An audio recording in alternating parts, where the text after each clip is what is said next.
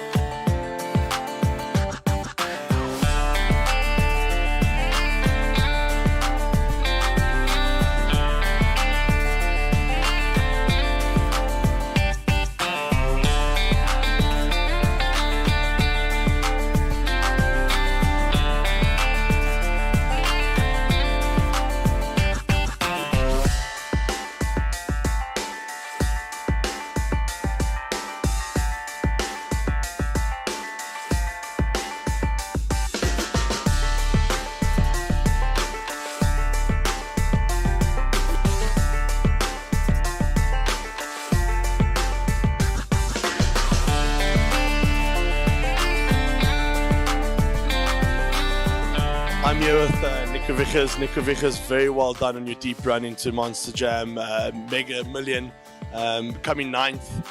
2 final tables in a row. You must be exhausted. Yeah, last night was a late one. Didn't get much sleep. So back this morning, obviously wanted to go a lot further, but yeah, such is life. Yeah, it's absolutely amazing to see you, and again, just cool, calm, and collected at all stages. What is your success in these tournaments, and how do you do it? I just busted first on the final table, so it's sounds good to get final table, but obviously disappointed right now. So it's not feeling like a massive success, but still a long series to go. So.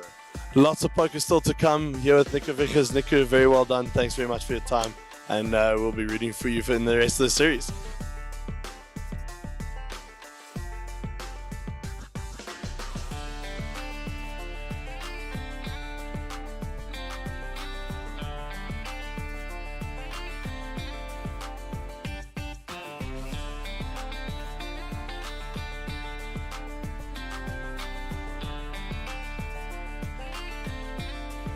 All right, I'm standing with the eventual winner of the Mega Million, Rudolph Marine. Very well done.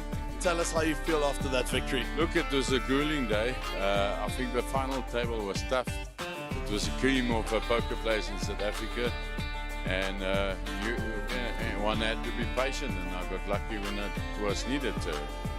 But it's still fun, still a massive rush. It was great fun. Yeah, the photos are going to look awesome with you, the trophy, and yeah, just continue your emotions from last night. Tell us how you're feeling after that. I mean, this is a long grind session. Or how does it make you feel? I was chip leader last night by $1 million, and it was so nice to just carry it through, because at one stage I got very short here, and I just got patience, and then it paid off. Well, I can tell you, us as commentators and surely the viewers out there, we absolutely love commenting on your poker. We want to see you do well in every tournament. Good luck for the rest of the series. Thank you very much. Thanks.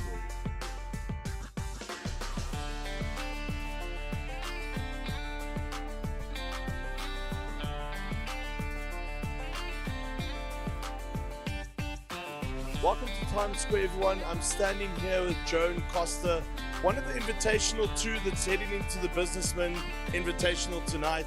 Joe, give us your thoughts on the event ahead of you. Yeah, it should be a lot of fun. It's sort of the format's taken from Triton. I think it's a very interesting format. You put a load of pros have to fight it out for a while, and then the businessmen get to have their fun, and it should be a lot of fun, I think. And Costa coming all the way from Tanzania. Thanks for joining us. What is going to be your strategy going in as the technical underdog, but the businessman going into this field? I think I'll be a bit slow in the beginning, trying to feel everybody and see what is their strategy and try to counteract on their strategy. That's awesome stuff, guys. Enjoy it. Good luck out there. And we hope to see you on the feature table and final table for that matter.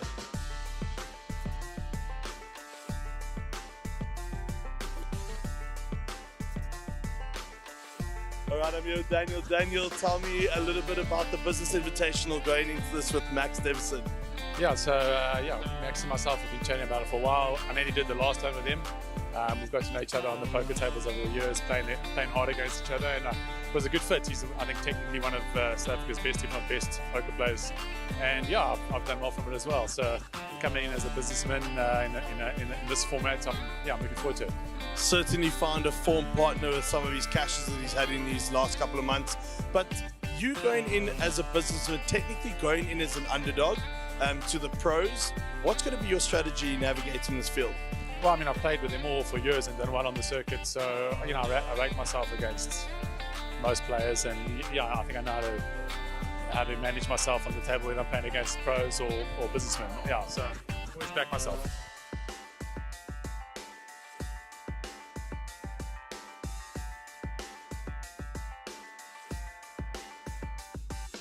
All right, we are here at Times Square just before the Businessman Invitational. We are at the awesome dinner party being hosted here on the pool deck. I'm here with Nick Sisu and Imran Banjani. Let's start with Nick. Nick, what made you select Imran as a partner? Imran and I go back a long way. We play together as well. We sort of got a good understanding. We play, I'd say, most of the time together. So we just built a great relationship, and I wouldn't have chosen anyone better. We just understand each other, and I think it's a good camaraderie and some good energy between the two of us that I think could go through to the game. And hopefully, we'll let you know when you're cashing in at the end, isn't it? Yeah. And Imran going in as the pro in this relationship.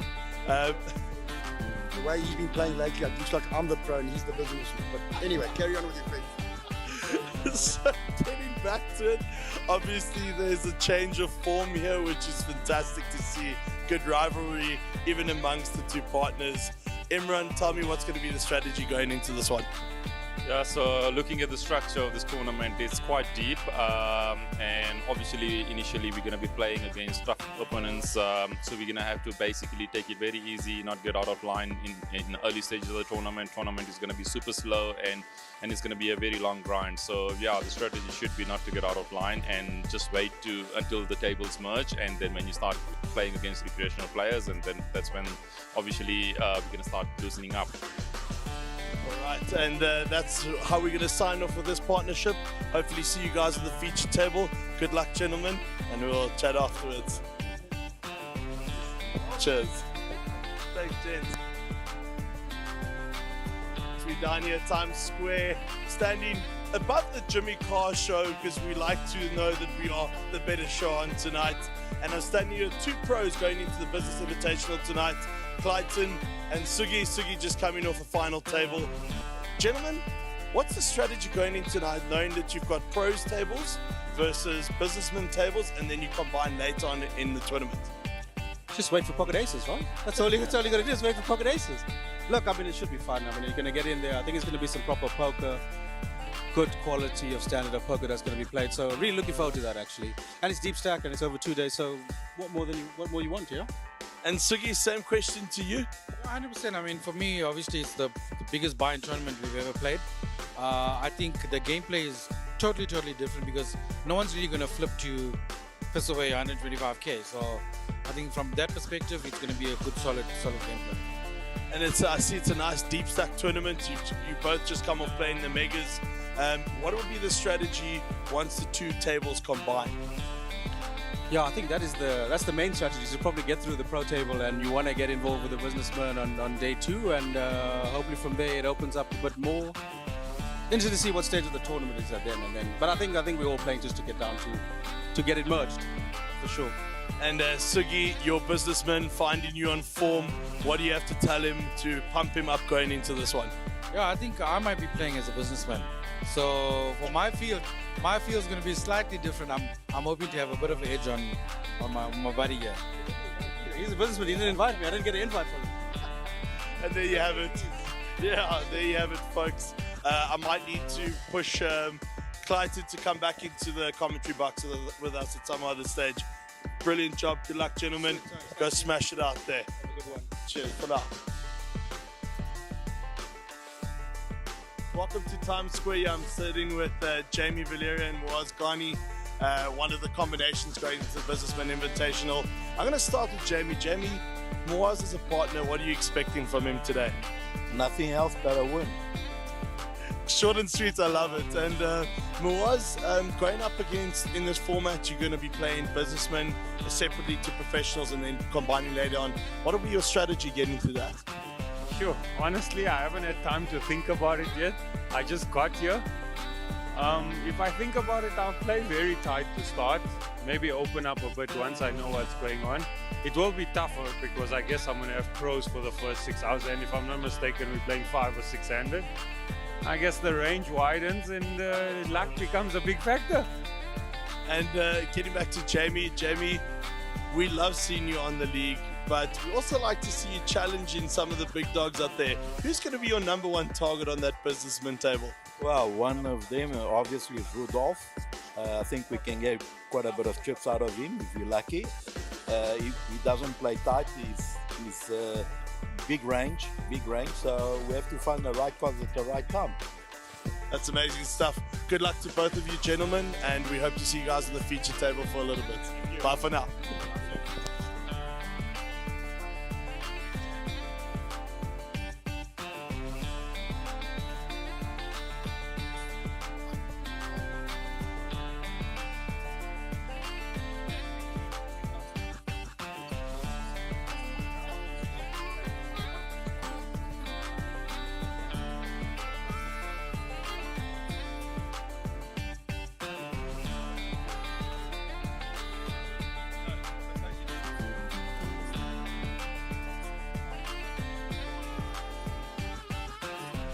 Yeah, my boy.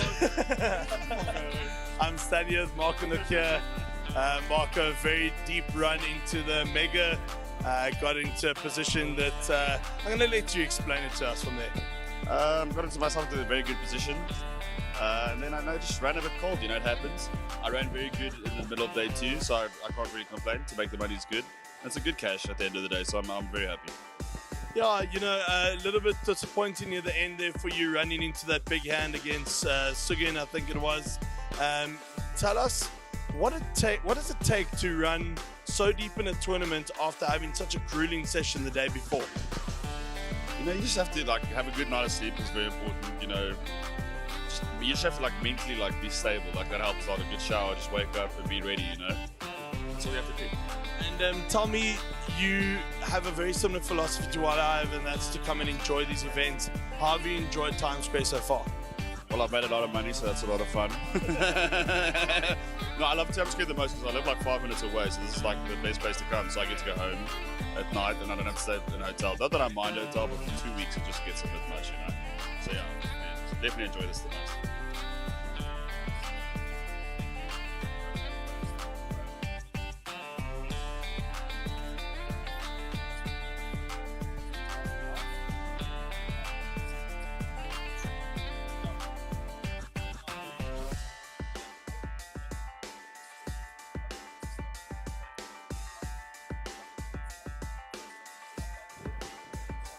All right, we're here at the SunBet Poker Tour at Times Square. I'm standing with Caitlin Fox and Mark Joseph.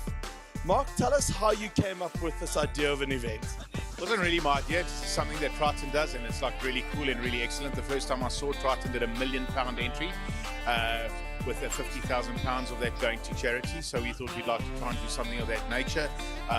We went to all the influential business players that we know that play around South Africa, and we approached them and asked them what they thought about this event. The pros didn't really matter to us, to be quite honest with you, because they always want to play, but we asked the businessmen what they felt about just playing each other for the first 11 levels, and they absolutely loved the idea. Unfortunately, there's just not enough of them for this size buy-in, but it will grow. Absolutely, I think it's going to go from strength to strength. Now, Caitlin, what goes in behind the scenes to getting this sort of an event right?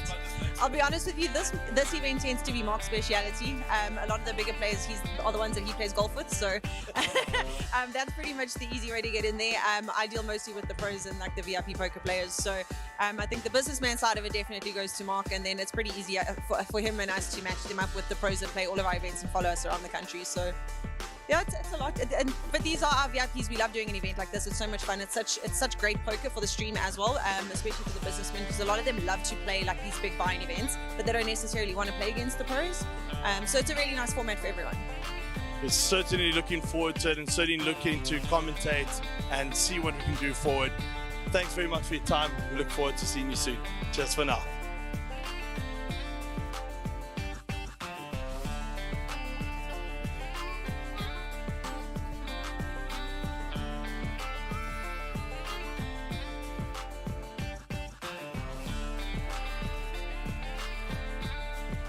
make sure mics are on.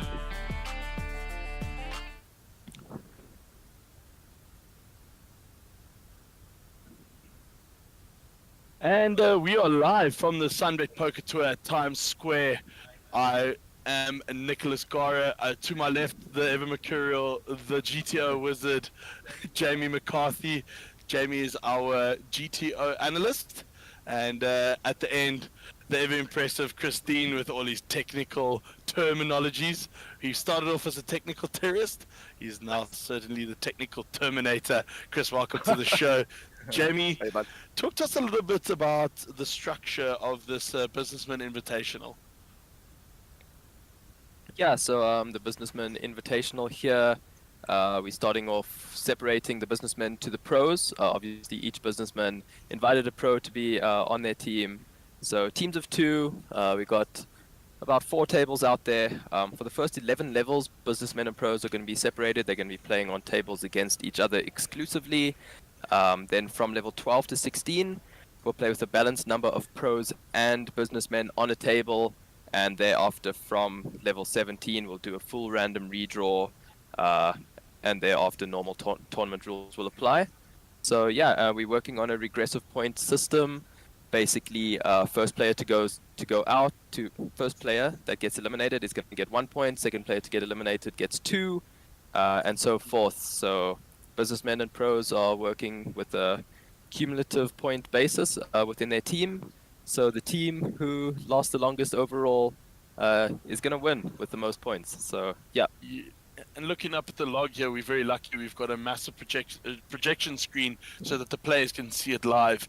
And I can see Kanesh obviously going out first yesterday. He has rebought into the tournament, and it's really cool that they can get involved like that and add into the prize pool at the end of the day, give themselves another shot.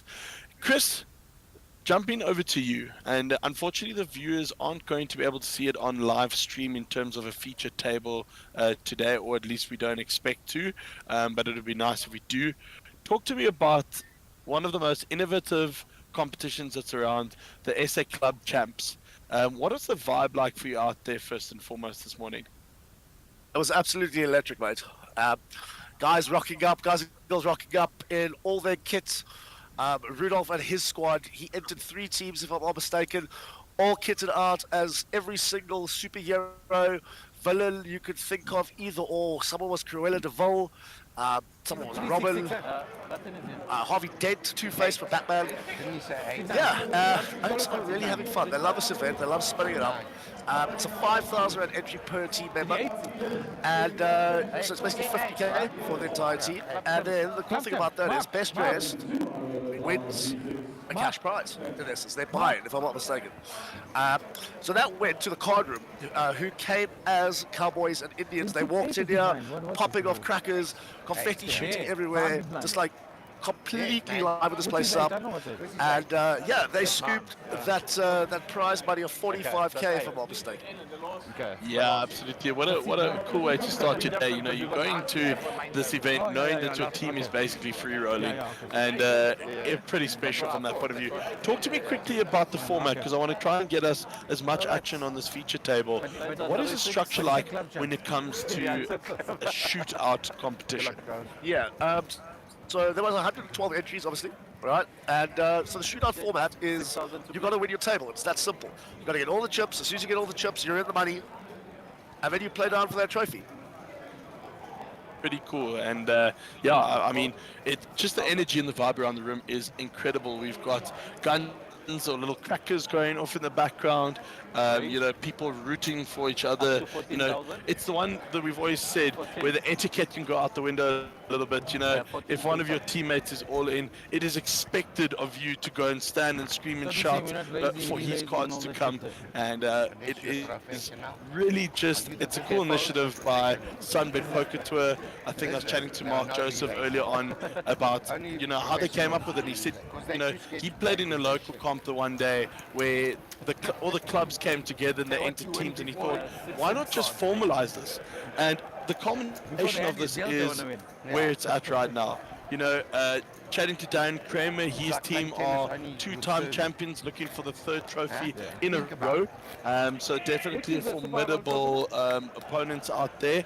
And yeah, if you'd probably need to look to get about 3 or 4 of your team members over the line and through that grueling shootout stage for you to have a very good chance at winning the overall competition.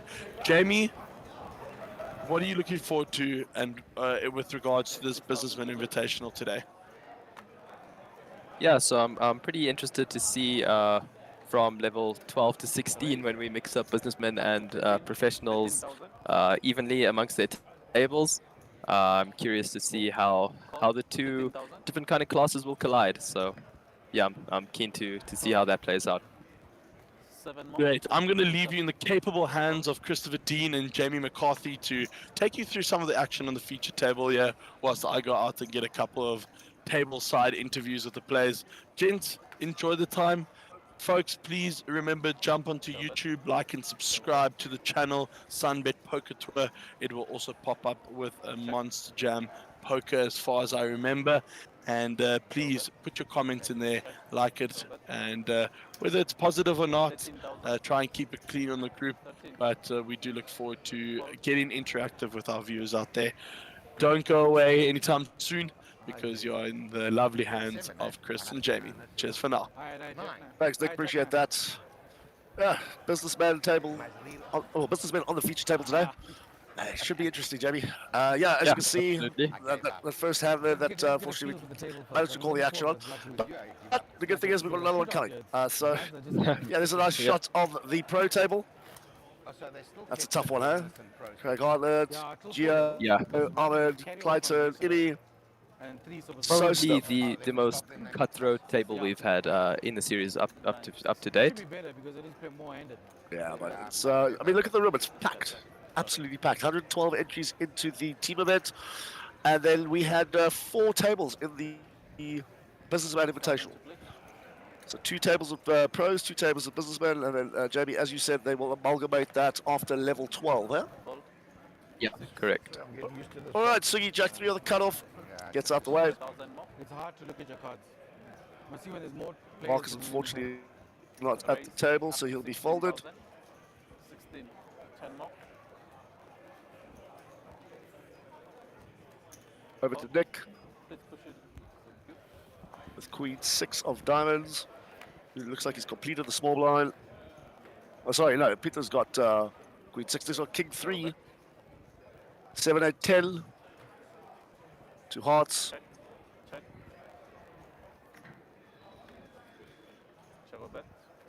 Turn is the Jack of clubs.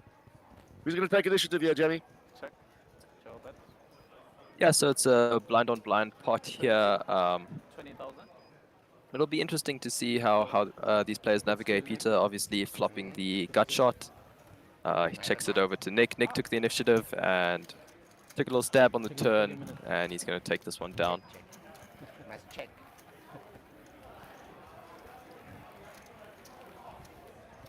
Yeah, it's a different dynamic, as you said, for the pros and the businessmen. You see the likes of Queen 6 and King 3, those type of hands being played in these certain positions. But yeah, I mean, again, it's the guys are just out there to have fun. And you know, that's the great thing about this game. It really brings people together. Just like to apologize for my congestion. I've been having the worst sinus attack today. That's why I sound like I'm 400 years old. So yeah, let's hope I can still power through.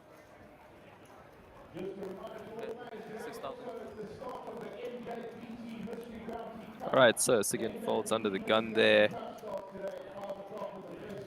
The action now on Peter de Necker on the button.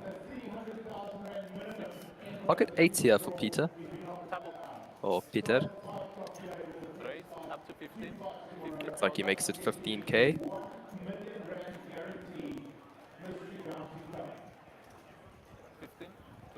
King 4 for Nick. Sends it to the muck. And here on the big blind we have Ali G, 10-5 suited of the spades variety. So off to flop we go. Queen Jack 4, rainbow board. Peter's 8s are still good here. Peter going to lead out. This board definitely favoring the open raises range. And Ali has to fold here. Nice pot, Peter.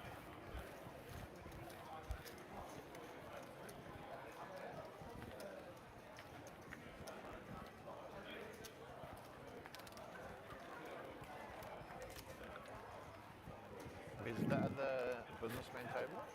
There. How many are there got there? Well, boys, same as us, 5. Hey, Josh, thanks for your comment. We'll try our utmost to get Mawaz in the booth.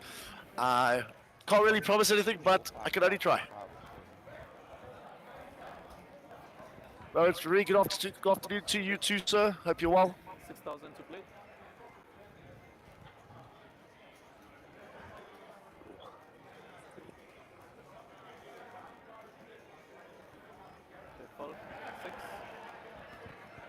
So, Nick and Noy here on the button, ace-3 suited. Very standard to open a suited ace in position in an unopened pot. Nick makes it 14k to go. LEG puts in the flat call here in the small blind, ace-jack off. Sugan gonna let go of his big blind. And off to a flop. Yeah, and Ali's going to be first to speak. Let's see what happens here. Deuce 9-9. Nick gonna take a stab here with ace high. Quick call from Ali.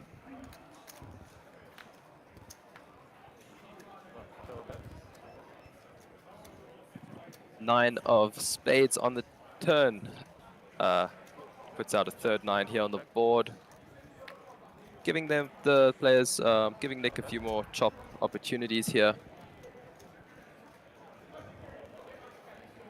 He's not going to find it on the river.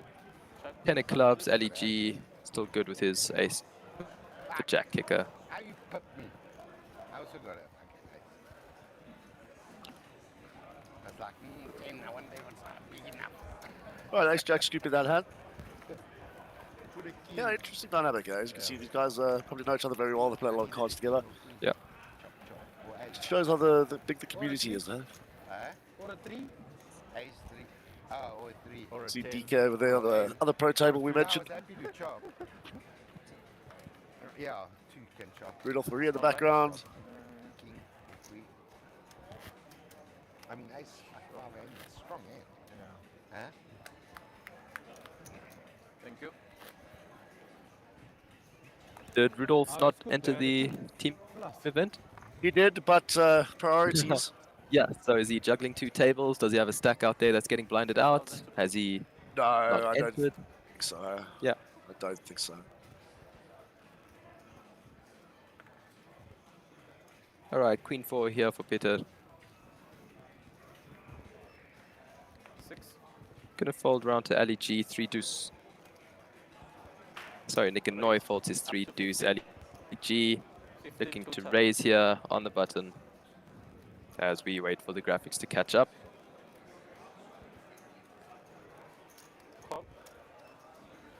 There we go, LEG opening up with 6-5 suited. So again, gonna call here on a small blind. Vacant big blind, Mark not at the table currently. 5-8-9, 2 diamonds.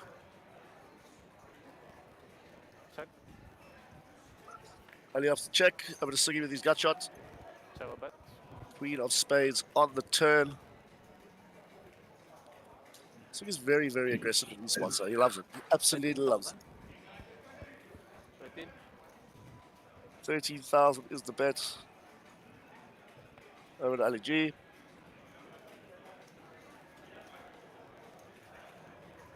Looks like he's reaching for raising chips.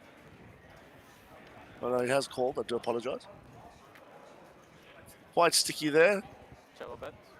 And a jack of spades on the river. Suki got another bullet in the back of the chamber.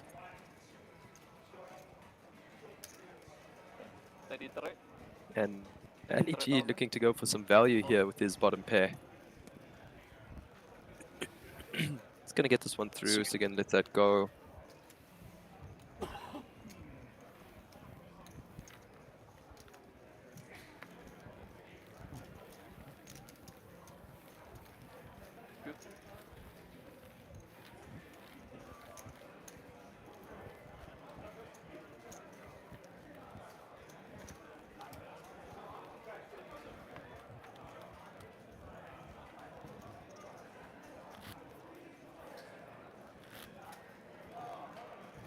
Ball walking around there, making sure everyone's taken care of.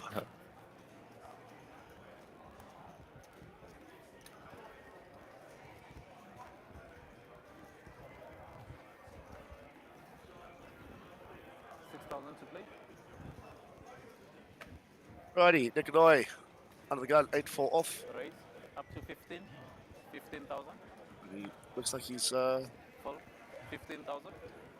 raised to 15k. Sugi, ace, deuce of spades.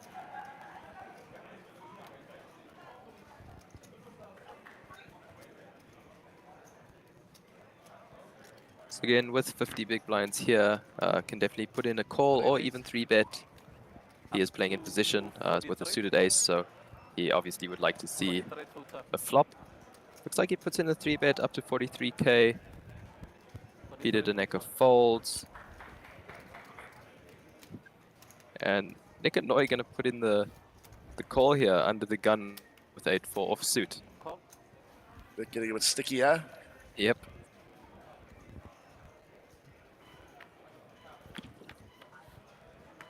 He's not opening 8-4 under the gun to fold to a 3-bet, at least not today. And he finds 2-pair on the flop. His gamble paying off a little bit as he checks it over to Sugen. Check. Sugi checks back. Show bet. King of spades on the turn. Show bet. 35. Nick gonna check again, 35. concealing the strength of his hand, and Sugen gonna take a little stab here at the perceived weakness of Nikanoi. Okay, re-raise. Nick just rips the lot, it seems. Almost 100 big blind shove here. Sugen with nothing but ace high For 28. is unfortunately strong-armed into letting this one go. Yeah, I suppose, I mean, if the turn came a ace, be a different scenario. Yeah. Nick shows that Nick 8-4. does in fact show, yeah. No re-raising allowed. 4-8. Ah, don't fold. Proper businessman fun on this table. A lot of surprising action.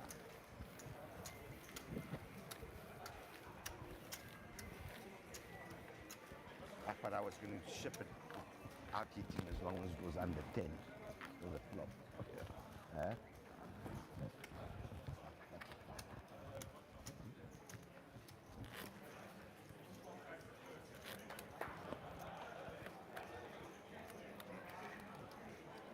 How big was that pot? I was like hoping you had 8-6. How big was that pot? Big blind. There you can see Nick Gara interviewing Mark Joseph in the team event there. 6,000 to play. 1 more. Yeah. 6.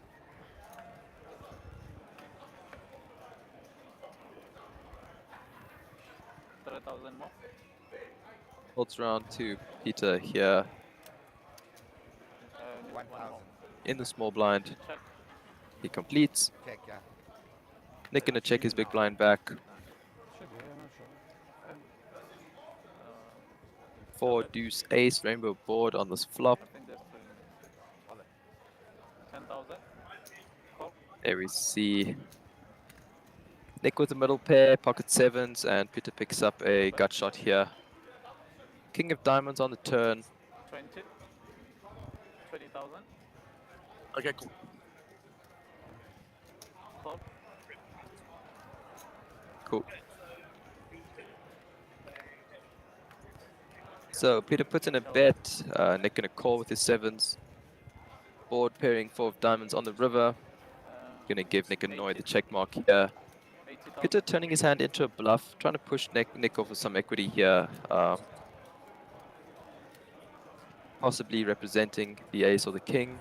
Out of the small blind, he should have a little bit more aces and kings than Nick. Nick is an unbeliever here.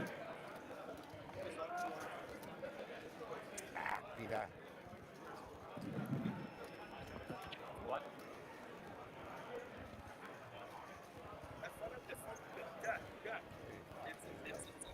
Nick tosses in the time bank here.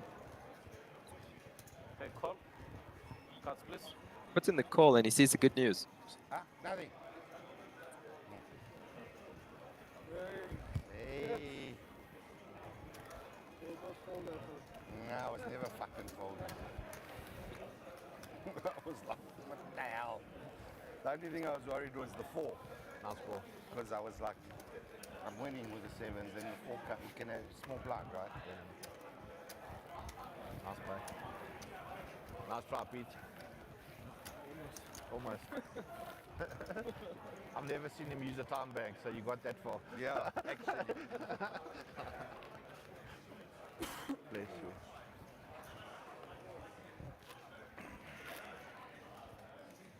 I was like, he must be joy. He must be fucking joy. So yeah, there's another shot of the outer tables. Room is extremely full. That's easy to have a 4 there. It's only going to get more, or it's only going to get fuller. Yeah. Jamie, would you be so kind as to introduce the esteemed guest that has joined us today on the panel? Yeah, so welcoming special guest here, Nico Vichers, who's been absolutely crushing the field here, finding I think 2 caches so far. Nico? Yeah, that's right. Got 2 caches. Got eliminated in 9th place in the final table, and the Mega Million. Obviously a bit disappointing, but yeah, onwards and upwards. Awesome. Yeah, you've been playing really solid. It's been a lot of fun to watch you on the feature tables a couple times already. So yeah, welcome to the booth, and we look forward to commentating some poker hands here with you, Nico. Nico, thanks so much for taking the time out for joining us, bud. You know, I think you really set the tone in the Welcome to Pretoria event. You know, for what's to come. Folding Queens to that 4-bet by what's his the gentleman's name? I remember. So Tutu, that's one.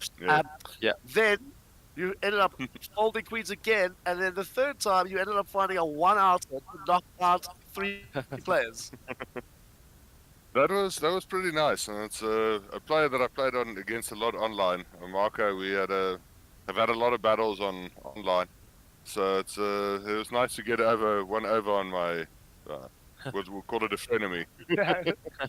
Nemesis. Good nemesis. Have you been playing, or are you going to be playing any other events? Any other of the events, should I say, that are coming up?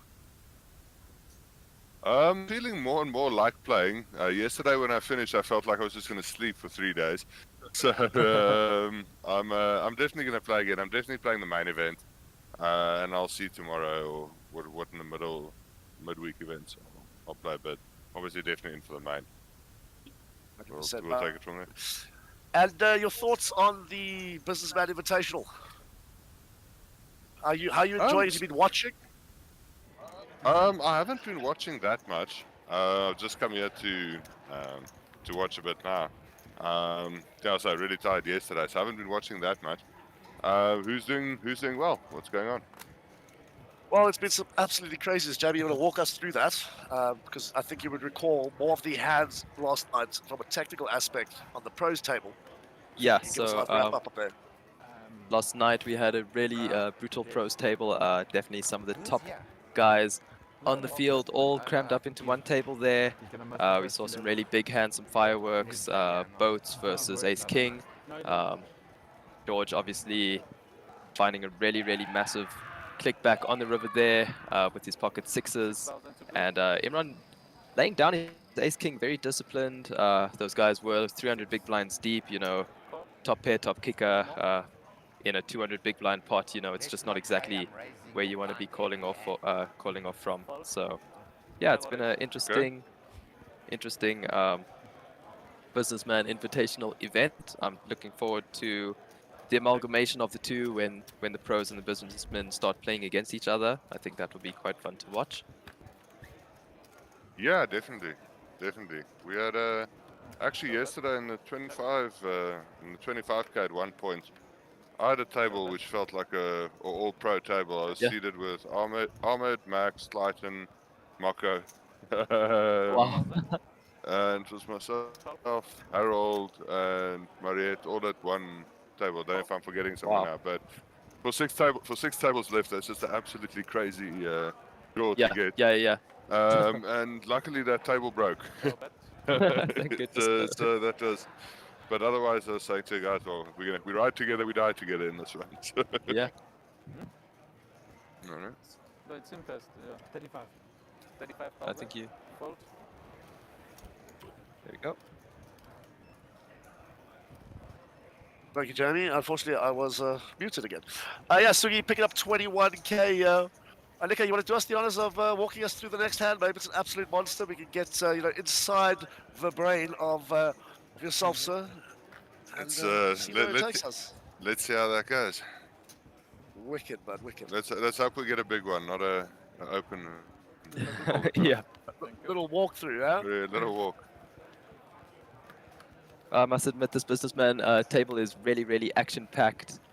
So I think we should get a lot of entertaining hands out of this. No, you're right.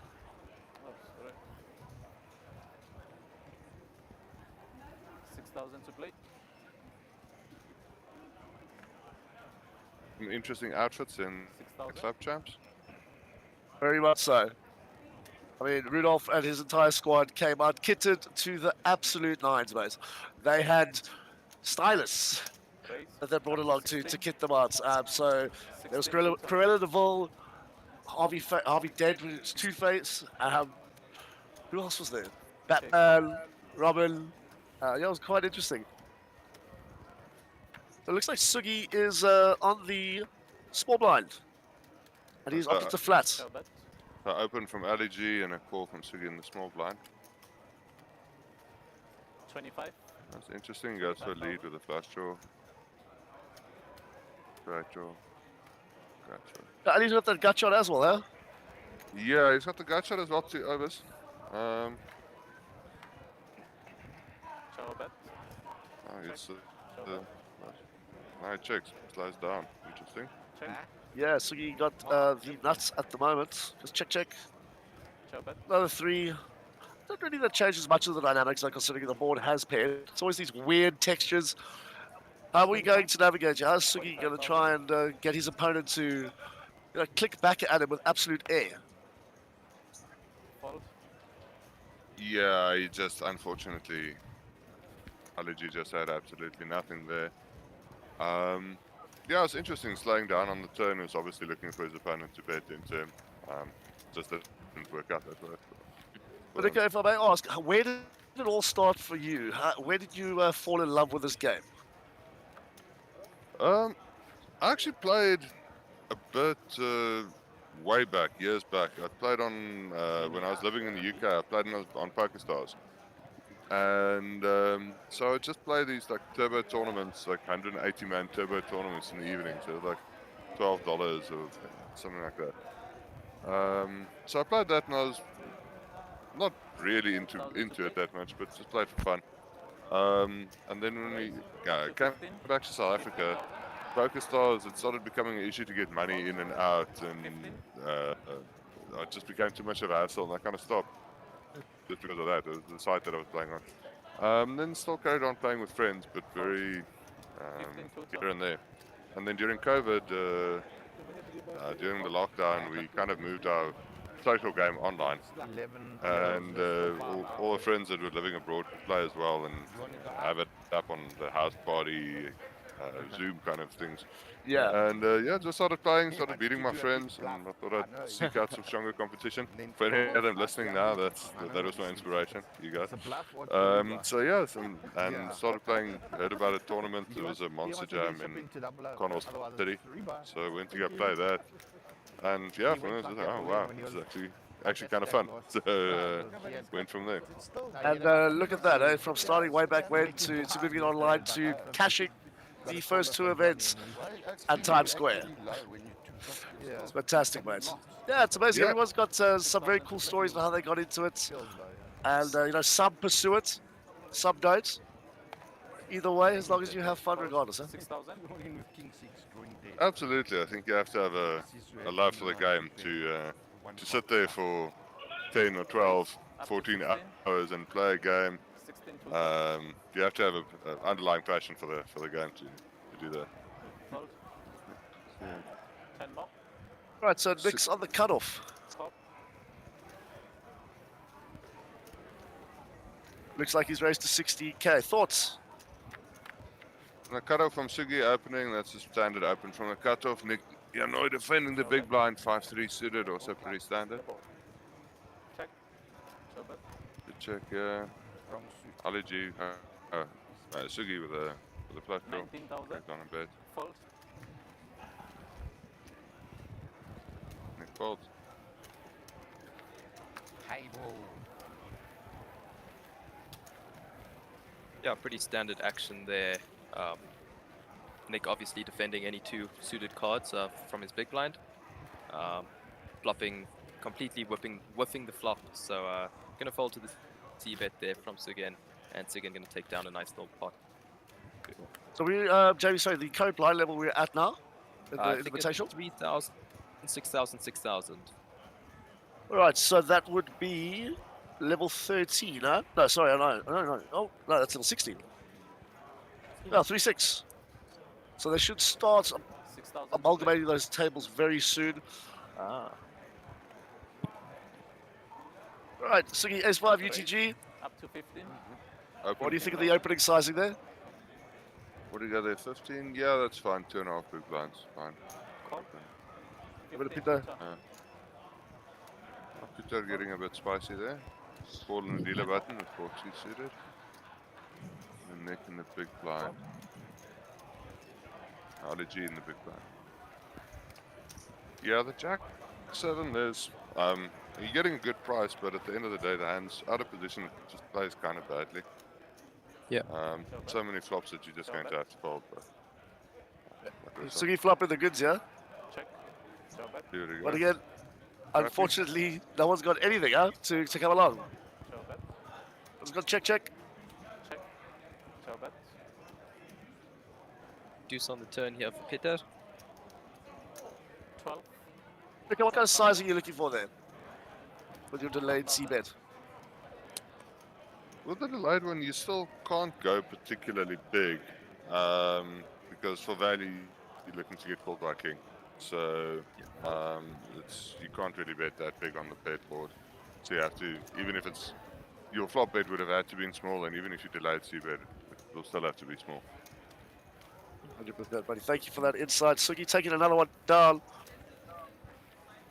You know, it's just like the other days that we've been here for. Starts off very slow, and then all of a sudden, Bob's your uncle, absolute chaos, and it's like going off, you know. So, okay, if you don't mind me asking, sir, from a studying regiment, are you going about studying? You're just watching some YouTube videos. How do you make sure that you still stay ahead of the game and have an edge, if you would like to call it that? Obviously, there's a lot of content and videos available to watch. So I just try and be a bit more structured in the way I go about it, because you can consume a lot of content without really going anywhere, just watching video after video. So I'll tend to look at a single spot and just go and look at hands that I played in the spot. So hijack versus big blind, single raise pot, and just look at the hands that I've played, and then try and study and formulate strategies for the spots that happen often. Button versus big blind, single raise pot, hijack versus big blind, some blind versus blind stuff. Obviously, you can get a little bit more. Do you find that you're making more of your money from in spots where it's button versus small blind, button versus big blind, or even BVB? They're obviously the ranges open up there. Your most common pot that you are going to play in poker is going to be a button versus big blind single raise pot.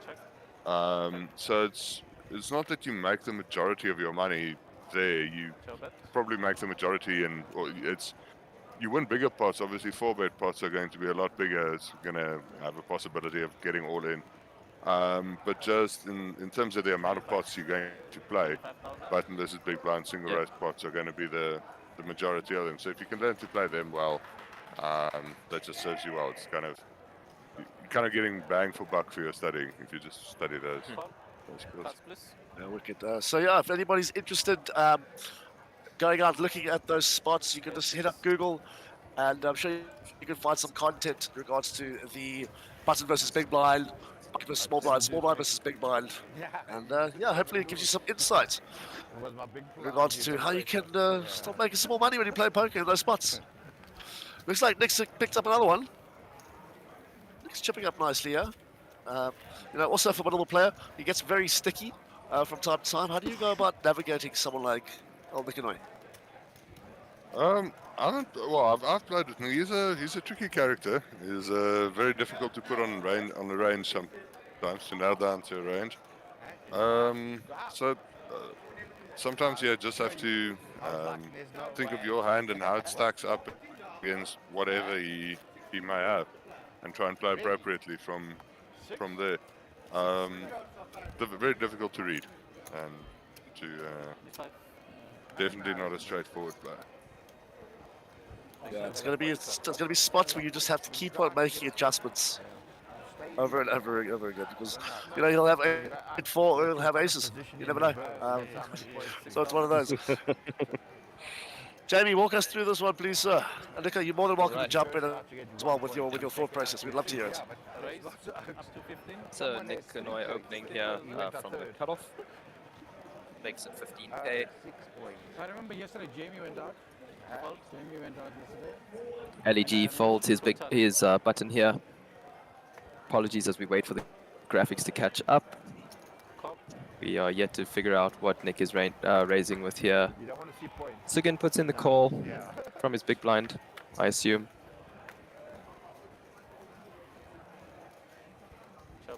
Queen deuce jack. Nico, do you think this is a good board for Nick to c-bet on? Definitely. Yeah.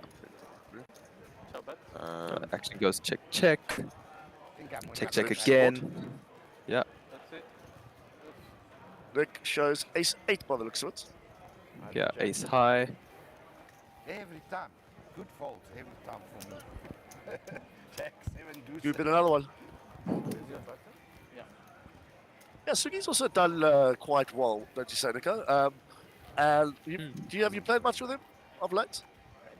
6-6. Played a lot with Sugi, especially last year. From what I can see, he's improved a lot. And the results are showing it. So don't know what he's been doing. He's been studying a bit on the sly, but he's gotten some good results, and I've seen him play a lot. He's definitely improved. That's sick, man. No, he really does put the work in, being very good friends with Clayton as well. I think those conversations will be quite in depth. Would you agree, Jamie? Yeah, of course. Clayton always willing to share his knowledge and his technical and GTO kind of approach to the game. Very, very methodical and calculated. So, yeah, sure. Sugen has learned a thing or two from his friend Clayton. Nico, you rate Nick's VPIP as 100%, huh? Who was that? Did you rate Nick's VPIP currently at 100%? Slow down, Nicky. That surely can't be right. Well, we'll find out soon enough. Hopefully the guys in the back will bring us the VPIP. At least above 50, though, I think. Yeah, no, that's definitely possible. A lot of guys that I play with socially think if the VPIP goes under 70, we think they've fallen asleep. So, Nico, if you're on a table against an unknown opponent and you do notice that they're starting to open a little bit wide, their VPIP is maybe a bit too high, how do you approach that situation? Do you look to punish them a little bit where you can? Not really. Okay. I would start off from the assumption that they're just getting hands. If you just sit down at a table and you've played with someone for half an hour or an hour, and they've opened a lot, I wouldn't necessarily make the deduction that they're playing wildly. I would take it with a pinch of salt. It's quite possible that they've just been getting hands. So obviously, until they show down some hands, if some hands get to showdown and you get to see very, very loose opens, that would change your idea. But just someone opening a lot, I don't think you can necessarily deduct that they're playing wild. So it looks like Ali G's opened up under the gun here. He's made a 17k. Sugi's come along with Jack 9. And Nick has also come along. He's joined the party with King 8. Nick flopping top pair. And Sugi's got a flush draw. Nick, how are we navigating here? Okay, 31. Sugi's going to bet and Nick's going to call. 31. 31k is the bet.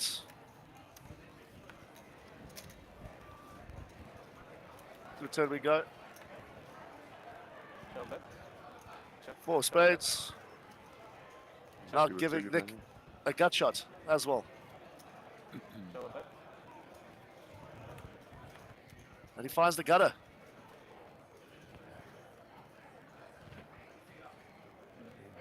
Nothing for Sugi. Yeah, 5 Very of much hearts, bluff. different story, yeah? But you ready he's going to bluff you? 75. Nick leads out, so Sugi's going to have to fold.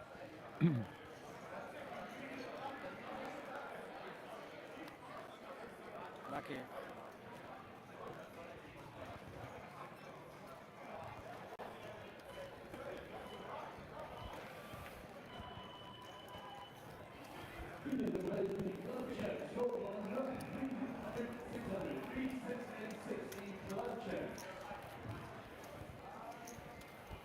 Right, so Nick taking down a pretty decent pot there, finding the gutter ball on the river. Goes for value. Sugi unfortunately can't call. Pull it off there with Jack High and with flush draw. As you can see there in frame, the team event. Chris, you said we had 120 entrants? 112. 112 players, yeah. Well, nonetheless, a massive, massive turnout.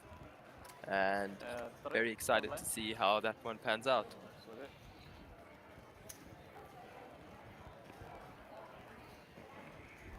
There you see Golf 9 on the back of his shirt there, Mr. Rudolph Marine. 6. 30,000 more. Right, Peter, 7-3 on the button. But we haven't got there yet. Check.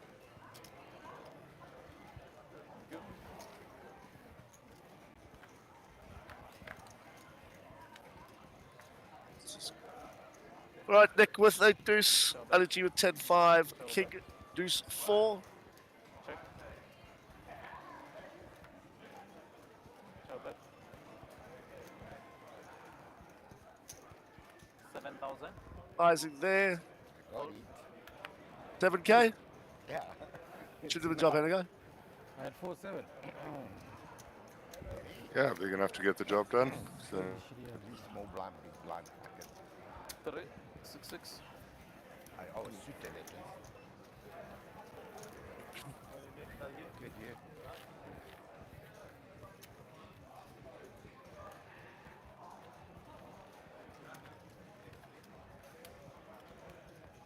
Yeah, the rounds are going quick.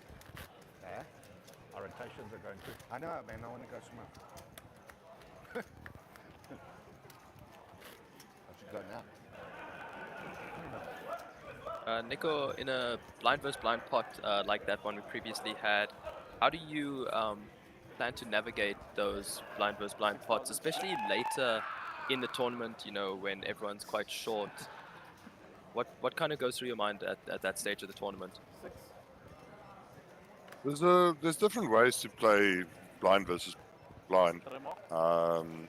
Some guys just limp a lot in the small blind. Just try to get the pot going. The problem, obviously, with just raising your strong hands there and limping everything else is that you, when you limp, it's obvious that you're weak. So if you do want to raise some hands and limp some hands, then you obviously have to have some weaker hands that you're going to raise as well, and have some stronger hands that you're going to limp with. So a simple strategy would just be to kind of limp most hands that you have, and another strategy would be to raise your strongest hands, and then have some bluffs as well, and then kind of limp with the middle of your range. Yeah, I like that. Obviously, range is a lot wider. When you limp, the big blind literally has 100% of hands that he could be playing. So just like heads up, range is a little bit wider, but you don't always have to open raise. You can definitely limp in it. Yeah, cool. Thanks for that, Nico. Mixed it up a bit. Yeah. Right, so Ali G took that pot down with jacks. He opened, and Sugi came along with his A6 spades. Didn't find anything for Suggs. 9 high board, and Ali G opted to lead out, and he took it down.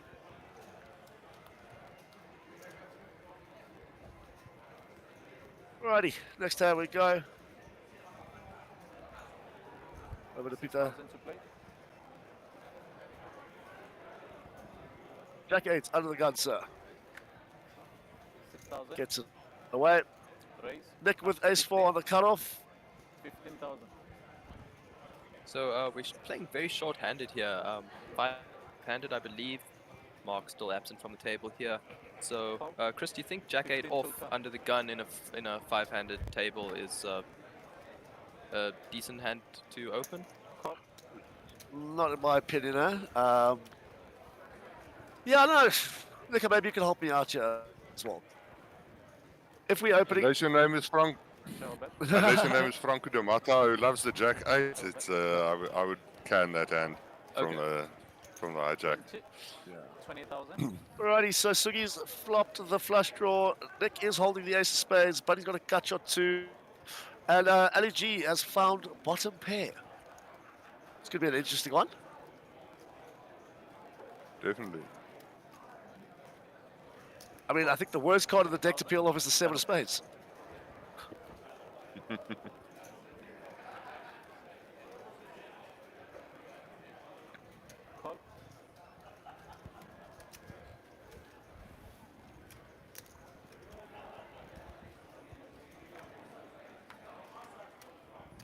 Jack of spades on the turn. Oh. So, Nick coming along here, would he? If Sugi opts for smallish size, do you think he actually clicks back with that ace of spades in his hand? Or does he just opt to call while we... Here it comes. 20,000. 20,000. 20,000 is the bet.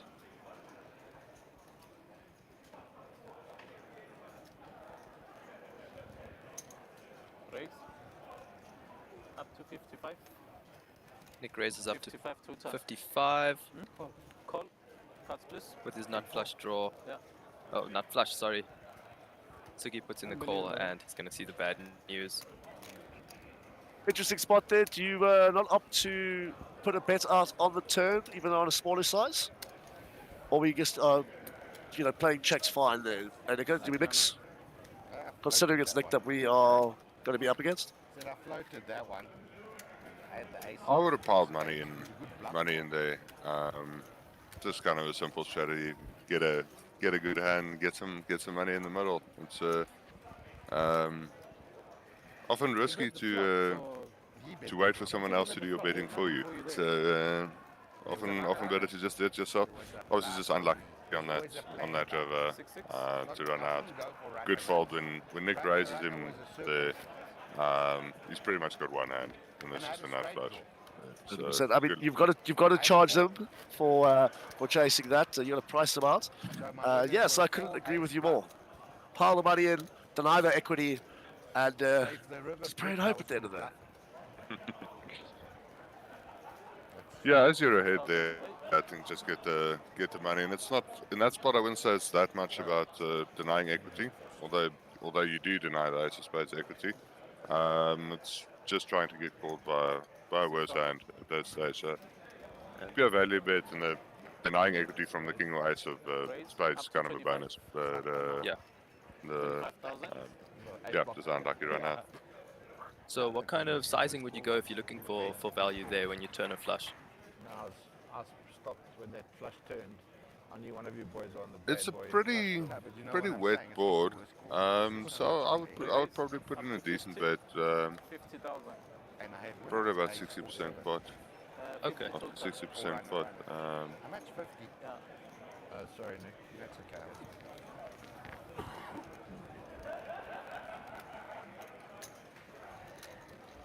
could possibly even bet more. Okay. Six, king, queen, 2 hearts. Check.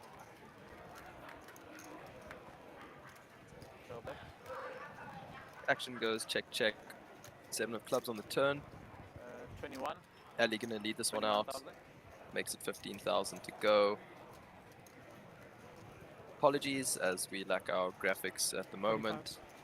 Raise up It's to kind of fun though. I guess we can try sit here and figure out what their ranges are, how they're betting. Is that your only big chip?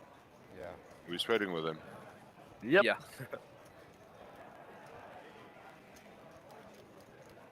So, starting stack for this event was... That's not the wrong one, sorry. Get there for you. Alright, starting stack for the Businessman Invitational was 500,000 chips. And we started at 1,000 or 1,500 with a 1-5 ante. Wow. Show bet. All in. Super deep stack. Absolutely, absolutely. Stuggy rips it. Interesting. Yeah. 61. 61,000. Looks like LEG's got a bit of a decision to make.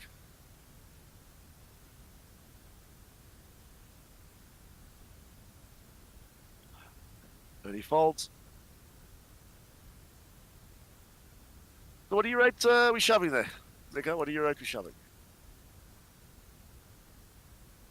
Not 100% sure. Well, if we had to try and bucket the ranges, yeah, will we look at kind of middling pairs? Like the bottom end would be 7s, top end obviously aces, all the ace king offs, pairs that up that side as well. How do we go kind of putting that together? I didn't need the ace, by the way.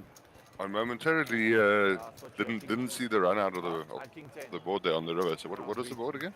There's the ace on the river after the king queen on the flop.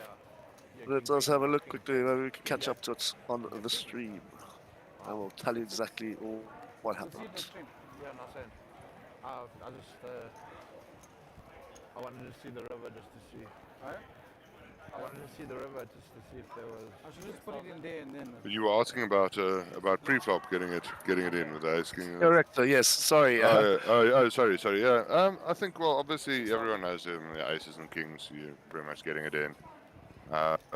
With your ace king, very nice hand because you're blocking aces and kings. Very powerful hand. You could be ahead against ace queen, obviously. And then it all really depends on your stack size. If you've got 15 big blinds, pocket tens is pretty much enough. You're going to get it in with that. But if you've got 250 big blinds, you might not be piling it all in with pocket tens. So that board was king, queen, 6, 2 hearts, king, 6 of hearts. I can't fall till the river there. And it went Queen of club on the turn. Ace of clubs queen of club on the turn. Yeah. Correct. And then he just piled it. So yeah, it's an interesting one, though. Okay. It's hard to play forehand. Maybe he found the backdoor flush and was just trying to get maximum value. Definitely a possibility, I think. Okay, 6,000 to play. Definitely possible. VPIP is 100%. Right, Sugi, ace 3 off under the gun.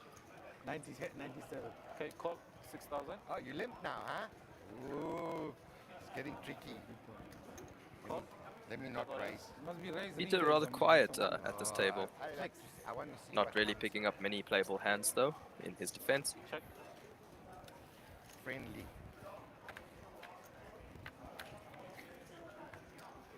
Are the graphics correct there? Sugan raised to 94k and got 2 callers. Show bet.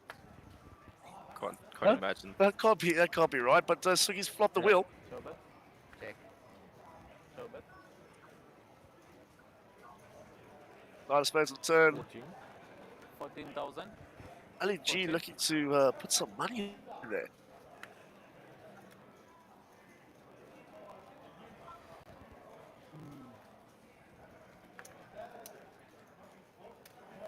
Okay, call.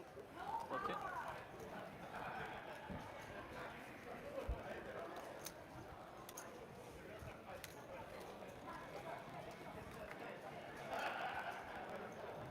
Ciao, bet.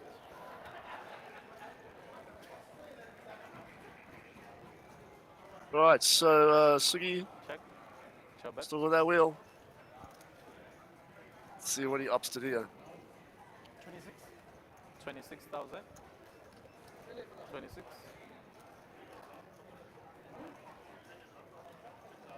26,000. Is the best. Fold. Gets out the way. Nice hand. Yeah, I wonder if that pre-flop sizing is correct. I find it hard to believe that he raised to 15 big blinds and got 2 callers. Yeah, very That interesting. would seem unlikely, yeah. Yeah. We've seen some strange things on this table today, though, so anything's possible. Daniel, that Bertie at the back there.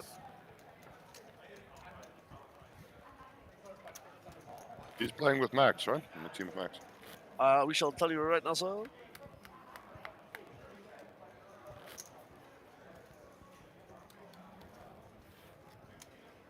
Max and Daniel, yeah, on a team Yeah, together. you're on the money. There we go.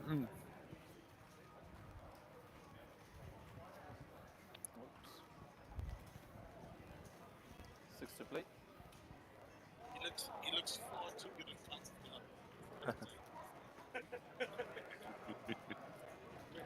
20. Raise. Up to 20. 20,000. Call. 22. Peter sir. opens a cutoff with Queen 8 clubs. Fold.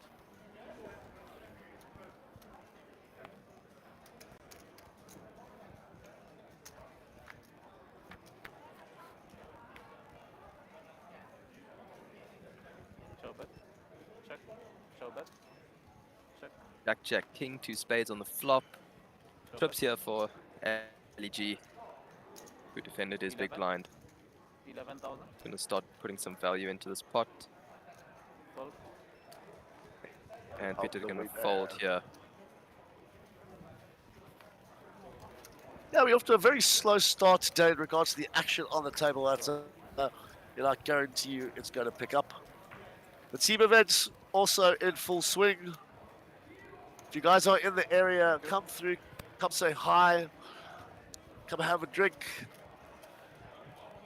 Might probably be some sports on later, Formula One later on. We got a big monitor, or should I say TV floating about. That's got some stuff going on at the moment. So yeah, come say hi, come say hi to Nick himself, myself and Jamie, and maybe come throw something at Nick if you feel like it, huh? 6,000. Yeah, very festive atmosphere around here in the club champs. Looks like it's going to be a fun day. Yeah, 100%. I mean, Team Chess at the back is a gentleman that has a hat with loads of lights on and a crown. And as he's back to us, I don't know if you can see him there. Table 4 on seat 1. Sorry, seat 9. Yeah, that's it. Yeah, extremely festive. He seems to be the only one of this that I can actually see that's still got his kit on. A lot of guys tend to come in, flaunt it, and when it comes down to getting on the serious end of things, they take it off and get locked in. 25. 25,000. Yeah, it's tournament poker for you. It's obviously the pressure builds and builds as the tournament progresses, and the blinds going up, getting closer to the money, getting in the money, playing for big money. So when you versus cash games where you can pretty much leave at any time or go and eat something or take a break, it's a different beast completely. And then doing it for days on end, often till late into the evening, and so it's often starts off. Sorry, by all means, carry on. Yeah. Sir. Yeah, often starts off very relaxed, and obviously around the bubble and final table it gets very tense. People take longer to act, and yeah, the atmosphere changes. So you might just the crown and the robe. That's it, man. And you mentioned cash games. Do you dabble much, or are you just strictly tournaments, focusing on them? I play cash a couple of times a week. Yeah, I used to just focus on tournaments. But yeah, I enjoy cash now. It's Good, mixing it up, nothing wrong with that at all. But tournaments, we have We have lots of them. Till the 10th. I thought you might be playing. Right, for that and lot. yeah, main event satellites. We got 3 flights for that, if I'm not mistaken. You can jump into those and come try and win your share of 5 million rand. I mean, I don't know if you saw Alan Young last year winning that satellite and getting heads up with you. I did. I was rooting for him. Just wanted I was was cheering for Max when he got there. But he got to the final table very short stacked. And once Max got knocked out, I thought it would be the best for poker in general if Alan Young were to take it out. And yeah, Gio just got him at the end in the heads up. I remember there was one hand with a, I reckon it was the flush. He had a flush draw on the river where he got all in. Yeah, I think it was flush draw versus boat or something. Flush draw versus 2 pair or something along the lines of that. It was something along those lines. But anyway, it was a big pot. So he was pretty much 1 card away from from taking it. It's but second place. I mean, that's still great. Yeah, I mean, I would think that would kind of be our local moneymaker effect, huh? If that had to come to fruition. Absolutely, Right, absolutely. Glad for Bit Joe. of a hand here. Sugi opens. Bitter getting a bit spicy. 3 betting to 52k. How are we navigating this, sir? Especially in position. I think Sugi's got a call and just take a flop. Yeah. Wow, that is massive. Ooh. That is spicy. Action. I would imagine. Getting out of line. I would imagine Peter bets, yeah. Yeah, and I think if Peter bets, Sugan probably has quite an easy fold, expecting Peter to have a lot of ace X's in his 3-betting range. Yeah, let's see. I mean, Sugi does also get quite sticky as well. All depending on the sizing, though. Okay, what kind of sizing would you opt for if you're going to lead out? Probably small. The 3-bet pot, you don't really have to go that big. You've shown a lot of strength pre-flop anyway, and the pot's already inflated. So I think they're in this situation, if he just bets relatively small. Brings me to my next question. As we see Peter showing the 3 4 hearts, what's your view on exposing your cards if someone hasn't paid for them?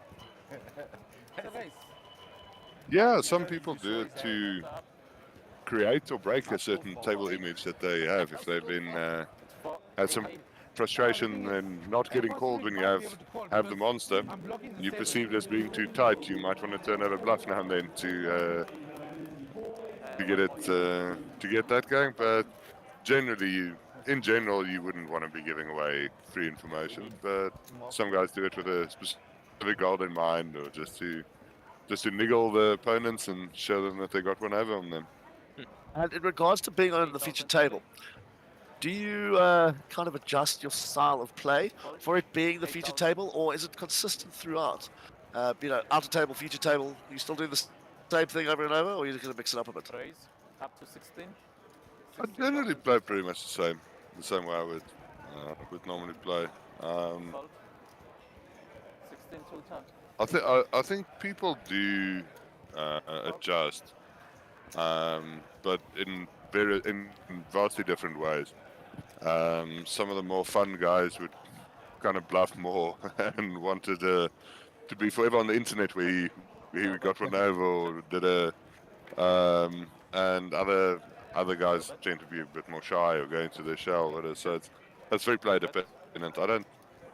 I don't think I play that much differently on the stream than I play live, but it probably does affect you in some way, not on the front of your mind, but somewhere in the back of your mind, you know that this is being watched. And Sugi opted for a very passive line there, huh? But Nick scooping another pot. He's winning with 7s there on that 8, King 10, 3, Queen, 3 diamond board. Checked all the way. Yes, sir. Happen.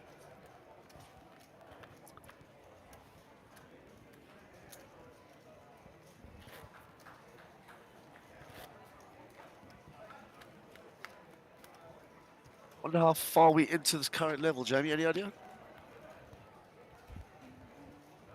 I think it's about half an hour till the next break. Fair enough. And then we will be moving up 8,000 to play. Or to. an hour. Yeah, we're moving up to the next level at 4,000, 8,000, 8,000 ante. Yeah, so we just gone up to 4,000, 8,000, 8,000, Oh, and sorry. we have 1 hour to go on this level. Apologies. Of course, due to the 30-minute delay. Check.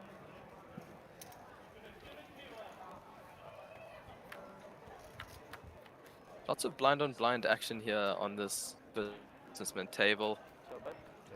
Here we have ace, 7, 10, 2 diamonds on the flop. Ali G finding a 7. Ace of clubs on the turn. Check, check. Queen of spades on the river doesn't change much. Ali G, it's a check mark. This one's going to check through, and Ali's going to take that one down. Yeah, sure. 100 and 500, should say, is a very different dynamic in regards to a full ring. Yeah. Now the action is very fast-paced. Nice shot of all the tables at the back there. So, are you playing all the events, all the legs this year, Nico, or is there just certain ones that you come out for, ones that you like or your favorite? Well, this is my home series. I live very close to Times Square, so the fact that there's 2 of them here this year is great for me. Sun City is always fun. Also the Cape Town one, Grand West at the end of the year is it's a lot of fun. So yeah, I haven't committed to it, but definitely going to try and make as many as I can. Well, I mean, I suppose if you do end up finding the trophy or the bracelet in the main event, I definitely think you'll be coming back the second time around trying to defend it, yeah? Definitely. Just imagine that. So imagine you find back-to-back bracelets at your home series in 1 year. That'll be great. I might retire if I do that. That'd be fantastic, buddy. Build yourself a nice little shelf at home, all your accolades, you know. I'm sure you've already got one. Not that many. I had some success at a shuffle up event, but the Monster Jam accolades have yet to come. So hopefully the series we can round one off. No, I'm sure it will, but I mean, the way you're playing currently, consistency is the word of the day, I take it, eh? And yeah, you've definitely been doing that. Yeah, that's the thing. If you put yourself in spots where good things can happen, it will. So just try and be consistent and play well in the early levels. And then when you get deep, you have to have a few things go your way. 100%. There we go, Max Devison's little car protectors. The T-Rex. I can work with this, Yeah, that was like a psychedelic snail or something. Yeah. Good old electric revolution. I just think of some music from back in the day that I used to make. Anyway, moving on. That's a story for another day. 6,000 to play. Helps. Jack 8, UTG.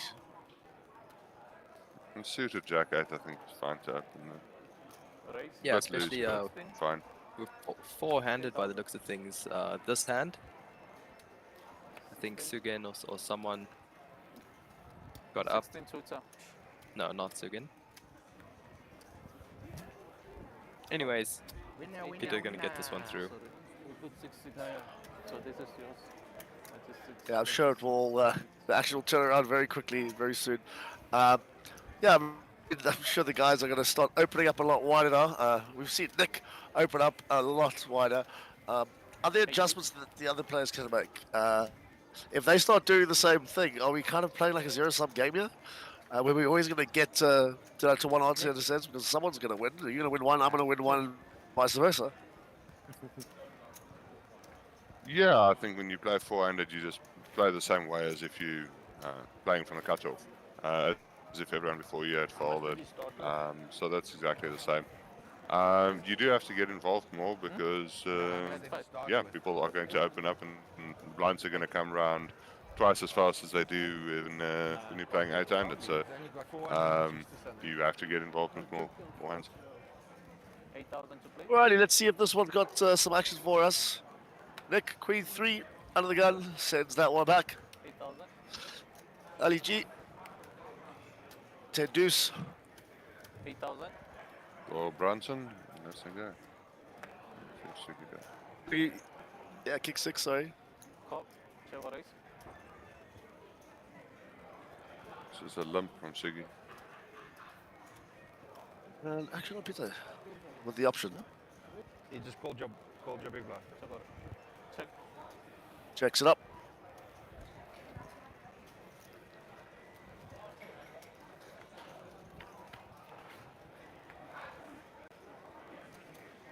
Cheva bet. Queen Jack 9, 2 diamonds. Peter flopping an open ender. Sugi's flopping the gutter.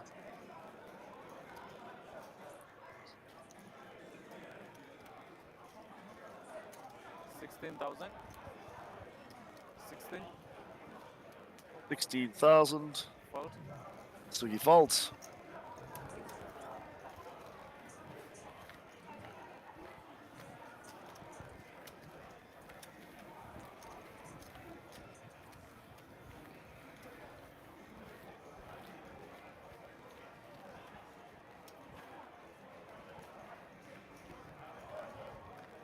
Alright, let's have a look at what's going on with the stream. Yeah, we've caught up there. So have you managed to watch any of the stream of late? I mean, when you're not running deep in tournament, you're going home, back upstairs, and going over it. How you finding it? During the series, it's generally just like you get home late, and but in between series, I definitely catch up with it. I watched which one was it? Raise. Yeah, the welcome to Cape Town. I watched a bit of that session back. We played about a 5-level long bubble in the day 1A to try and get rid of one guy. We played 5 levels.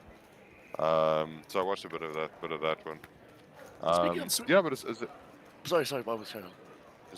It's definitely interesting to go back and watch both yourself and players that play against the same guys all the time.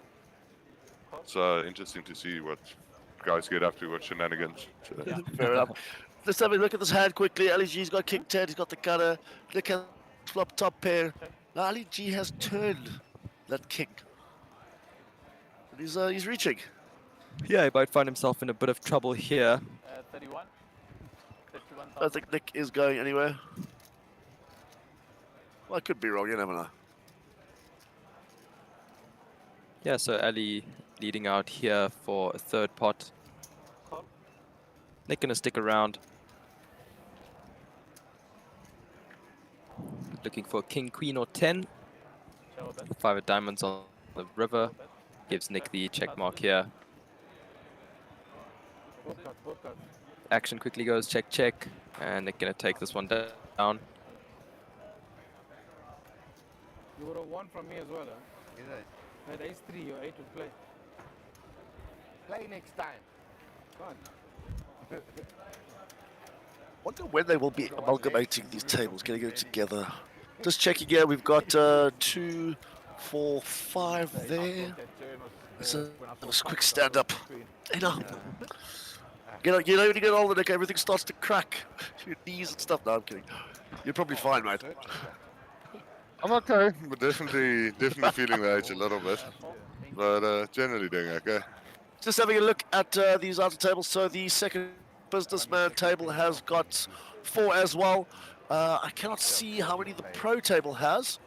Let me see if I can get someone to have a look there for me. Nika, maybe you could pop your head over there and see. There's Lambo, Rudolph. Yeah, so that's the businessman table, and then there's Max, Joe Steggers. Right. Yeah, Kenny's there. There's DK. Up to 20. And I think that's Gio, isn't it?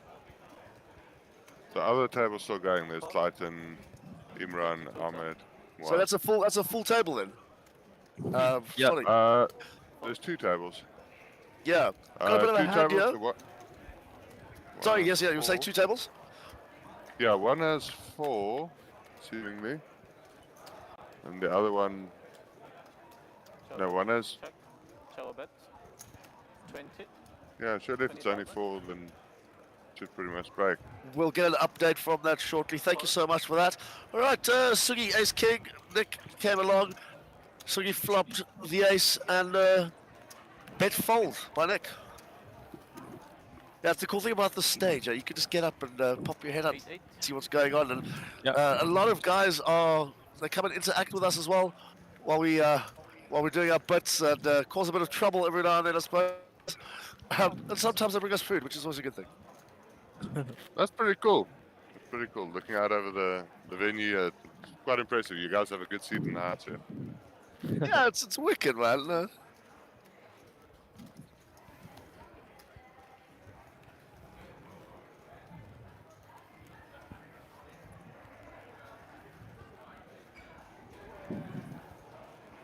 to play.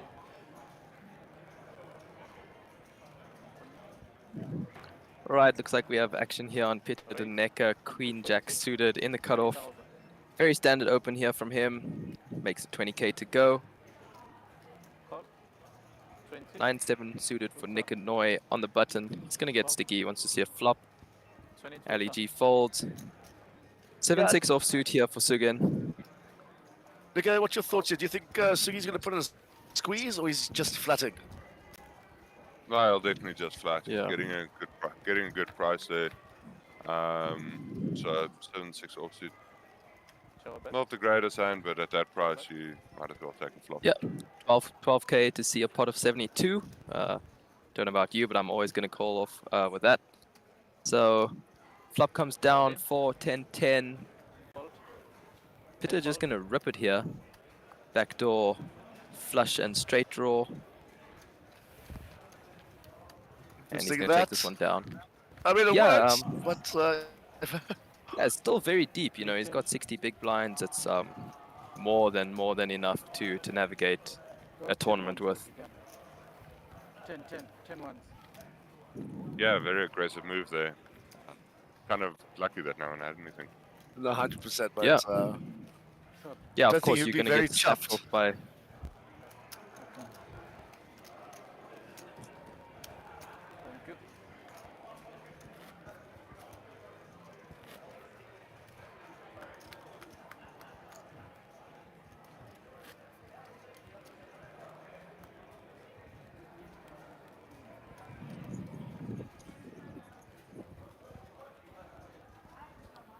$8,000 to play.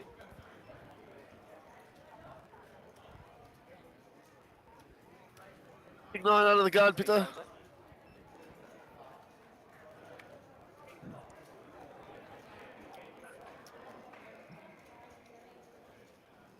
Raise. Over to Nick and Oi. 17,000.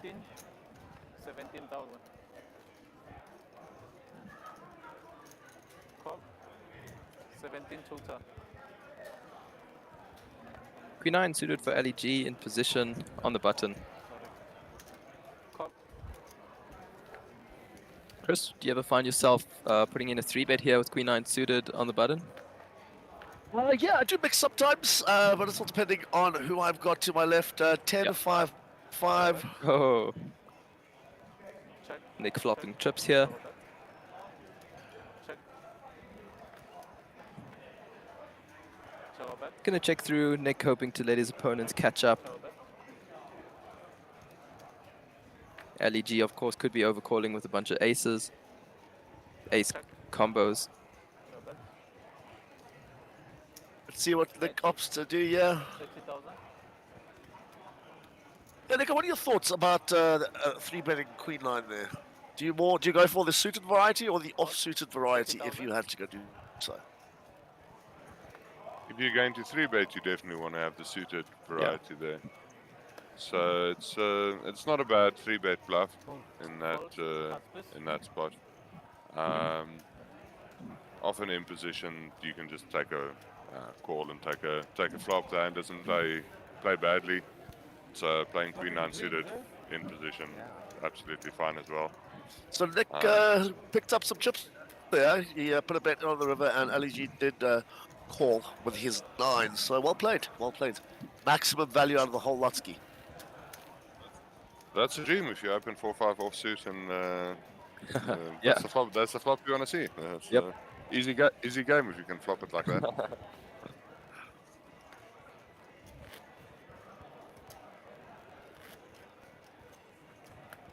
Green, please. Green, please.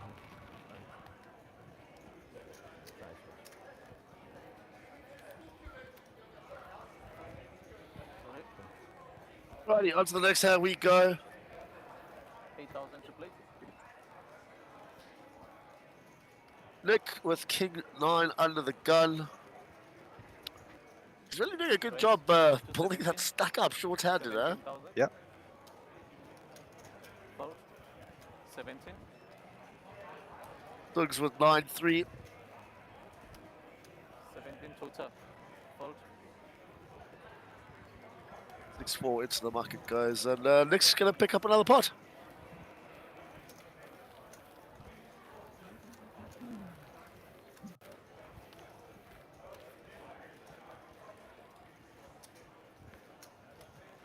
So Nico, you were talking about Poker Stars and you know, the online side of things. Ever thought of going to play an EPT or anything besides Vegas, should I say? Because I mean, you said, like you said, you lived in Europe. Yeah, at that stage I wasn't really experienced at poker, and I went to Vegas once. Just played like 1 or 2 of the daily tournaments just for a laugh, and the experience of playing in Vegas.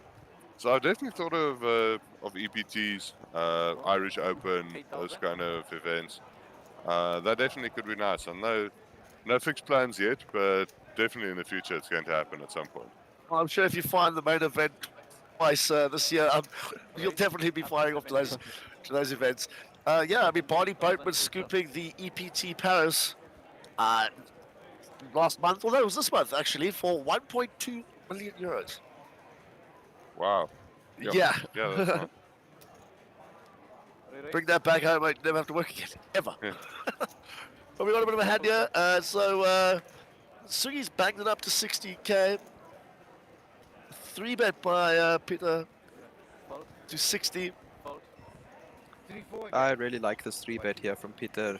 In the small blind, ace-10 offsuit, really good hand there to 3-bet. Especially if the player on the cutoff for the button is getting a little over-aggressive. You could take a pot down pre-flop quite often, I think. Absolutely. Good play. Looks like ace king. 4, 80.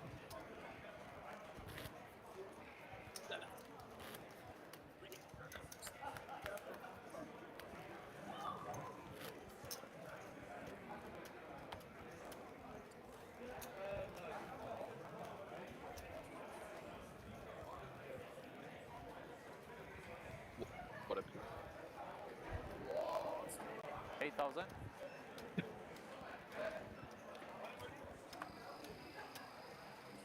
Oh. Call. 8,000. All right.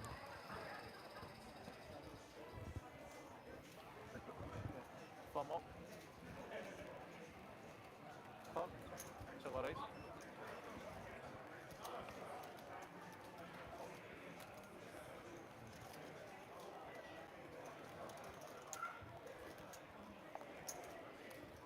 Okay. 31 more. 39 to turn.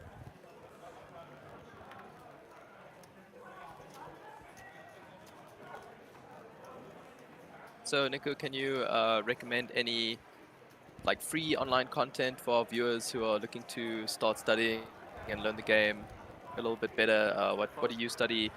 Any specific sites, or do you have any paid memberships? Anything like that? Yeah, there's a lot of paid sites. I mean, everyone knows Doug Polk after his battle with D-Negs, so his Upswing Lab is a famous one. Paul Galfon's got a site called Run It Once, but they're very, very good, but they are expensive. So online, I think if you just follow some of the pros, Paul Galfon puts out some cool shorts,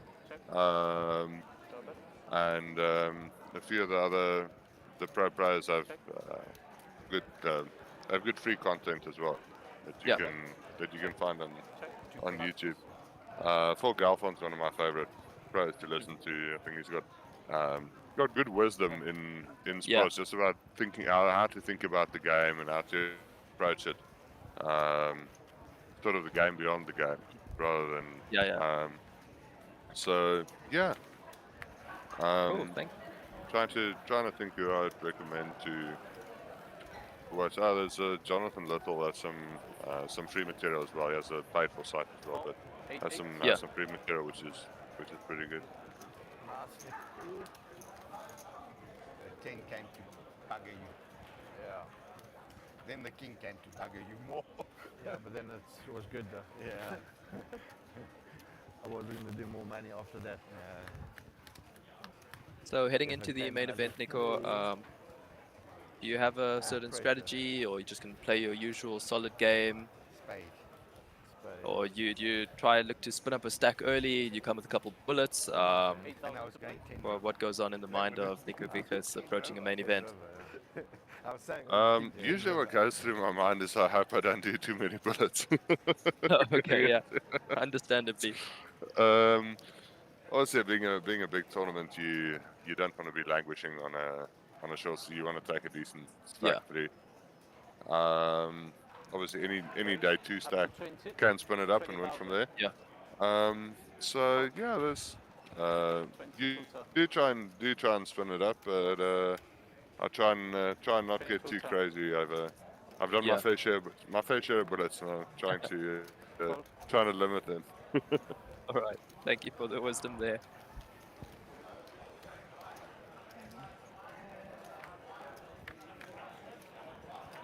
Nico, do you prefer more deeper player field tournaments, like 100, 200 player plus, or prefer the more intimate, smaller, bigger buy-in tournaments, that's around 35 players or so, or does it not really make a difference to you? Oh. I generally feel the more players, the better.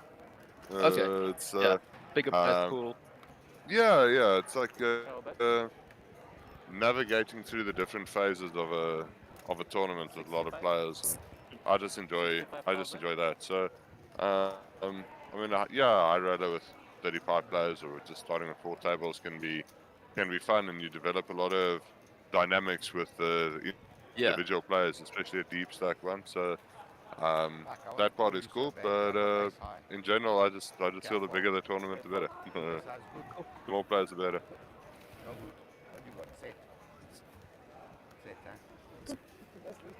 Set or nothing.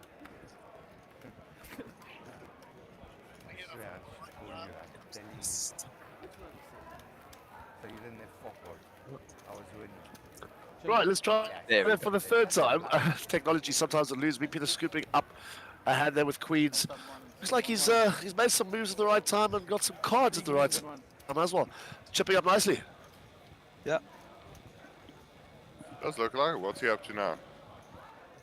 Oh, I'm not too sure. We're going to get an actual count, well, an indication of what each chip is worth. As I know the blues are 25s. Correct, Jamie? No, so that's in the other format. In this format, blue chips are 500, I believe. Okay. Green chips are 5,000. I think white chips are 1,000, and red chips 25k. Yeah, and yellow is 100,000. Wicked, mate. Thanks for that. We'll get that confirmed though, just in case. But let's have a look. We'll see it now as he's under the gun. He's got 560k, 69 big blinds, and he's picked up that pseudo connector under the gun. Nice. Made it 8,000 to go. Oh, sorry, he's just flatted, should I say? The Nicks come along. Over to Sugi. Ace Queen. 8 filter. We're taking a trip to 3-bet city here, Nico. Definitely, he's going to raise it up. Yeah. Yeah, Sugan very short here, 13 big blinds, playing out of position. Looks like he just ripped a lot. It has been really, really sticky, hey? You know, if you had to click back there, well, it's an all-in, sorry, but I'm saying if you had to open it up and just had to click back, if they were a lot deeper, it could be a very interesting spot. Yeah. 100, eh? But over to Nick. Sugi's jabbing for 112. Nick's got 125 big blinds, which is equivalent to 1 million. See what he opts to do. It's good. Shows the ace, another 3. Sends him into the muck. Good fold, Nick.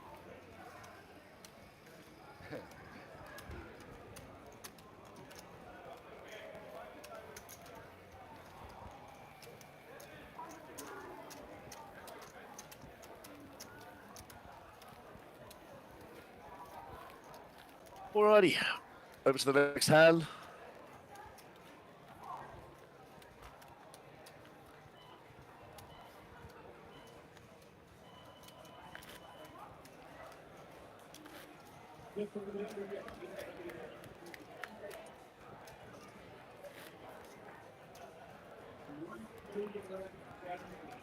Alrighty, off we go. 8,000 to play. Fold. 8,000. Nick UTG, King Deuce goes into the muck. Ace 7 for IDG, here to go. Up to 18,000. 18. Yeah, it's a marginal open from the cutoff, but it's fine. You should be opening those zones here. Peter should be calling here in the big blind with these 3s. He has Check. Jack 4-5, 2 spades.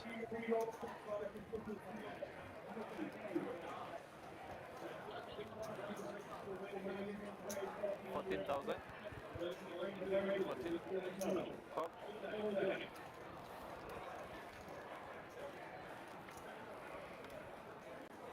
Check. Show that. Check. Queen of diamonds now on the turn here. Show back. Peter's sitting with the better hand. Check. Pass, please. Action goes check, check. Checks through on the river as well. Peter going to take this one down.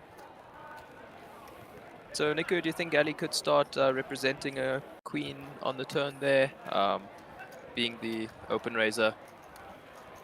Well, the queen's definitely his card. It favors his range as the pre-flop aggressor.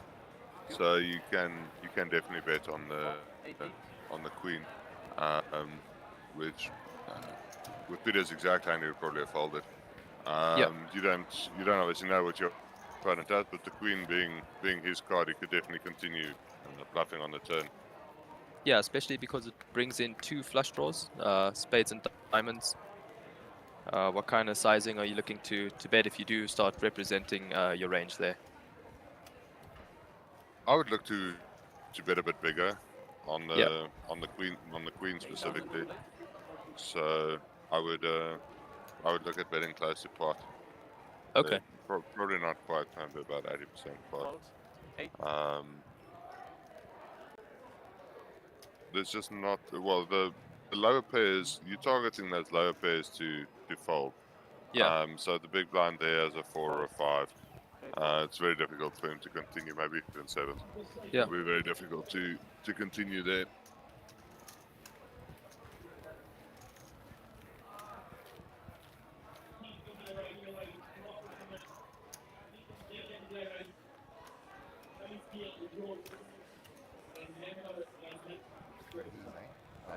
Just a little bit of everything.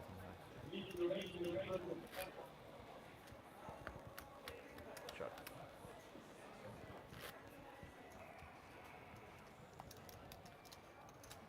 Yeah, we need more back here to make this game better. Yeah, I mean, look at them. They're taking time, like 5 minutes, and we're playing 1 minute every end. Yeah. Vivian's 1 minute. Right. Insane. So yeah, UTG. 4-5. Yeah, this is hand number 45 of the day. 8,000. Quicker you go, the Obviously, the hand's going quite quickly considering playing four-handed here. Alrighty. 8-6 for Peter, gonna let that It's go. supposed to be a slow grind, and you know what I mean. This is a turbo. Nick, chip leader on this feature table. He's gonna limp in here, complete that blind, 10-minute blind level. and action is Ali checks his option here. 4-3 offsuit in the big blind. Ace, Ace, king. Yeah, 2 hearts. Check.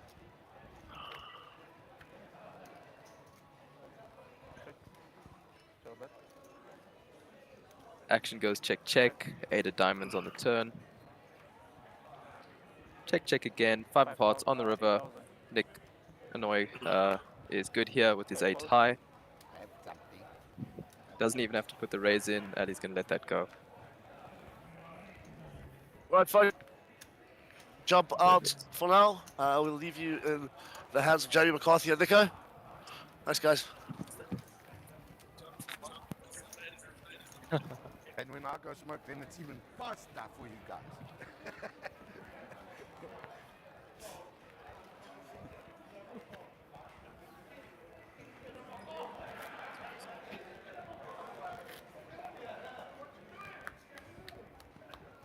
Taliban. Hey, how you? Taliban. Hello. I get green speed. We're playing 3-handed. It's insane. 4,000.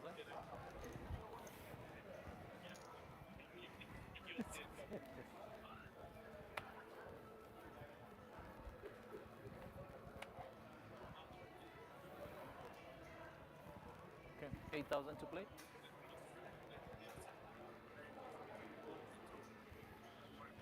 Call. Check our raise. Check. Cool. Welcoming Muaz Ghani into the booth here with us today. Thank you, Nico. You staying? Heading off? I think I'm gonna head off here. I've got the family here, so I'm gonna go grab something to eat and.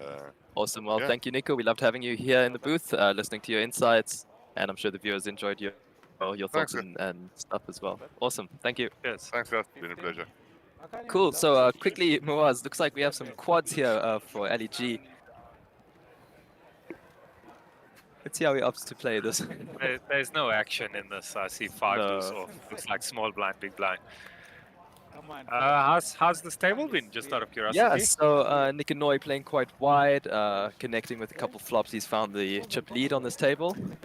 We're playing four-handed, so hands are being played really quickly. Yeah, it's been an interesting table.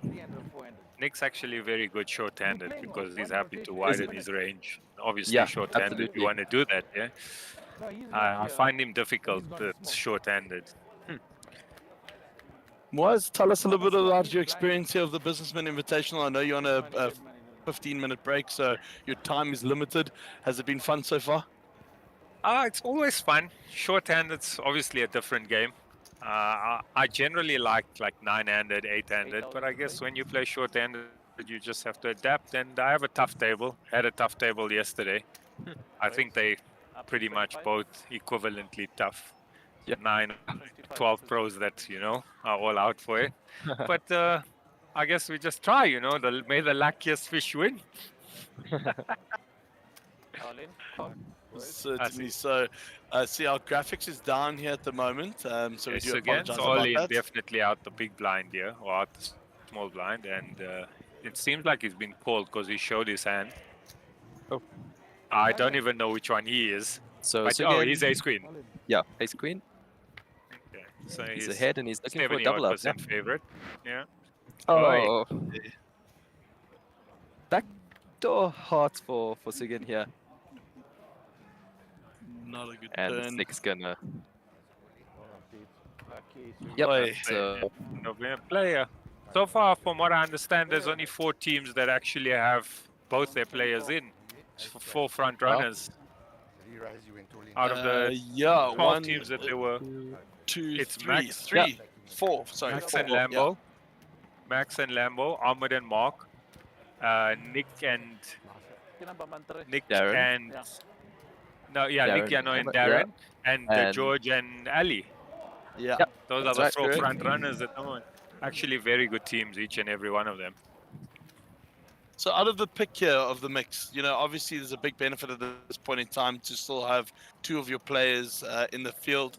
But judging by the players that are left, obviously taking into account the pros, who do you think's got the best shot in here at getting the title? I guess. I mean, I would think a pro's more likely to win it, but the businessmen in this country are actually unbelievable players. I mean, Rudolph Marine, we all know like his record. Nick Yanoi, Nick Sisu, they're all great, man. They can play. They're not like when you go overseas and you find like a super well businessman that owns like one shipping yard or something and is happy to just stick it in every hand or whatever. So I'll be honest. I think out of the players that are left, I would say everybody but Imran. No, I'm joking. I'm joking.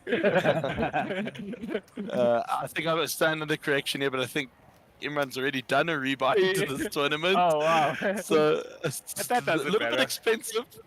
expensive, but certainly going to be a challenge. Moaz, you and I spoke off air just now when you came off the table, and our young protege Jamie over here. You did mention to me that you are looking to potentially coach somebody as a project for yourself. Would you consider somebody like Jamie? Well, I'd have to see what he's worth, like I'd have to see if he's able or anything like that. But yeah, I mean, in recent times I have been thinking about trying to find trying to mentor a player, but I haven't seen one or haven't found one yet that I've enjoyed what I've seen. I know, like for example, Jono found Marco, and like he's a sick mentor, Jono, in general life, and I've noticed like with Marco's game, he's improved and he's doing things that he hasn't done before, and it's nice to see. Like we also like when I was young, I kind of wish someone mentored me. I had a person by the name of Sava. Not many people know him, and he mentored me not in the game exactly, but in like life, if you know. And I think that made a big difference to where I got to or how I did it. I feel like I have to go. I'm sorry. I think there's like 4 minutes left or something, and I feel like I need to go. I will definitely be back and actually commentate on the poker itself. But it was nice being up here. Thanks for having me. Cool. Thanks for joining us. Jamie, hopefully we'll meet up and we'll talk about Cool. this Yeah, little of thing course. that you don't look so excited. I mean, at No, least smile or at least be a little happy about it. Anyway, thanks for having me. Our Cheers. proverbial door is always open to you. You're more than welcome to join us anytime. Good luck in that Thank you. Cheers. invitation. Thank you. man.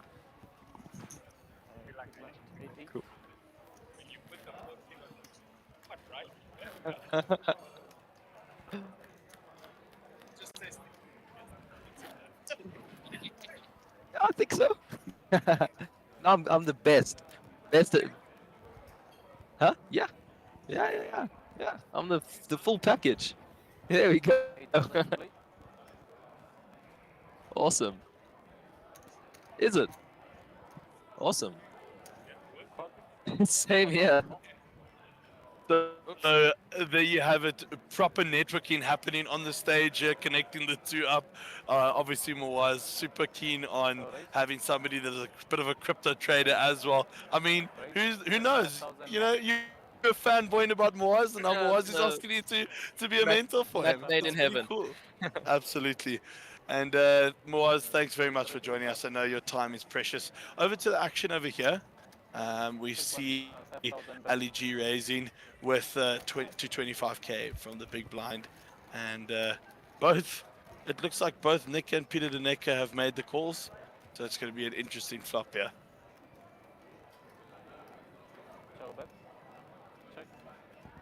So Jack 6-9 on the flop.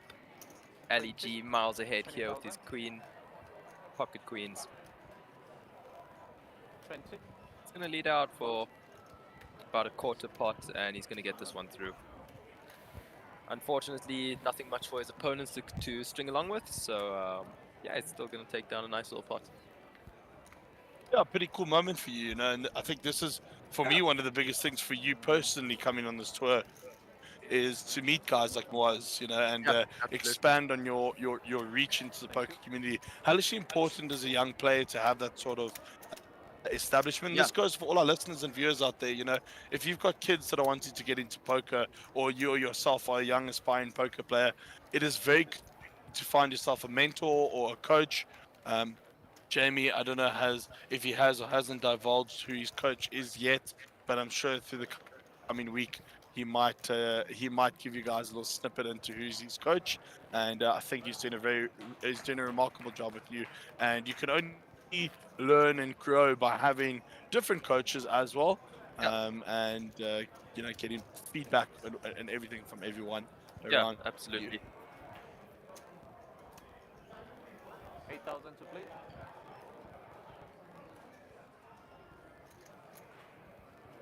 Fold. 8,000.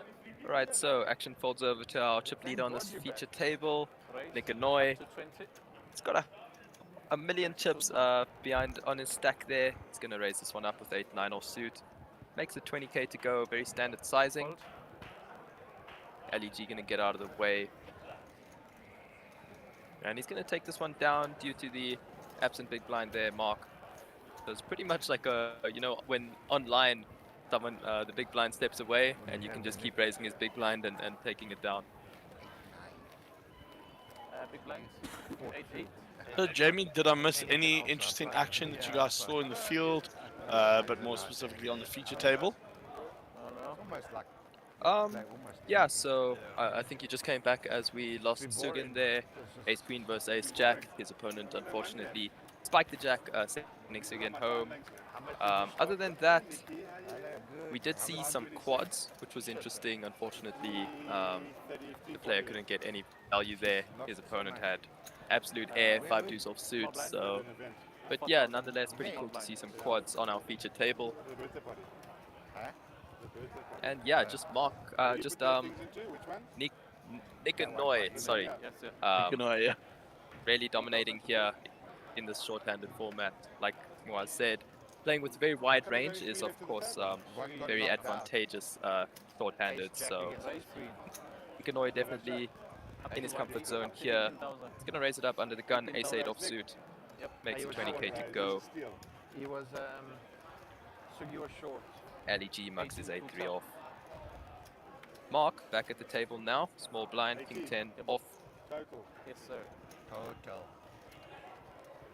Sitting on 42 big blinds.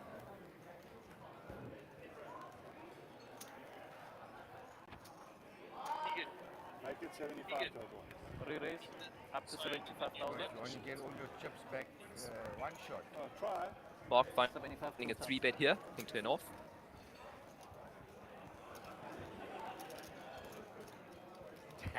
Okay, can have it. Are you stealing again? No, I have something. Go ahead. And he gets that through. Well played, Mark. Obviously cognizant that Nick is opening a very wide range of hands. King 10 off. Pretty good candidate there to find a 3-bet from the small blind. And he's going to take this one down. How'd you like then, Jack? Was it ace rag? Ace rag, huh? Ace like ace 3 or ace 4? No, ace 8. I had ace 8. You left me. I did, I promise. You had ace 10 better than me. What did you have? Ace what? 8. Oh, ace 8. And you ace 10, so... Let's see what I had. I don't want to go see, just tell me. Small blind. 4. I had a big king. Huh? A king something. Big blind, yeah? That's okay. You can have... I'm going to catch you later. Next. Take all the money in the start of the day. 8,000 to play.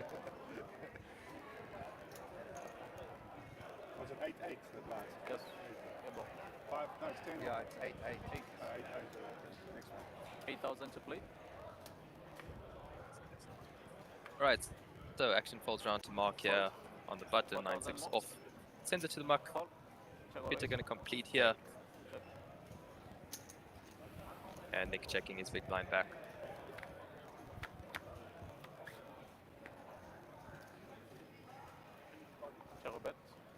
Check, check. Right, flop comes down, ace, queen, deuce, 2 clubs. Action goes take check. King clubs on the river. Bringing Peter a lot of equity here. Nick's going to lead this out and take this pot down.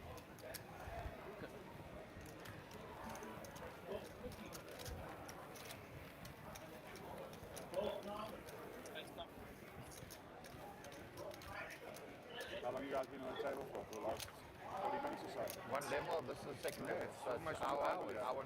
Almost 2 hours. Yeah, on the table. Understand it from the beginning. You were on the TV, famous as usual. Were they making lots of excuses? Famous as usual, not seen as usual. At least they're making good excuses.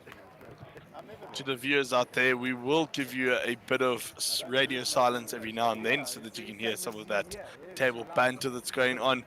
As we always want to make sure that the players are the stars of the show, not us here in the commentary box. We by no means or feet are the stars at all. The players out there are, but it is cool to get stars in the box like him was, and Niku has had a very incredible series so far. Yes, stumbling over my words there. Must have been nice to have insight from a completely different angle. I think he's a much tighter player than most professionals out there, but he certainly does hold his own in these big fields. So really cool insight there, I'm assuming, or I'm sure you guys got. Over to the action here.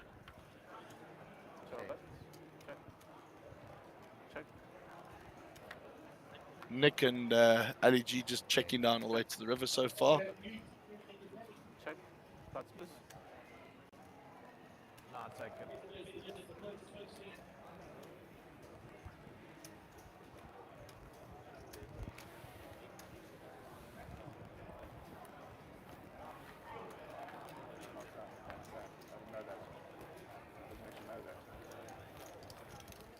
Chris, back at it again here. Just the two of us. We can make it if we try. Anyway. Yeah. What's been happening on the side since I went and had one of my sneezing fits? Not much happening, to be honest. Being rather tame. Mark's just joined the table, so he's got some catching up to do there. He got blinded out quite seriously as the day went on, but I'm sure he'll know how to navigate that very well. He is a seasoned poker player. He certainly knows his way around this room and any other poker table for that matter. And it's nice having him on the feature table, even though it's only going to be for a short while, probably about another 9 minutes or so. But yeah, nice to have him there with us. Mark, speaking of Mark, Chris, this field is looking awesome. I mean, you know, no tables have been completed yet in the team challenge. I mean, I just have a look around here, and the faces are both a mix of new and old, which is great. You know, I think this is such a massive opportunity for the poker scene to create a bridge between the community and Sorry to interrupt you, Nick. the pros. But yes. So there is a all-in. I think. Looks like Mark has put the whole lot across the board. Go back to your birthday, man. And he does, yeah, he had it all in there, gets it through. So yes, couldn't agree with you more. Mixed bunch, old and new, faces coming through. Still a lot of fun being had. I can see hats up here with lights on them. Yeah, like we were discussing with Nico earlier, that it's all fun and games when they come in dressed up as a team. But then when they get onto the table and they start to play, the costumes come off and game faces get turned on. Yeah, some choosing to stay in their costumes, funny enough. But, you know, this is the vibe of it. This is the feel of it. You know, we want the players to come through and have some awesome fun. And, yeah, it is pretty cool. So, over to the action here. Nicky and Noi on the cutoff. In the cutoff there. Yeah, Excuse the lack LEG of folding. graphics. We shall get that up for you shortly, though. Peter folds.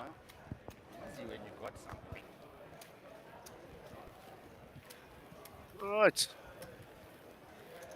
They finally caught up, but I'm sure we'll have that sorted for you. And as Nick says, mistakes will happen. Please bear with us. We are trying to fix them as we go along. And we're going to try our utmost to get the action to you as best as possible. Yeah, so Chris, getting back to this, you know, this club championship is such a cool, unique way to get players that have never really stepped up into the big game, if you want to call it that, the big leagues, to play against pros from around the country, some from across the world, and just super fun turnout for this event. And we applaud the SunBet Poker Tour and MJPT for constantly making this happen. The Mark picks up aces here on the button. So he opts to navigate this one. Yeah, the green side 5. Up to 18. 48 bigs. 18,000. Let me play this guy. Nick with king. Oh, sorry, Peter with king 6 goes to Mark. Nick with jack 9. Calls the 10k. More. To the flop. Queen 10 6 2 diamonds. Nick flopping an open ender. Mark's still got those aces. Looks like he's counting out the sizing. Yeah. Makes it 45 to go. 45. And Nick makes the call to the turn.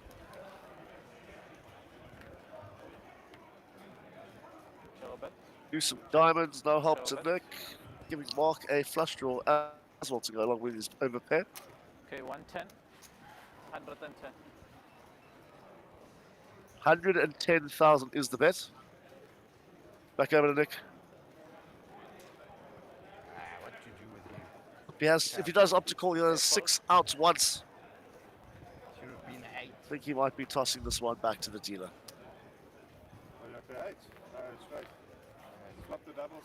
So he does.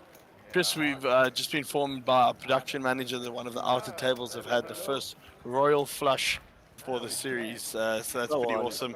I think they did get a little bit of highlight footage of it, so that'll be in the package tomorrow. And it's always cool when that happens, you know. Not often you get a chance to see a royal flush, especially live in play. That is a disgusting pro table. I'm not going to lie to you. Clydeson Mawaz, Imi, and Ahmed. What? Just please clear up what you mean by disgusting pro table. Some of our viewers out there that don't understand the terminology might think that you're talking about their looks or their behavior. No, nothing of that sort. Disgusting, as it's going to be an absolute nightmare to try and navigate that if you were, you know, just a random sitting there. You know, all very esteemed players in their own right, multiple tournament winners, some of the biggest money earners in the country, all at one table, and there's not going to be an easy hand ever played on that. They're going to be fighting for every pot. You're going to be put in a spot all the time. You're going to be in the blender, and it's just going to be an absolute nightmare. Yeah, you know, with those forward on that table there, you know, we saw most of them on the feature table yesterday, and the amount of 4 bets we saw was about literally, I think, 4 or 5 times the amount we'd seen throughout competition to the build up to this tournament, you know. So it just shows you the level of quality of the player. They're always trying to level each other out. They're always trying to size each other up, and it's cool dynamic for us as commentators to comment on, because, you know, as GTO, as a fair as we are, and as gifted you are in your technical ability, you know, we just also sometimes have to sit back and admire that sort of play. And we hope you as the viewers do appreciate that, because we certainly do. Apologies, yeah, I'm just trying to stop myself from sneezing while my microphone was on, so my bad. I'll turn it off next time. Hopefully don't have to sneeze again. But yes, Nick, couldn't agree with you more. Yeah, it's I'd like to be a fly on the wall on that one, huh? Yeah, absolutely. And just to a couple of comments here coming through on the live chat. To Brandon Nell, day, what is this? And for us, I think as a tournament, it is day 5 overall. But for the Businessman Invitational, it's day 2, and day 1 for the club championship. So I hope. Is that going to run over 2 days, or is that a Sunday event? In the past, it's been 1 day. You know, they try and finish it in the same day. So certainly 1 to see there. And loans free coming through. I would love to love a mentor with peace sign next to him. Josh Holtzinger, you cheeky lad, you was Gani, the man, the myth, the Cuzzy. We love that sort of comment. That's really fun and cool. Michelle Mulder, return viewer, thank you very much. Like a Peter, go big or go home. Ha ha ha. And loans free obviously coming in, saying good afternoon all. And Lawrence definitely been one of the more stalwart viewers on this channel, so thank you very much for your support. It's greatly appreciated. Any feedback you have for us, please do send it our way. Chris, we're about to go on a break here with the players. I think this is the last hand that they're going to play, so please walk us through if there's any action. We'd love to hear it. Otherwise, we'll be back shortly. Yeah, it looks like we've got a new player as well, though. That's joined us. So we'll get that to you right away. All right, let's get to that hand.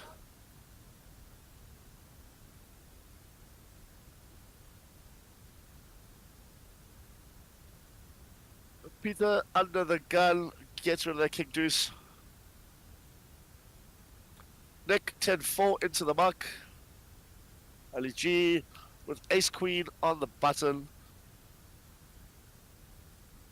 He makes it 20,000 to go. Was that Costa, yeah? Yeah, that's and Costa. Mark has 9-8 off. He defends the big blind. So yeah, 2 to the flop. Let's see what happens. Jack 8-3. Rainbow board. Mark out in front because check to the turn. 6 diamonds. Mark fires out a bet. Ali G coming along. 4 of spades on the river, changes nothing. And Mark leads out for 20,000. 102 in the middle.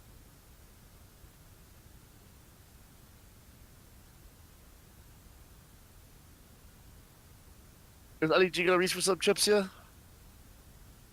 I don't think so. I think he just lets this one go. Don't want to get too freaky here. Although it looks like he's contemplating it. Yeah, he's pondering Hasn't quite something. let it go yet. So it's open flat. Check, bet.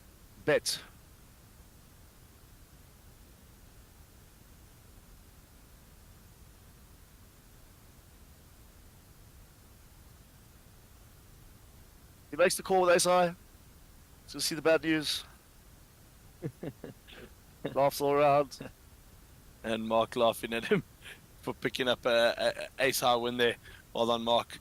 So to the viewers, we will be back in 15 minutes. Don't go away and stay safe out there. And if we have any comments for us, please feel free to jump onto our YouTube channel. Goodbye for now.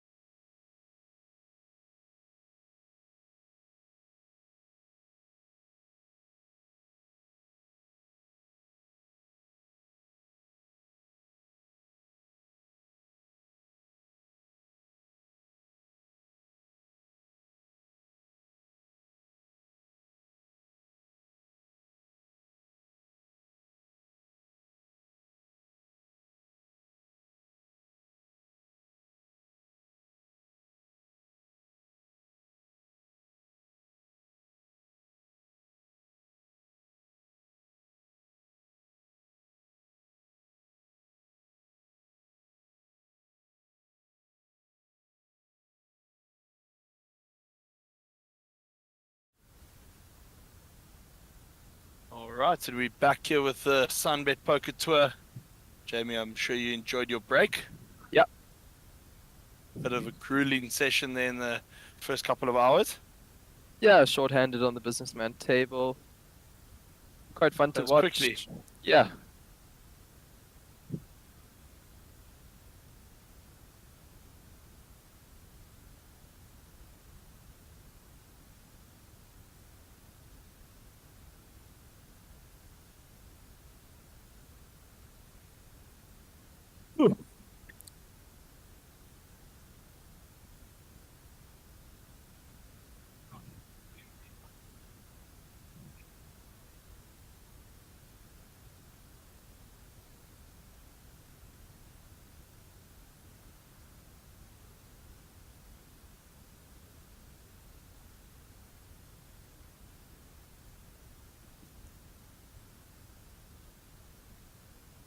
Alright, so looks like we're off to a new feature table.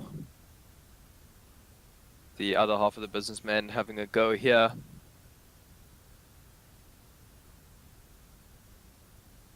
So it looks like you guys just missed Ace's hand here, I believe. Ganesh picked up some aces, raised it up, folded around to him. So, nothing too exciting. Welcome back, Chris, to the booth.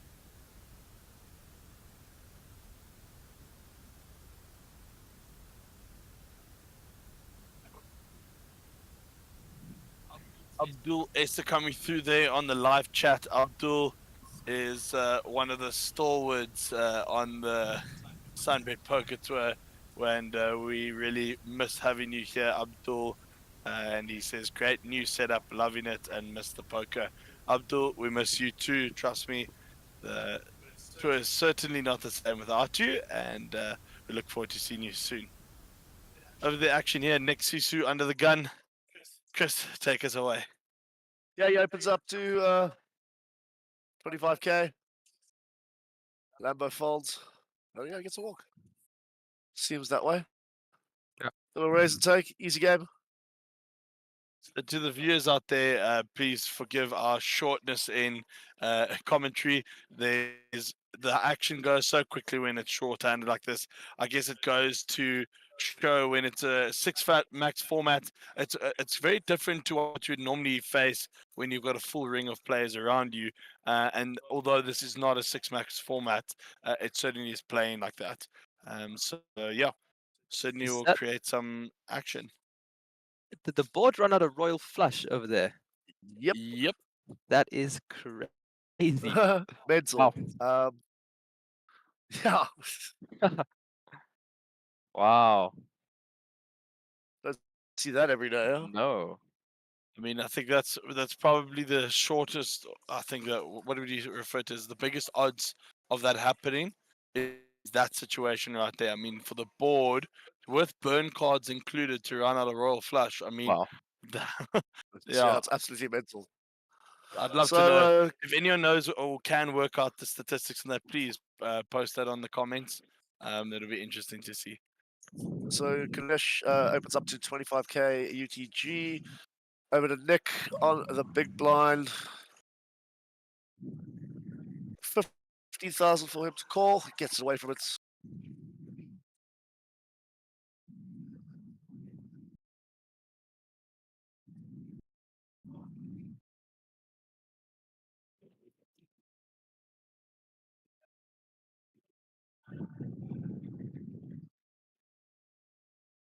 Alrighty.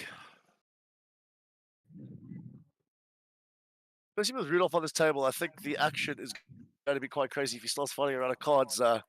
I think he's going to do some damage. Alrighty. Lamba, UTG, Queen 8. Off. Gets out the way there. Over to Rudolph. Ace 10. And up we go. 25,000 is the bet. Over to Nick.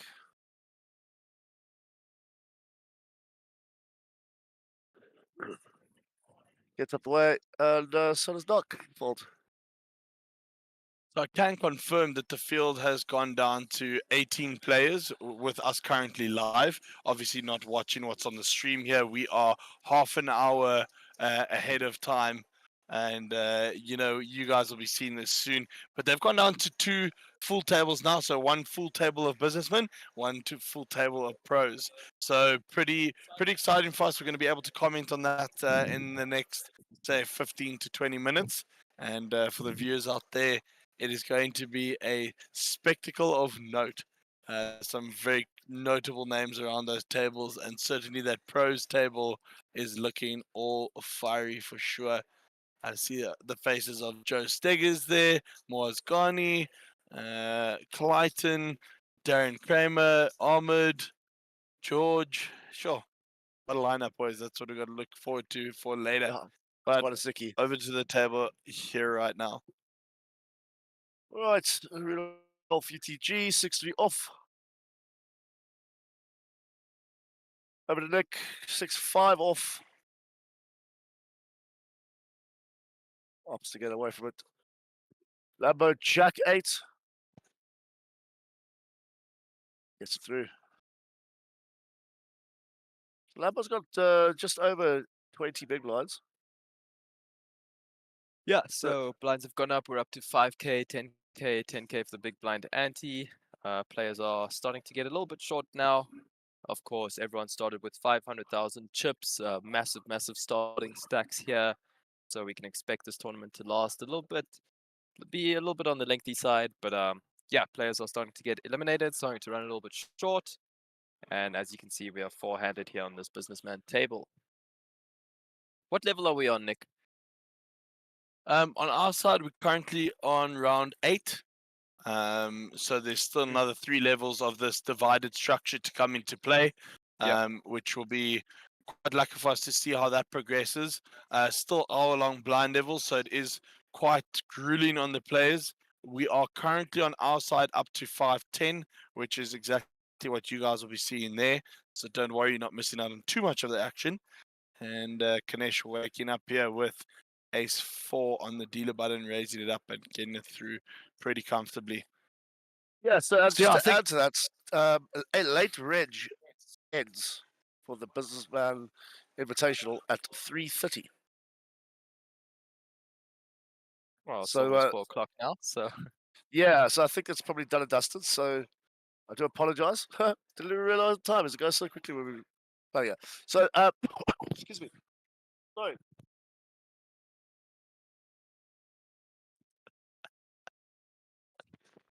Chris dismantling his helmet here. Chris, keep your helmet intact, Brookie. What's up there, man?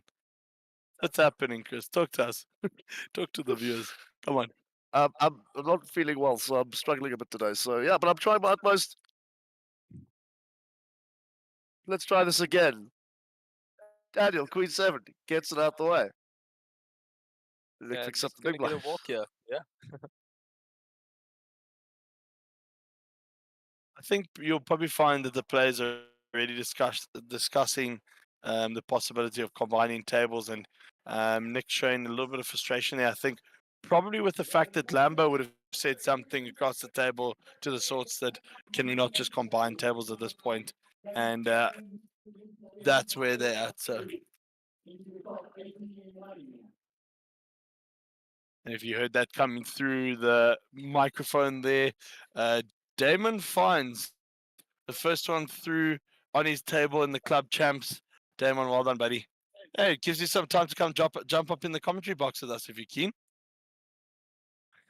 He's always keen. Oh yeah, back to the action here. Labo 7-5.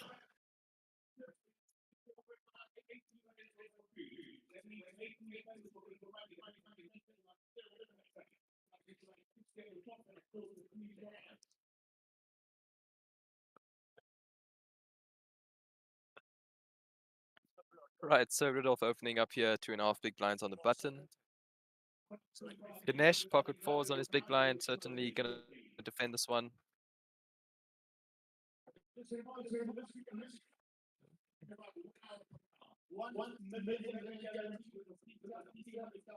Three, five, six, two spades. Ganesh flops the up and downer here.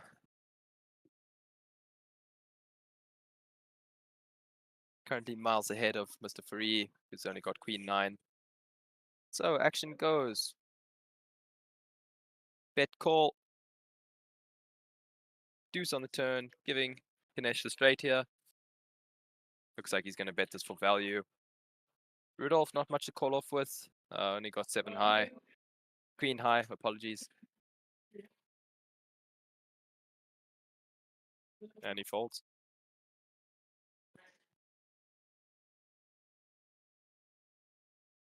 So we're very fortunate here to be getting the one and only Damon Fines coming up. So for all of you who follow Damon's blog out there, please do jump into, or onto, should I say, YouTube and come and watch the stream. Give us some comments and likes and subscribe to the channel.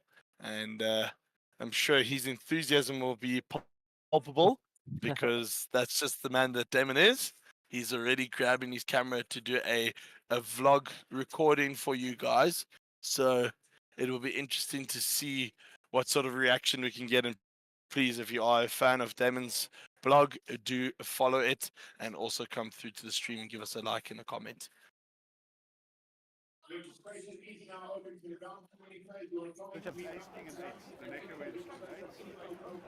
not having got enough players. The problem is we haven't got enough players to play. So you went to head kings? Case king.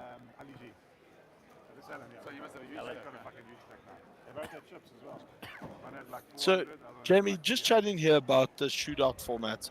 How do you find that plays into the whole GTO thing? Because obviously, you know, looking at Damon's stack here behind us, obviously he goes, all the chips on the table will be the same as every other table. So every player going into round 2 will be starting on the same stack. Pretty cool format if you've got enough tables around. You know, they had 18 to start the day, which means they'll have 2 final tables, of which everybody's in the money already. So that's a pretty cool initiative on that side. But more importantly, how do you go about navigating this? Because it's a little bit thrilling, you know, somebody like Damon's now finished probably a good 3 hours or 2 hours ahead of the last table that will finish. You know, how do we go about that, you know? Yeah, interesting question, Nick. Obviously, he has finished, like you say, a couple hours before the last player is going to end here. So, you know, depends on the player. You can grab a lunch, you can go have a snooze, you can study, you can plan what to do, how you're going to approach your final table. Yeah, someone making quads here on an outer table. They're quite excited about it. But yeah, Nick, interesting question. Maybe you should ask Damon directly when he gets to the booth. Yeah, and I guess this is the benefit to having this live sort of structure, you know, where we can kind of grip any person out of the crowd that we want to at any one stage. If a person gets knocked out or if a person comes live, you know, we can get them into the box immediately with us. And speaking of which, we have a one Mr. Fines joining us in the box here. Damon, talk to us how that went. Who's the third one? Hi guys, thank you so much for having me again. Yeah, so I came here to play the club champs for Team PokerBet. Was really happy to be invited for them. Initially wasn't planned on being on their team, but unfortunately Marco Nokia dropped out this morning, so I took his spot and I just won my table. Awesome, well Very done. nice, very nice. And I'm sure you're doing your team proud, that's for sure. Marco, we are with you in spirit, because we know the spirits are with you. After last night, Marco decided to go and have a couple of drinks, as he should have rightfully done so, with the amount of winnings that he took down there in the mega. A decent, solid result for him. I know he was disappointed in it, but you know what? Such is life, and this is still a gamble. Poker is still a gamble. And, there's an element of it that you go, right, how much luck do you need versus how much skill there is? Now, there's often this terminology is thrown around of 80-20, 80% skill, 20% luck. I am of the opinion that somebody like Max Davison, when he's on form, devastating Davison, has close to 60-70% luck because of the way he runs so good. Not taking anything away from how well he's done and the results he's gotten. But Damon, talk through us. Talk to us through. Talk us through it. There we go. Find my words. On how do you go about getting out of that like slump, where you're just struggling to find results, struggling to find anything out there. Just talk us through how you've gone through it in the past. Okay, so I really am a firm believer that in the long run, poker is not a skill game. It's all about putting in the volume with the skill edge against your opponents. If you play one tournament, anyone can win. It is really down to the cards you get, how well you run, very situational. Anyone can win a tournament in the short run, but put 100, 200, 500 tournaments, and it's going to be the better players are going to win the most in that sense. So, awesome. yeah, just great feedback there.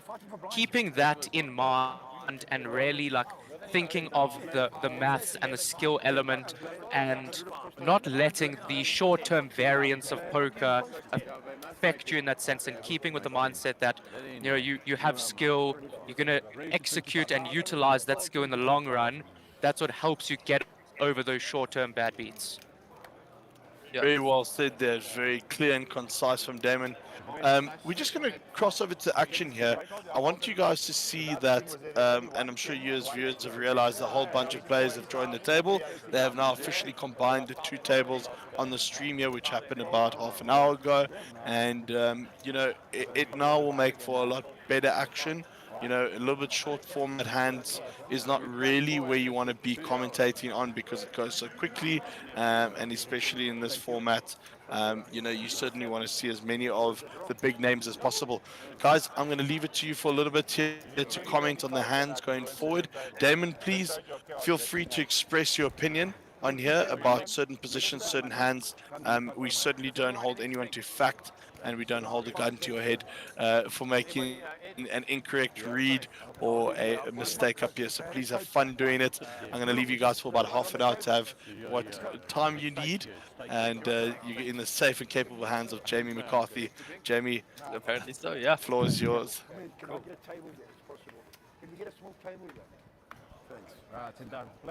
So, Damon, in the meantime, how did you go about navigating your table here right behind us? So the table was six-handed to begin with, and very, very swiftly got a big double up through an opponent. I wiped out about 90% of his stack, doubled up early, so I was chip leading my table early, and then I have a lot of experience in utilizing a big stack. A lot of weaker players, they don't really utilize their chips correctly. You need to be able to be very aggressive, push people around, but at the same time balancing that with not bluffing off your stack and just doubling up everyone. Yeah, sounds about right, especially in a six-handed format. Allows you to get even more aggressive with that big stack, and I'm glad to hear that you took the initiative there and used your stack correctly. Yeah, Mark, surprisingly enough, Mark Joseph was probably my biggest contender at the table. He really, if he watches this, he'll know how much I think he's improved in his game. He was the one who was 3-betting me, 4-betting me a ton, really putting the pressure back on me. So I was very impressed to see that from him. Yeah, Mark has absolutely grown as a player as of late, and it's good to see him out here on the field getting some results. To our viewers out there, we just want to apologize for the lack of graphics. Obviously, as we've combined the new tables together, our technical team is working in the background there to just input all the new player names, seat positions, and stack sizes for you. So graphics will be with us shortly, so please bear that in mind. I really do love this format of poker. I believe it was Triton who put forward the first ever businessman professional invitational event. Correct. That was obviously £1 million, slightly Yeah. different to what we've got here. But it really is a great format, you know, having the pros play amongst the pros for day one, and then merging. A lot of these so-called businessmen are extremely well seasoned poker players. You know, in order to be successful in business, you have to be a very intelligent person, and that intelligence relates very well to their poker ability often. Yeah, well said, Damon. Definitely have to agree with you there. And yeah, we have some killer teams out there, so very excited to see how this pans out. So over to the action here, Rudolph Marine, pocket sixes, under the gun +1. He raises it up to 2.5 big blinds. And we're still extremely deep into this tournament, Damon. Kanesh here with ace-king off in the cutoff. You prefer to find a 3-bet there instead of the flat? Personally, I would prefer to find the 3-bet. I think off of about 62 bigs, it's a very nice 3-bet hand. I think Kanesh is probably just employing a little bit of passivity versus Rudolph's under the gun +1 range. You know, he'd rather like to take a flop in position and navigate that way. Yeah. So flop comes down, 7, Jack, 10. Nick catching a middle pair here with his 10. Mark top pair with his jack. And Rudolph's 6 is way behind.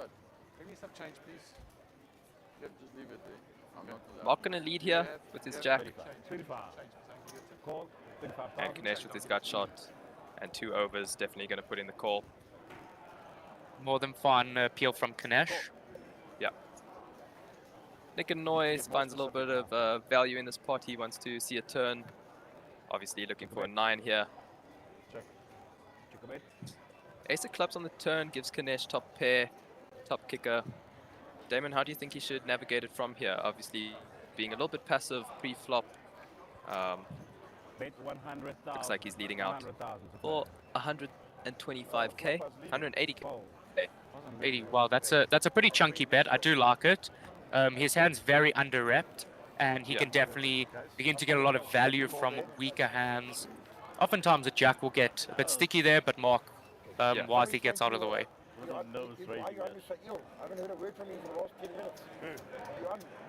Quite a nice pot to take down there for Kanesh.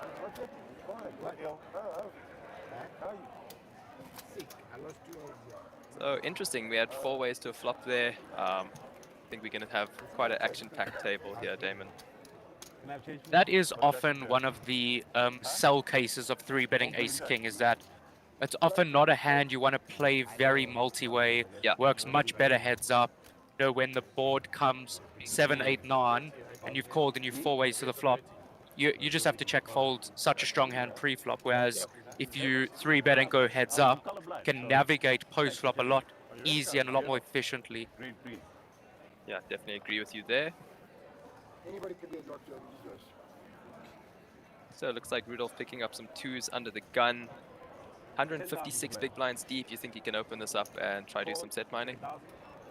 Knowing Rudolph's style, yeah, I was just about to say that I think he would be limping in here.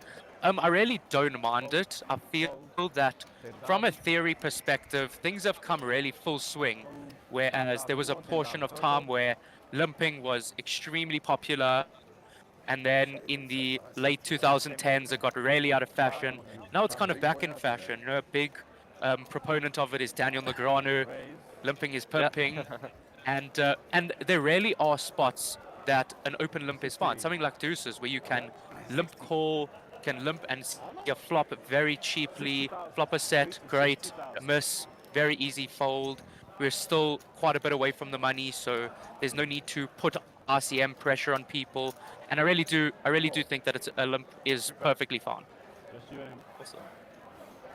So Mark finding the raise here from the small blind with pocket 9s.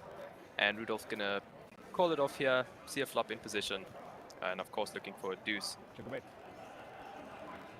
King 3-3. Mark checks it over to Rudolph, who checks it back.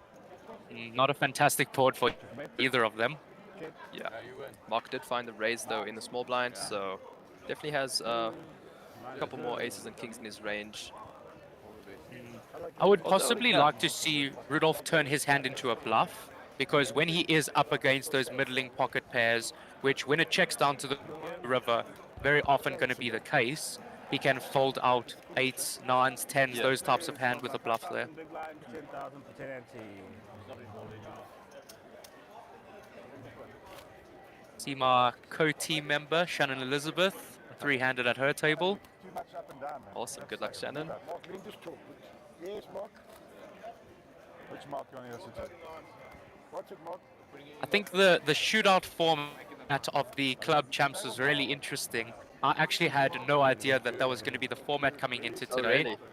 I've never played like a real shootout event before, but it's really fun. It's really nice. It's slow. You sit with your table for a long time, so you really get to learn the players at your table to exploit them to the max. Yeah, it's a very interesting format. I also played my first shootout last Sunday. Unfortunately, I came second in the heads-up battle there, so it just pretty much bubbled. But yeah, it's a cool format. It's nice to sit around with the same table, same players, and like you say, learn their leagues and figure out some exploits there. 25,000. 25,000. Nick opening up Nick the Noy. king four suited and the hijack. I think that's more than fine. Off 131 bigs. No, it's attacking. Those suited aces, suited kings, suited queens are very popular in the like lighter areas of your opening range. Yeah. So I see we had a ace-4 suited fold out of the cutoff there. Do you see a 3-bet, maybe a fold, maybe a call? Was it? Are you sure it was suited? Was it? Yeah, ace-4 spades Yeah, in the cutoff. I think that's a hand that works really well in both categories of play. You can 3-bet it or you can flat it. Folding it is a little on the tight side, but it's depending on your stack, the table dynamic. If you're worried that the blinds are going to squeeze you a lot, then rather get out the way. Fair enough. Wasn't that not watching the TV screen, pre-packing blind victims? 10,000 to play. 10,000.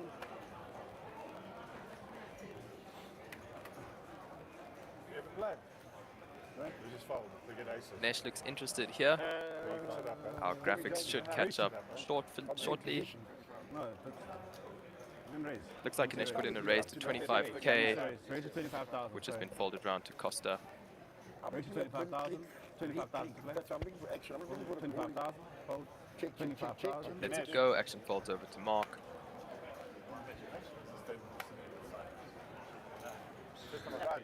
Mark interested. He puts in the call. Squeeze them, Rudolph. And we have quite an interesting pot building here. I wish our graphics were with us. Looks like we might go 5 ways to flop. Right, there you have it. Ace-5 suited for Ganesh. Very standard open there. 5 ways to a flop where you go. Deuce 8-9 rainbow. We've got Edgar with a gut shot backdoor flush draw, and Ali G with an open ender. Everyone else has pretty much whiffed.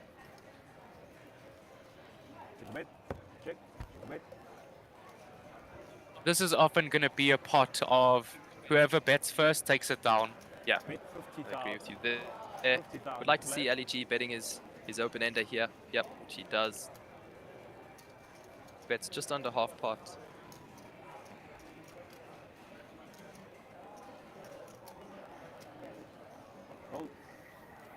And Kanesh not going to be able to call here with just ace high. Obviously, some interesting turns for Kanesh could have been, you know, a heart or a straight E kind of card. Yep. So yeah, just like you said, whoever took the first stab took the pot down. Ali G leading out into a bunch of opponents looks quite strong. Yeah, he certainly is not one to be timid at the table. He will. If he senses weakness, he's going to go for it. big pot brewing on the outer tables there. Yellow chips are 100,000 chips. I'll play H2 stop. Ace of spades on the river. I just felt I don't have to become a specialist in it. I don't want to be a specialist in H2. That is our pro table. Bad habits of H2.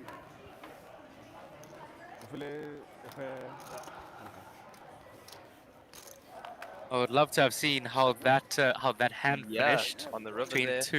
two South African super crushers, Imran and Ahmed. Out of the 10,000 to play. Sometimes it makes a big difference. Who? Fold. Jenny. Wow. Who says that?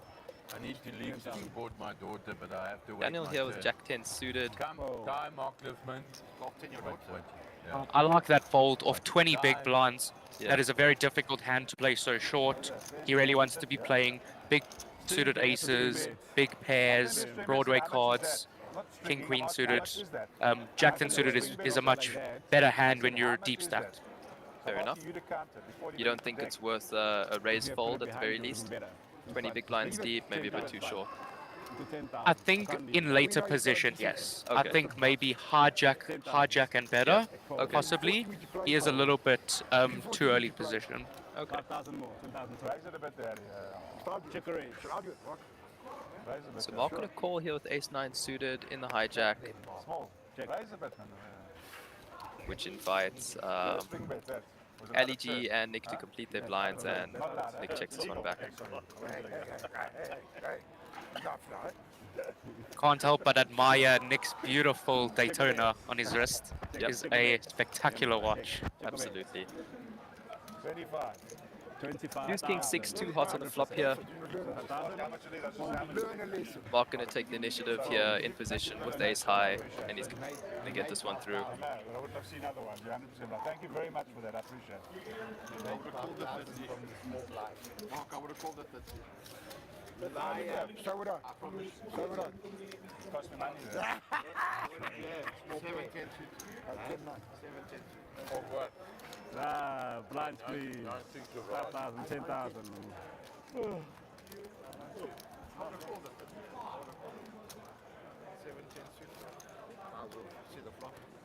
So it looks like we still... Oh yeah, okay, looks like we're combining our pro table as well now at this point in time. Looks like we have all 8 pros still alive and kicking in this tournament.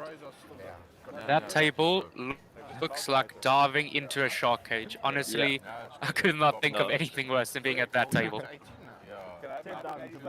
Ahmed, Max, Muaz, Clarton, Ray, Darren. Absolutely insane table there. What a nightmare. So Nick and Noy getting a little bit tricky here. 8-6 offsuit under the gun. Raises it up.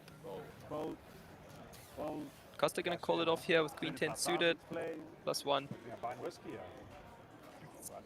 That's it. That's rather speculative open, but he does have a big stack to wield. Yeah. So he may just be trying to exert a bit of that big stack pressure. Yeah. And referring to Costa here, would you think that's more of a 3-bet or fold kind of hand, especially in +1 position? I don't mind a flat. I think versus under the gun, it's a bit too weak of a hand and a bit too non-nutted to 3-bet. Yeah. If he had something like ace 10 suited and really wanted to 3-bet and get off the Nick, that would be more appropriate as you block something like ace king, ace queen. Yeah. Queen 10 suited plays perfectly fine as a flat there in position against under the gun open. So it looks like we went 2 ways to flop. 3, 7, ace, 2 spades. Nick and Noy currently in the lead here with 8 high. Opts to lead this one out for 1/3 of the pot.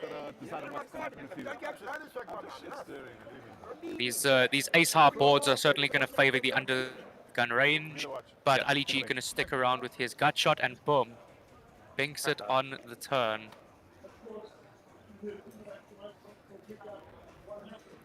Nick, however, now does have an open ender of his own, as well as a 6-hour flush draw. Don't see Ali G going anywhere. Perhaps he would think of raise, but let's see what he does.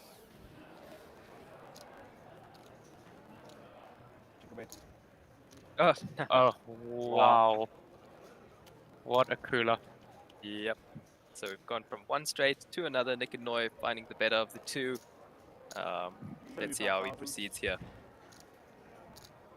I would struggle in Ali G's spot not to put in a raise on the river.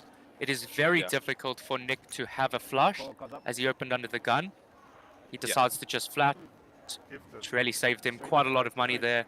However, that is a very large pot. The lower straight, Yeah. Lower straight. Like what I am now.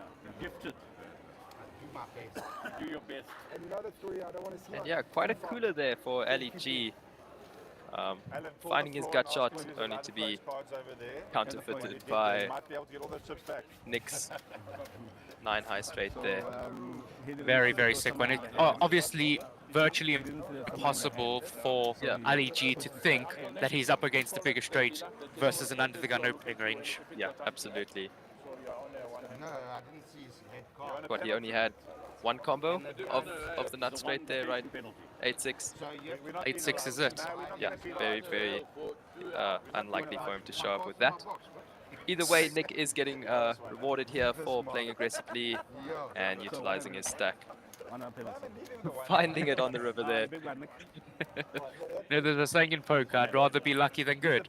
And oftentimes it really is true. Yep, fair enough. Either way, well played, Nick. Took down a great size pot there and further cementing his lead here on this table. Are you joking? You could use one card. You can play with one card. Oh, there's his card there. Damon, if you can turn around and see what round we're on. I know we both wear glasses, so might struggle a bit. I think it's round 8 now, 8 or 9. Yeah, unfortunately, all I can make out is seeing that it's... I can't actually really make it out clearly. No worries. Well, I think that is round 9, so we're about 2 levels away before we redraw and mix the businessmen and the pros together.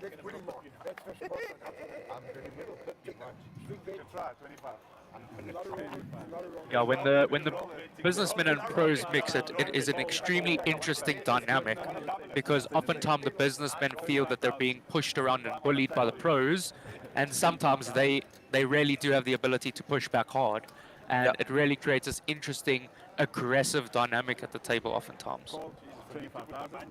Yeah, I think you hit the nail right on the head there, and I'm certainly very excited to see how those tables are going to pan out. So Mark raising here under the gun +2, Queen 3 suited, a little loose, I think. Nick Sasu putting in a call in position with his suited ace. Finds bottom pair on the flop.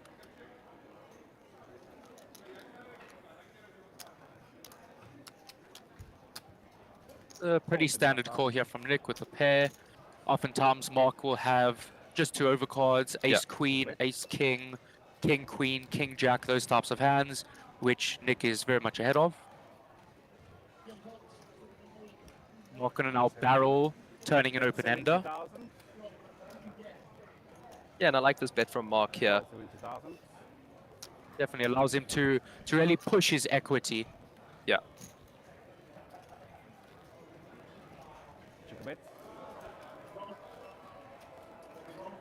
Nick calls. Wow. Yeah, that's quite sick. Nick calls, finds the 2 pair on the river. Of course, Mark finding his gut shot there, making a straight.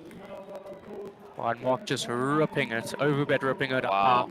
Absolutely love the sizing, putting max pressure. Very difficult for Nick to think he's up against the straight here. Yeah, very polarizing as well. I would not fault Nick at all for calling here.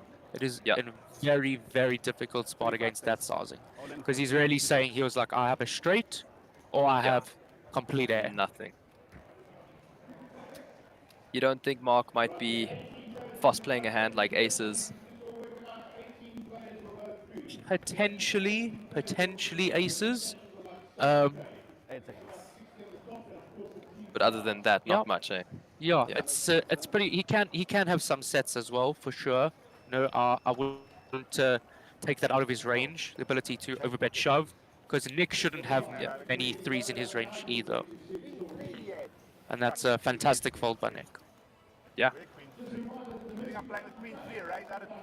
Very interesting pot. That was quite a fun one to watch and commentate.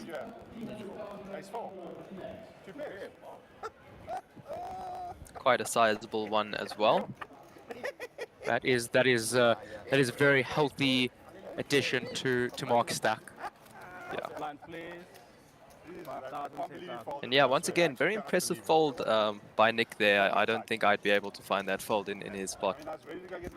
It is certainly an impressive fold. I think Nick is maybe utilizing a little bit of exploitation that he thinks maybe he's not going to shove there with any worse than aces up. A little bit of a timing tell, which is possible to pick up. You know, some people act very quickly when they're strong, act slow when they're strong, and you have to be able to really be present and watching out for those timing tells. Nice catch, Nick. Yeah. Obviously, well, you didn't put me on my end. You didn't put that me on my end. Right, so another fun one here for Mark. Yeah, as you're saying. Sorry, no, I was just going to say, you'll see in a lot of the really prestigious events overseas, a lot of pros are focused at remaining extremely balanced when their shot clocks, using time banks sporadically here and there, when they have it, when they don't, in order not to get exploited. Yeah. Oh my word. Okay, I know why. So Mark gonna limp here again with Jack 10 suited. It's gonna get raised by Edgar with Ace King offsuit. Action folds round to Mark. Let's see if he decides to get a bit sticky here. Nope, he's gonna fold and show as well. So how do you feel about showing hands unnecessarily, Damon? When players haven't paid to see the information. I am not someone who usually would show their hand. No, one of the big elements of poker is that element of not being able of unfinished information, not being able to see what your opponent is doing. There are strategic times in which you should show a hand for further down the line psychology. Like if you make a massive bluff and you really think it's going to put your opponent on tilt, absolutely go for it. Show him, let him tilt off the rest of his stack. That's strategic. But other than that, I'm very much against showing your hand for fun. Big one here for Mark. Let's see if he finds another limp here and gets a bit tricky.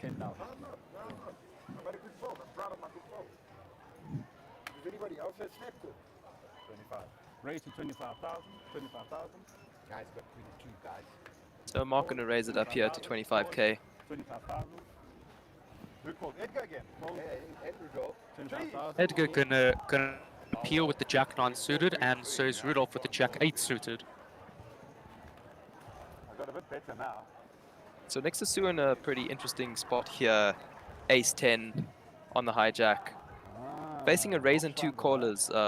Damon, how would you navigate this spot? 75,000 like that, huh? Three bet is quite interesting. Whoa. Oh wow, Kanesh with Jacks behind. Crazy. Yeah, this we'll get back to that. Yeah. Very cool pot. Both other Jacks are dead. Well, you know. Kanesh going with the cold call with the Jacks. Again, I don't mind that at all. Generally, you want to avoid cold calling 3-bets in fear of getting squeezed out by the initial opener. But Jack specifically is a hand that is obviously way too strong to fold, but it's also not strong enough to put in the cold 4-bet versus this action in front of you. So Mark here in a very interesting spot. You think he just rips it? I think that's pretty much his only option, which he does go for. I love the and rip. a very, very good rip from Mark. It's going to be a difficult spot for Kanesh when it folds back to him. But again, Yeah. like he's in a situation where he's kind of lost and committed the minimum. With a hand like Jacks Yes. against the 4-bet from under the gun, your Yeah. hand shrivels up in value. Absolutely. All in here. You can't go red. I'm saying, send me. You'll be soon after me. Don't worry. With the tilt.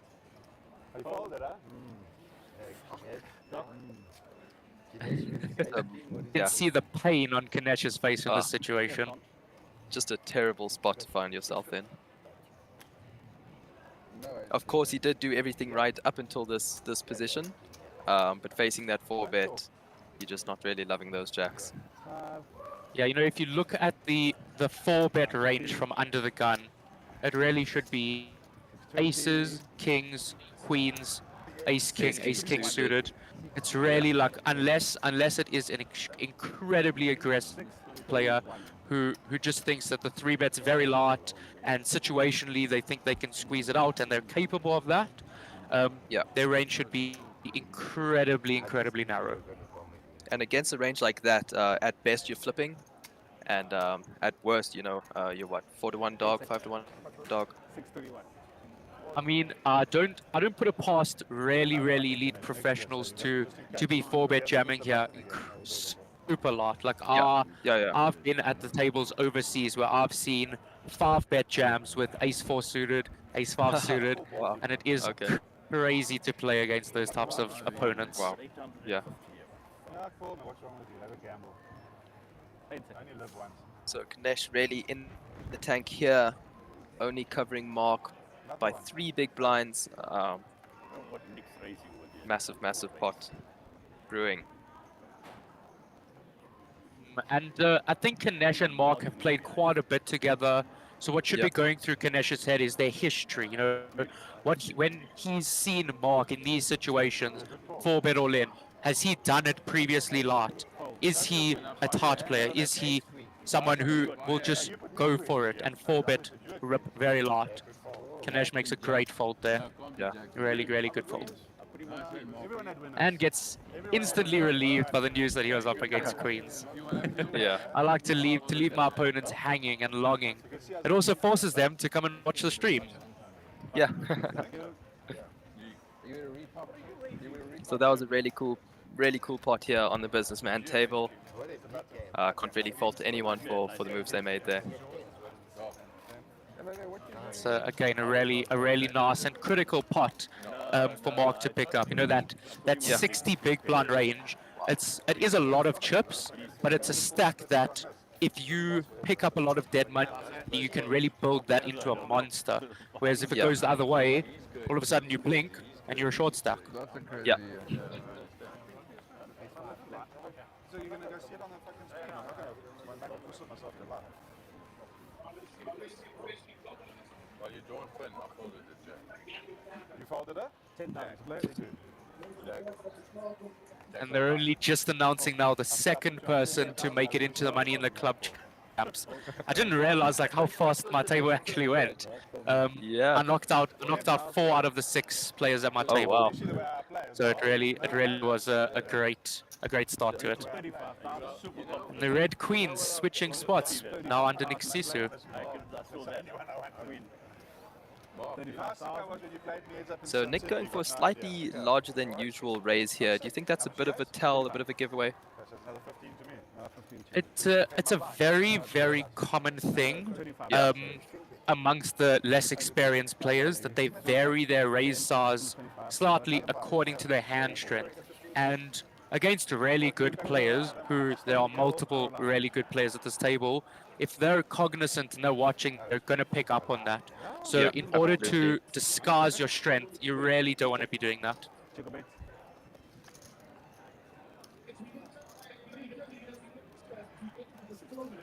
Bet 60,000. So Nick gonna lead out on this ace high flop.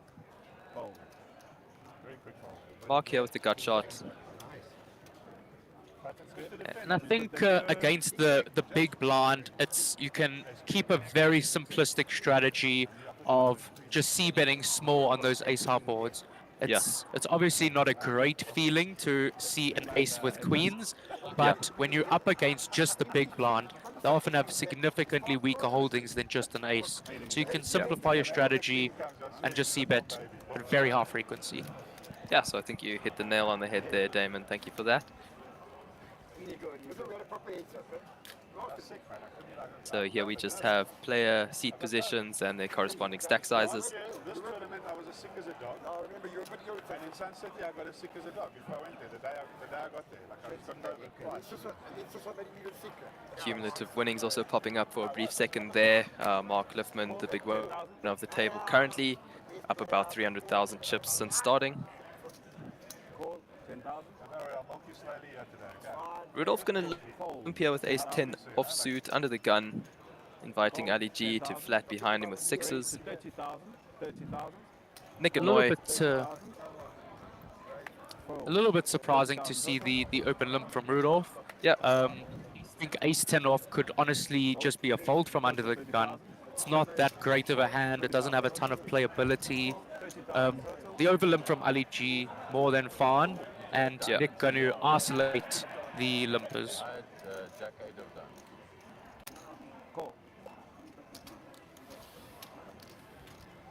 Another 5 ways to the flop we go. Yep, this businessman table is absolutely action-packed. Hopefully bringing you viewers a lot of high-quality entertainment and enjoyable fun poker to watch. So the flop comes down, King 7, 2 clubs. Nick Annoy holding the ace of clubs here.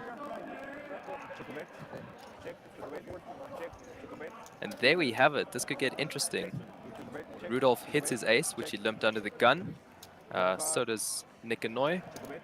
It seems like it just checks through all the way. And I'd like to see Nick go for some value here. No, it's obviously very difficult for anyone to have a king with this action. And pair of aces should be good, seeing that it was limped around.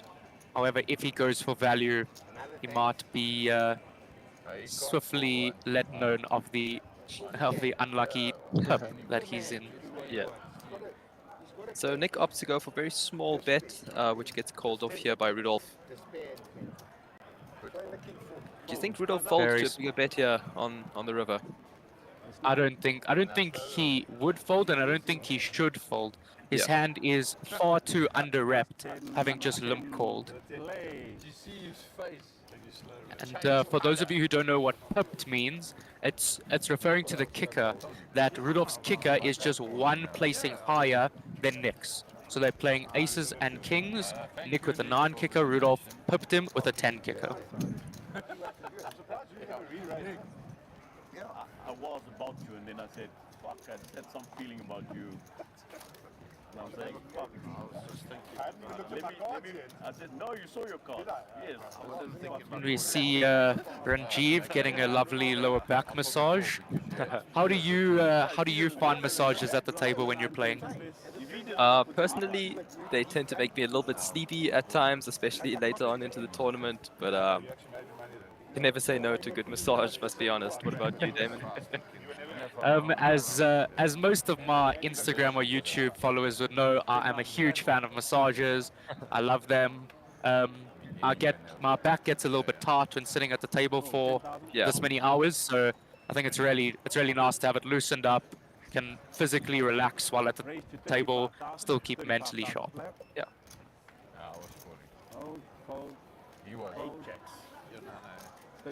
So Nixasu actually sticking to his 35,000 bet sizing here with ace-7 offsuit under the gun +1. Oh wow, and Daniel with the aces. What a fantastic spot to get in 16 bigs.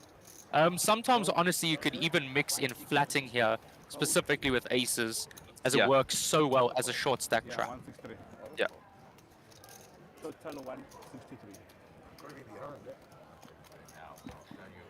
And Nick's getting a bit punished here for opening up so wide in under the gun +1.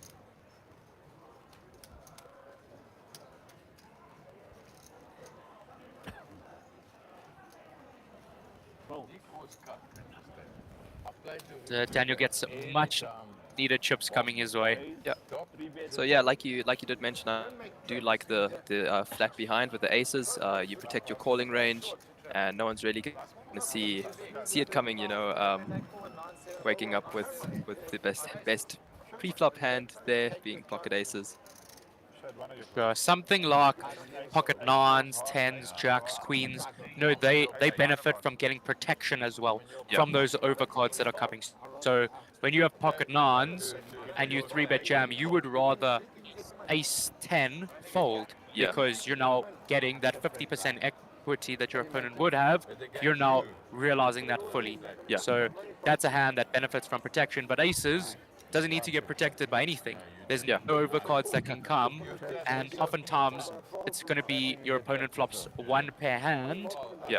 They can't get away from it once you shove. You'll just be miles ahead at that point.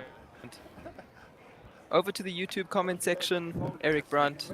Hi guys, nice to have new blood in the booth.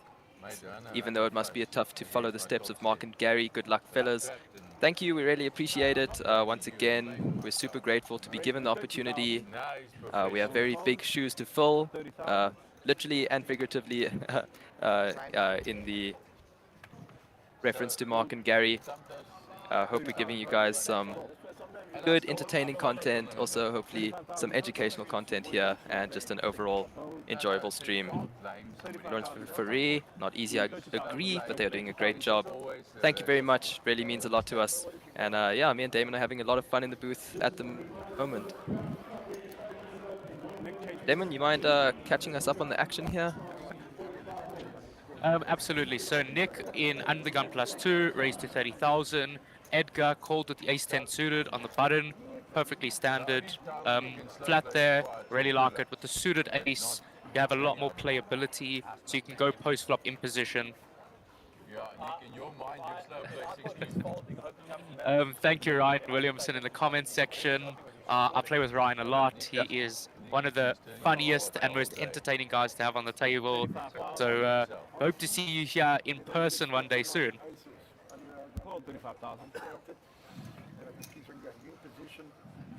Edgar flopping the nut flush draw, Nick with a gut shot. Oh. And that would seal the deal there. Nick turning the open ender. So we're going to see if he barrels. He decides to check. And Edgar throws in the trap and checks back. So Nick getting a little bit of showdown value here with his pair of jacks. He opts to check it over to Edgar. Sitting with the nut flush draw. Let's see how much value he tries to get out of it here. Oh, and I absolutely love that size. 1/3 pot, really, really milky, putting Nick in a very difficult situation, as if Edgar had like an 8 that he was turning into a bluff, but he wisely gets out the way. Can't be over the tail. Sorry for that.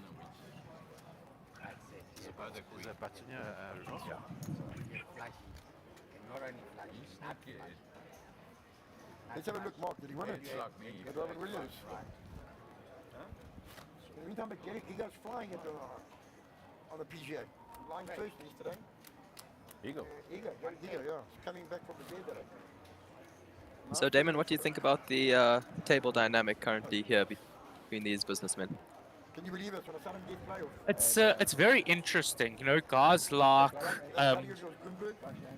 Golf Nan, Kanesh, Lambo, they have played, and Edgar as well, they've played a lot with the professionals. And I think that their style is going to change dramatically once the pros and businessmen integrate. They're currently playing in a style that complements playing against these less experienced, more recreational players. Which is interesting, you know, I really do think the dynamic will change drastically once you get some of the tough pros to mix in. But yeah, I think they're playing more steady.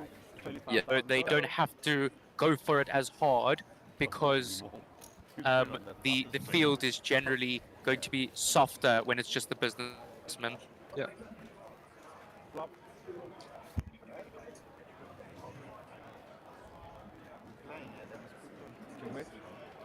So it looks like Mark is going to raise this one up. King 7 off in the hijack, which is called off by Rudolph. Queen 10 in the dealer button. Action goes check, check. Rudolph turns a pair of 10s. It's a perfect spot to go for some value there. Your hand benefits from both getting value out of a smaller pocket pair as well as the protection against those bigger Broadway cards. Yeah. London now 6,000, 12,000. I know. 12,090. London out. Injuries. Marshall, we got to get more players. 612. 612. There we see Rudolph's daughter, who Mark lovingly called Golf 10.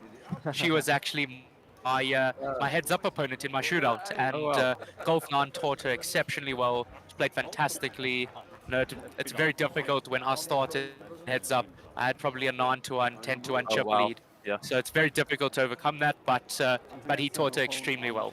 Awesome. And there's bias staying out. And there's bio on constant. 12,000. And I see Lawrence in the comments. I'm not sure who he's referring to, me or you, asking about our PokerBet alias. I do not disclose my alias. It's an alias for a reason. I prefer to remain anonymous online. Interesting. I think my alias is actually my first name, to be honest. It's a good point, actually. Maybe I should rethink my strategy there. How's it, Nick? 100%. Nick aptly sees that I look really, really in my element here. I certainly am. So you see Mark raising in under the gun +3 to 32,000. The blinds just went up to 6,000, 12,000. So the opening sizes will adjust accordingly. Kanesh defending the big blind with the queen deuce suited.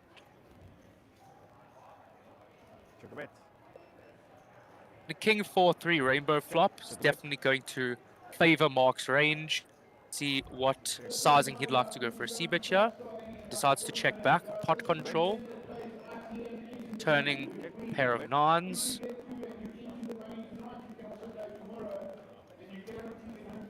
Going to go for the delayed c-bet now that he has a little bit of value in his hand. Kanesh just gets out the way, queen half. King. I thought you kept him with the king. King 3 of clubs, I folded. Was I good? So the turn was good for me. Mark, King 3 of clubs, was I good? You got hurt in the turn. Big blind net. Everybody also got Lambo. Try to be clever. When's the dinner break? Sorry, I just stepped away for a second there, but looks like Mark took down yet another pot. Yes, it's having that that delayed c-bet in his repertoire is a very nice thing to have. Awesome. And he executed it very well. Cool. Really putting back in? Good to hear. We wanted it to win. How many times did we win? I swear I knew they were going to get a call last night. It was like unbelievable. My guy that works for me is an Arsenal supporter. He was saying to me, it's points now for them. They're not going to get their 3 points. Now they're one behind off the next game. 12,000. Mate, you're going to get a shot. It's upset her. As well, he can play, but I mean twice. So it looks like we've gone up a level. Blinds are now 6,000, 12,000, 12,000 for the big blind ante. No, but it was. I mean, you told me that they stopped the game. Yes, they Still have some players on this table with more than 100 big blinds. Actually, I think most of them. Damon, what do you think about starting with 500,000 chips and like more than 300 big blinds in level 1? It is a lot of chips to start off with. You know, obviously with the prestige of it being a super high roller, it is nice for players to start with a lot of chips, really have a lot of playability. Yeah. No, I think the actual structure of the blinds is more important than the starting stack. You can have a shorter starting stack with really, really slow increments, and you can have the inverse where you start extremely deep and towards the end it gets very turbo-y and everyone's at final table with 10 big blinds. That's not what you want either. So a healthy balance between a good starting stack and a nice slow structure is really what makes this tournament really appealing.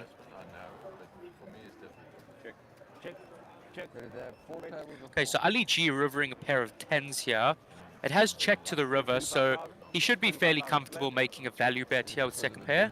And unfortunately, I don't think he is going to get any action. Nice value bet there, though. We know they're allowed to get mixed up. After the rebuy. So Damon, mind explaining to our viewers, especially considering players starting so deep in this tournament, what stack to pot ratio is and how you go navigating that at different stack depths? Okay, so simply put, the stack to pot ratio is the proportion of what's in the pot currently to your stack. So as an example, let's say there are 100 chips in the pot and you have 1,000 chips in your starting stack. It's 100 to 1,000, that's 10 to 1. You have an SPR of 10 to 1. So really what that is all about is how easy is it to get your entire stack in the middle. Obviously taking outside facts of going 3x over bets, but really in a lot of situations where later in the tournament you will have lower stack to pot ratios, which means you need to kind of strategize further streets of what you're going to do with your stack. You can't really be in a situation where you're trying to get your stack in the middle and by the river you still have an SPR of 3. So it's really critical to be cognizant of what your SPR is going to be, determined by your bet sizings on each street. Yeah, awesome. Thanks for that. My pleasure. Yeah, so very important to think about your bet sizing and how it's going to influence the pot size come the river. I think a lot of players can't really think, 2 streets ahead. It's quite difficult, even for myself, but you do have to plan ahead, of course. And you also have to plan what you're going to do on each river, each turn, how a certain card changes the texture of the board. Very interesting.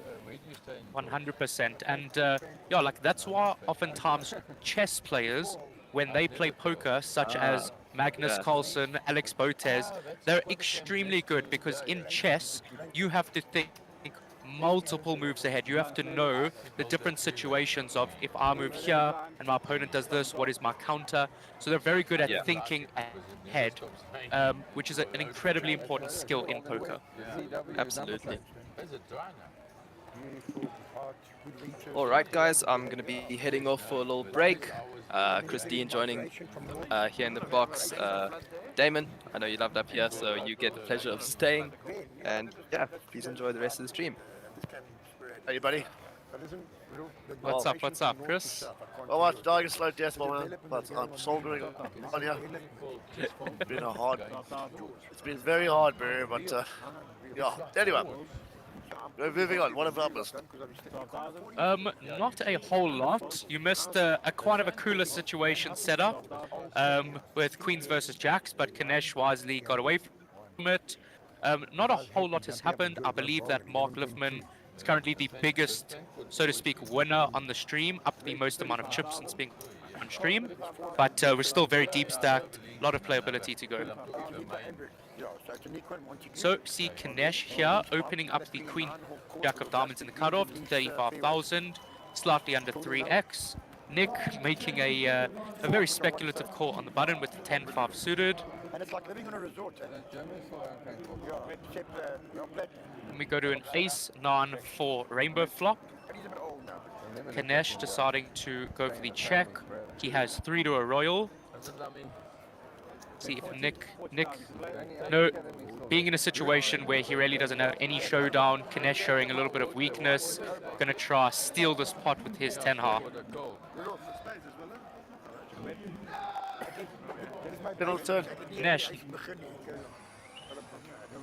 Kanesh now turning an open-ender, giving him a lot of equity, but Nick holding up with his pair of 10s.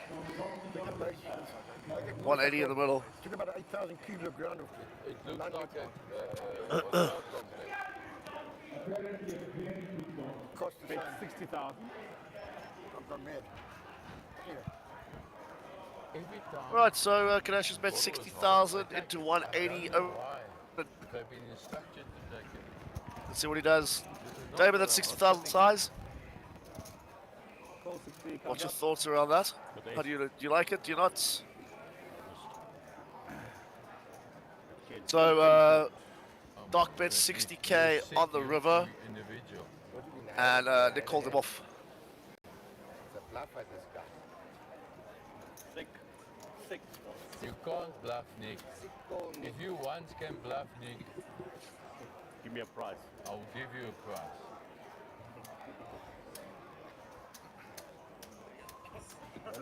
One, two.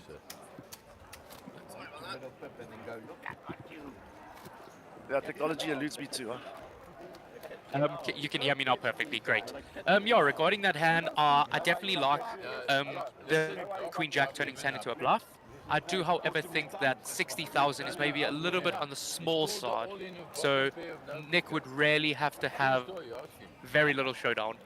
There we see my teammate, my PokerBet teammate, famous actress Shannon Elizabeth, looking like she's heads up with a mountain of chips. So best of luck to her. Alright, to the next hand.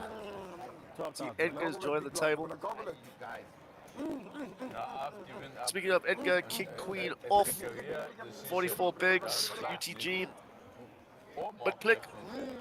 Or 2.5. He did just fold. I'm a little bit surprised. I honestly I fully back that situation. I think under the gun of 40 bigs, it's maybe a little bit too wide to open. Really like to keep it snug under the gun. We have a open though, 25k by Kadesh on the hijack. Daniel gets out the way. Mark also with ace-5 flats. He's got 67 bigs. Yes, Mark has had a fantastic stream so far, winning a lot of chips. Yeah, there's been a couple of cool spots he was in earlier to accumulate that. So, yeah, keep it going. Yeah, 10, 3, 7, one club. Out the way, done and dusted. Quick and easy. But that outer table, the pros outer table, is absolutely disgusting. It's mental. It's absolutely mental. I raised my case. Yeah, I know. I don't think I can tell you about it yet, but something happened which was pretty cool. It involved utilization of all time banks, and it ran down to 9 seconds on the clock and made the call. So I'm not gonna give it away. Once we caught up, I'll tell you about it. Yeah, it was a very, very, very sick spot.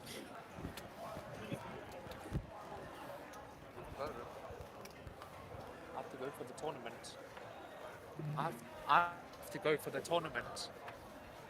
I'm really sorry to leave you guys, but I'm being called for the in the money portion of the club champs. I'm going to leave you in the completely capable hands of Chris. Thanks so much for having me. Always a pleasure. Best of luck. And yeah, go on, son. See if you can find that W. Thank you.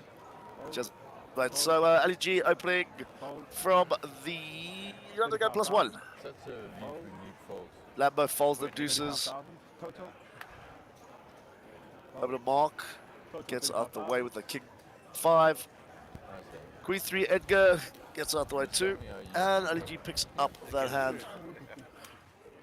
So yeah, as you heard David say, he's made it through, and so have 12 other people in regards to the money of the team events. So now we play, and they play for the trophy. And the prize pool up front, which we'll get to you ASAP. Once it arrives on my desk, I'll let you know about it. Let's take a look at the YouTube side of things quick.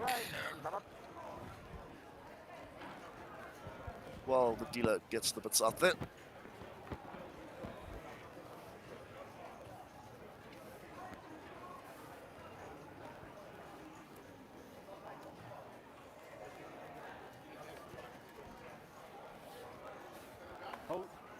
Right, so over to Nick. Ace Queen of Hearts under the gun +1. Nick got 99 big blinds, effective start of the hand. Ganesh with pocket 8s. With pocket 8s, 43 bigs effective. Let's see what he opts to do here. 35. Fold. Fold.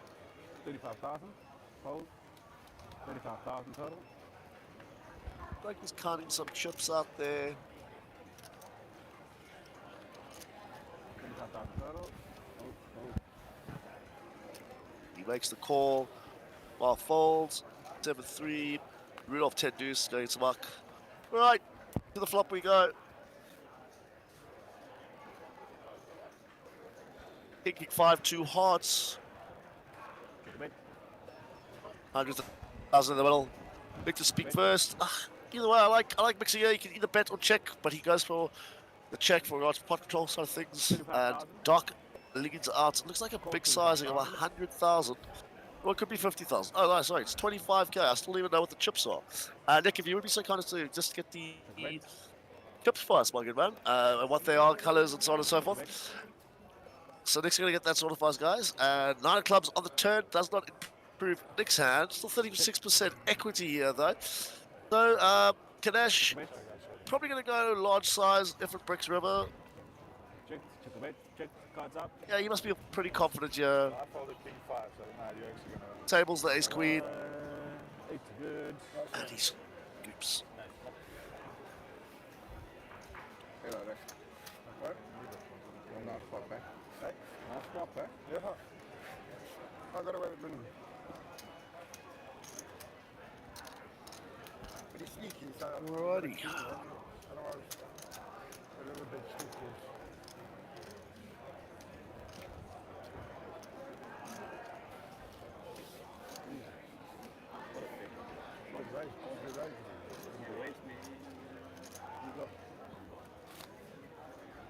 Alright, to the next hand. Still a full ring game happening right now.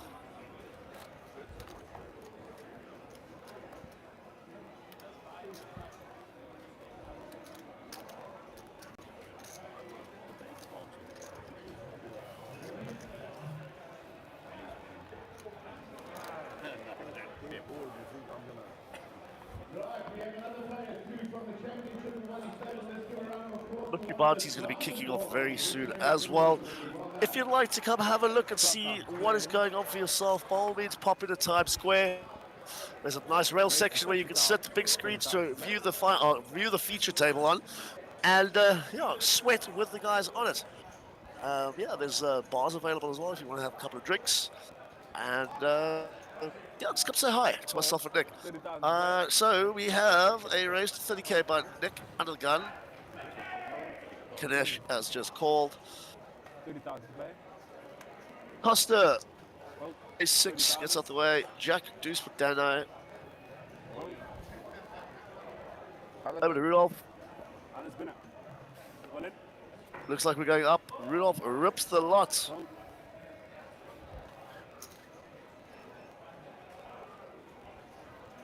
He just jabs 1.1 million.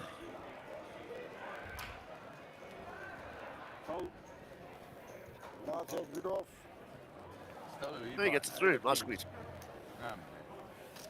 King's over here, actually,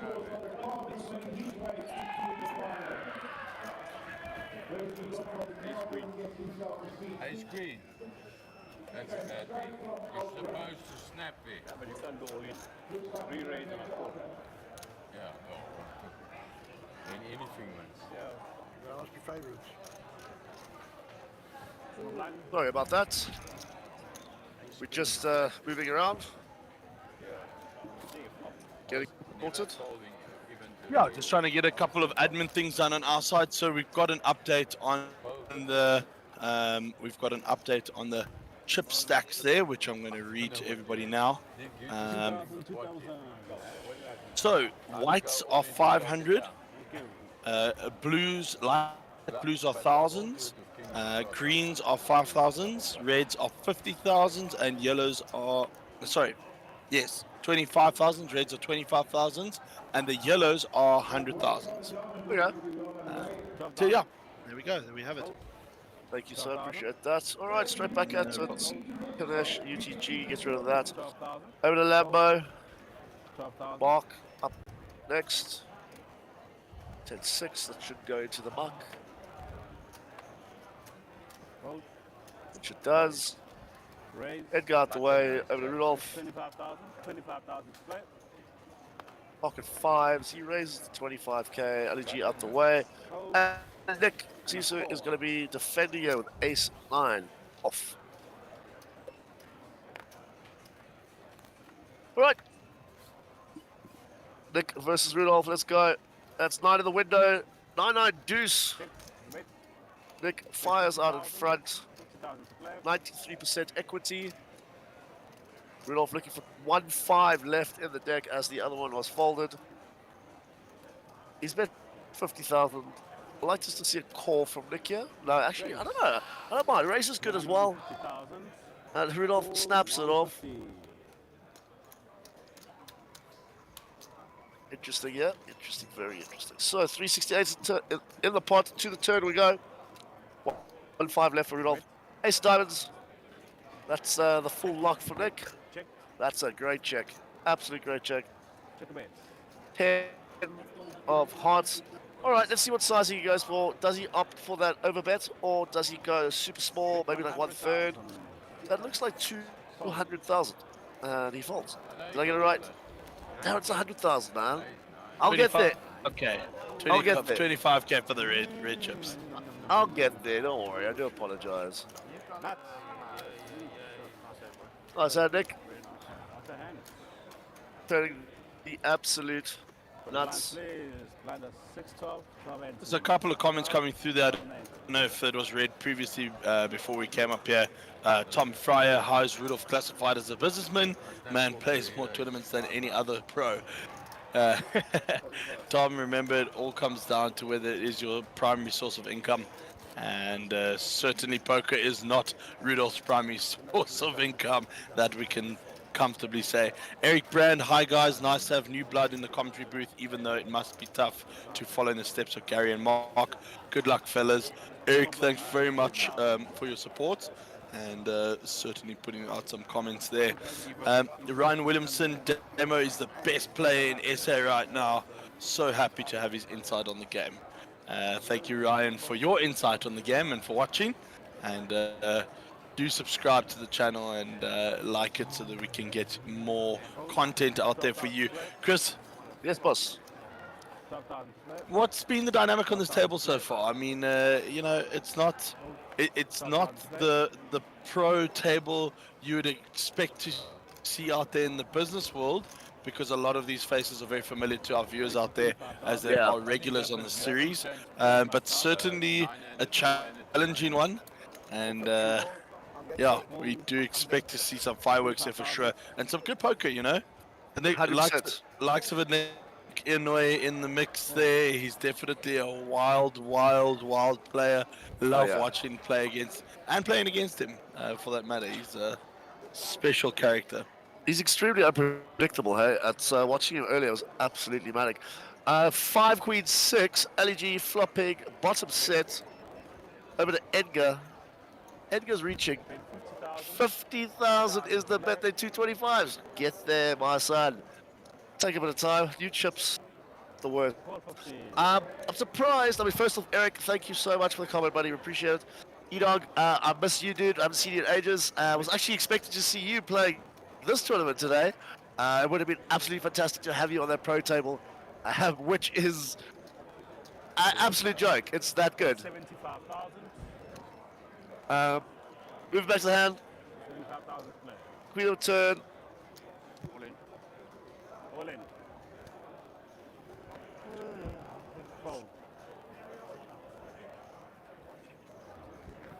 All right.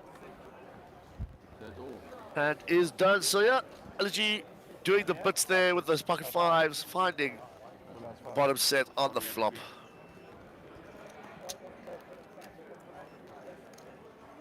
Brandon Null coming through here. How many entries are there, Brandon? I'm assuming you are referring to the Invitational. We had a total of 32 entries. Definitely not all unique entries, but some of the players did rebuy into the tournament. But we are currently sitting on 16.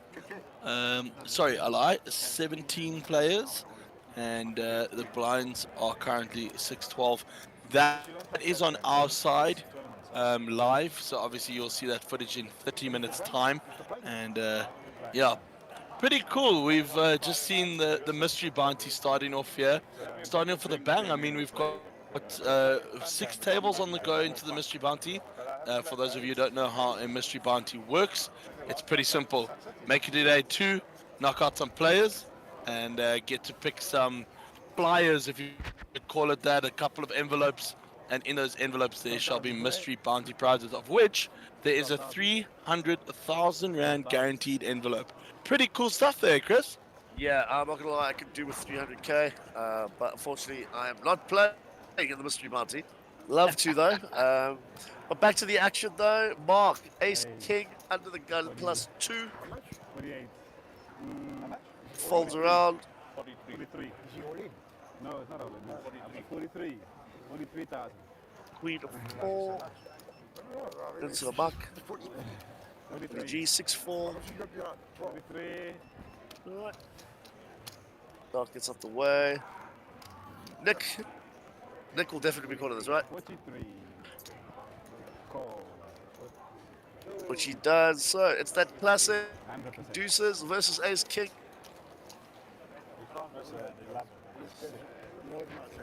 104,000 in the pot. 10 jack 9. Rainbow.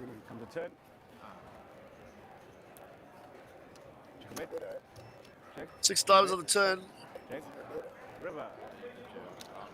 River.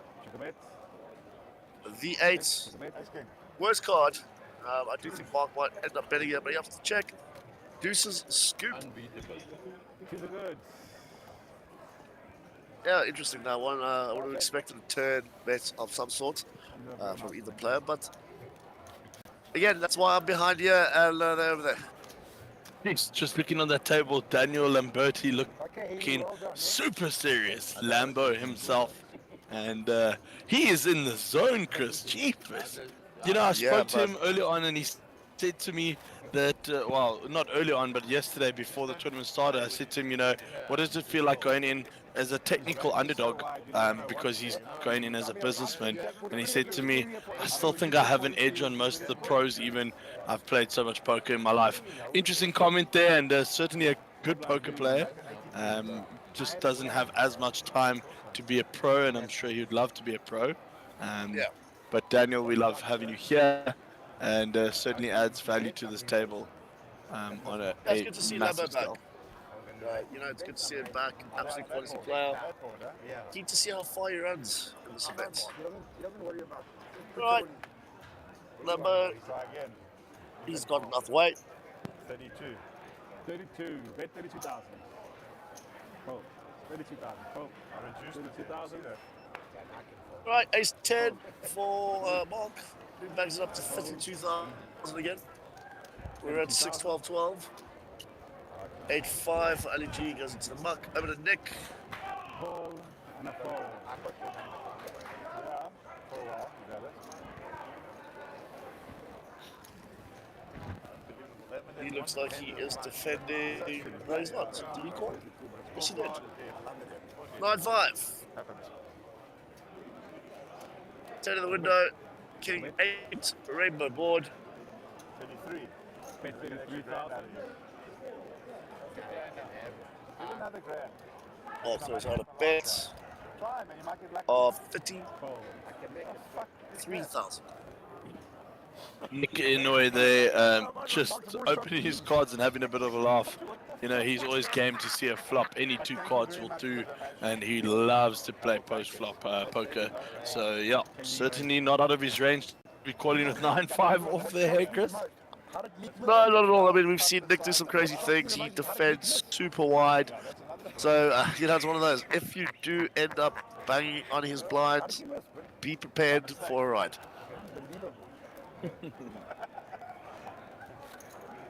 Alright, so this is kind of interesting.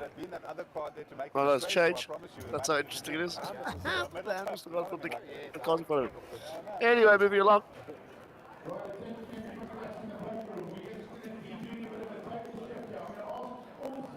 Brandon Null here commenting, Jared Solomon is the GOAT in RSA. poker must be the most brutal mental sport on the planet. We cannot disagree with you, sir. It is a tough mental sport. I would assume chess is certain one. Going to the outer table, here some action between Ahmed and Joe Steggers.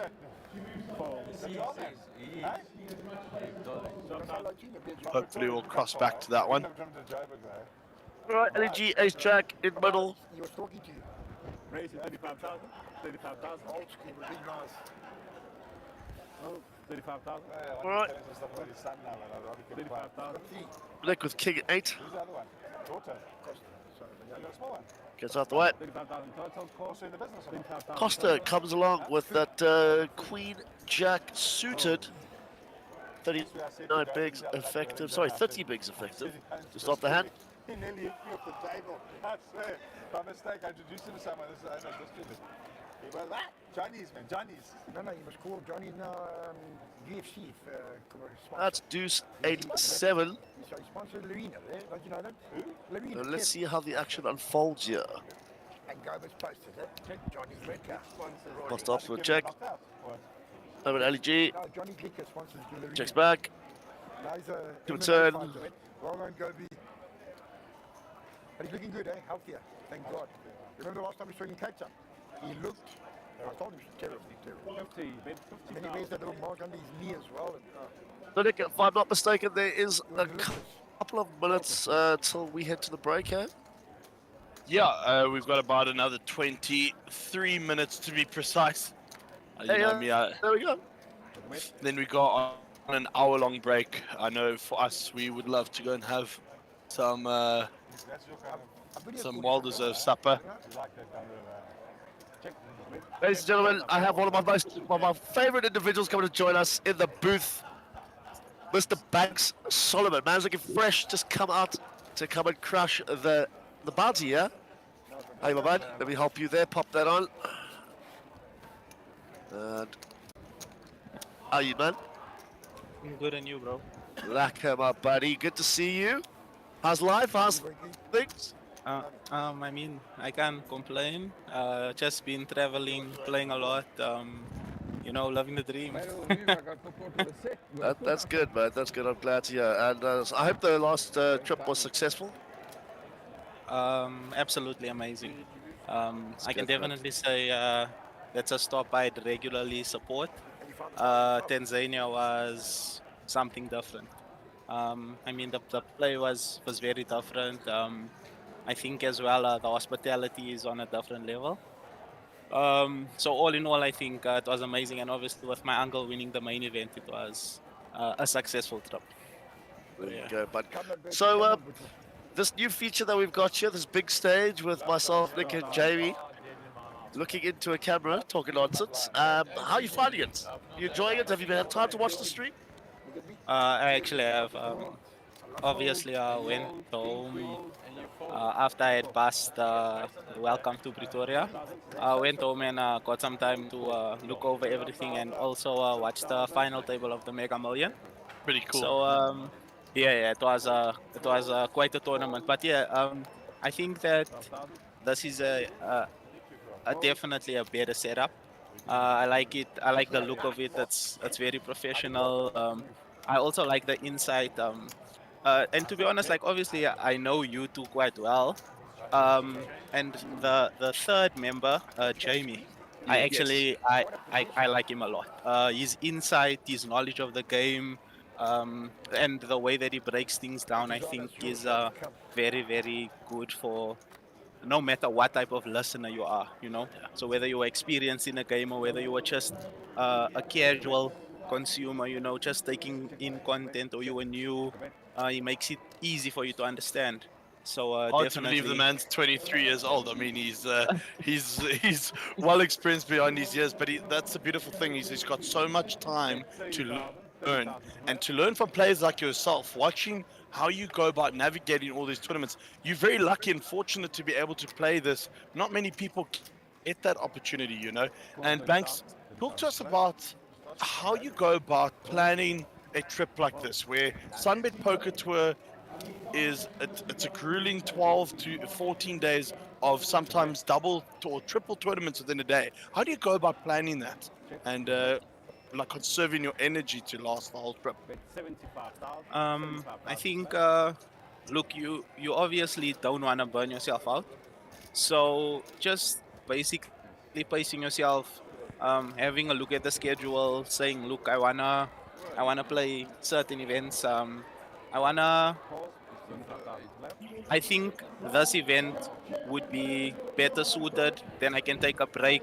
I could then play this event. Like spacing it out, and then just looking at it and saying what's the most valuable thing for you as a player, and where you think that you could do better, or like as an example, I feel intimidated to play like a high roller. Of course. And so a lot of people, like, they'll ask me, they'll be like, we think you do well, or why don't you give it a go? But I just don't feel completely comfortable. So if I look at the schedule, I tell myself, okay, I know that during the high roller I won't be participating, but is there another tournament there? And then can I get value in a different place? So I think it's important to not do too much, but also to just know yourself. The days are grueling. Playing 14 hours a day is difficult. Not easy. Yeah. But if you know yourself, and you just listen to your body. If you feel like you can go 4, 5, 6 days, I mean, you go for it. But if your body says rest, then you take it. Sorry to interrupt you there, my bud. We've got a hand on the outer tail. Ahmed and Joe going at it here. Ahmed's now ripped river on an ace 10 brick board, and he shows ace queen, and Joe called it off, utilizing all his time bags, and made the call with 9 seconds left. And he got the bad news. Yeah, he called it with kings. I mean, it's a tough spot for him because, you can't, especially in that position there where the board is showing 2 aces, 2 tens.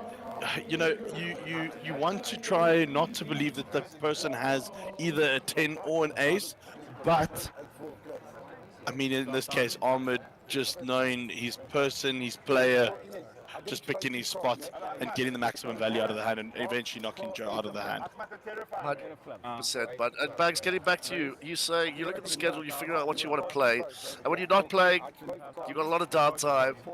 And I know you're a fantastic pool player, buddy. Are you still playing as much as you used to, or was that beating I gave you back in Cape Town did it tarnish you completely? You knew that was coming. I had to throw that on. I'll never miss an opportunity to tell people that I beat Banks in pool 3 times.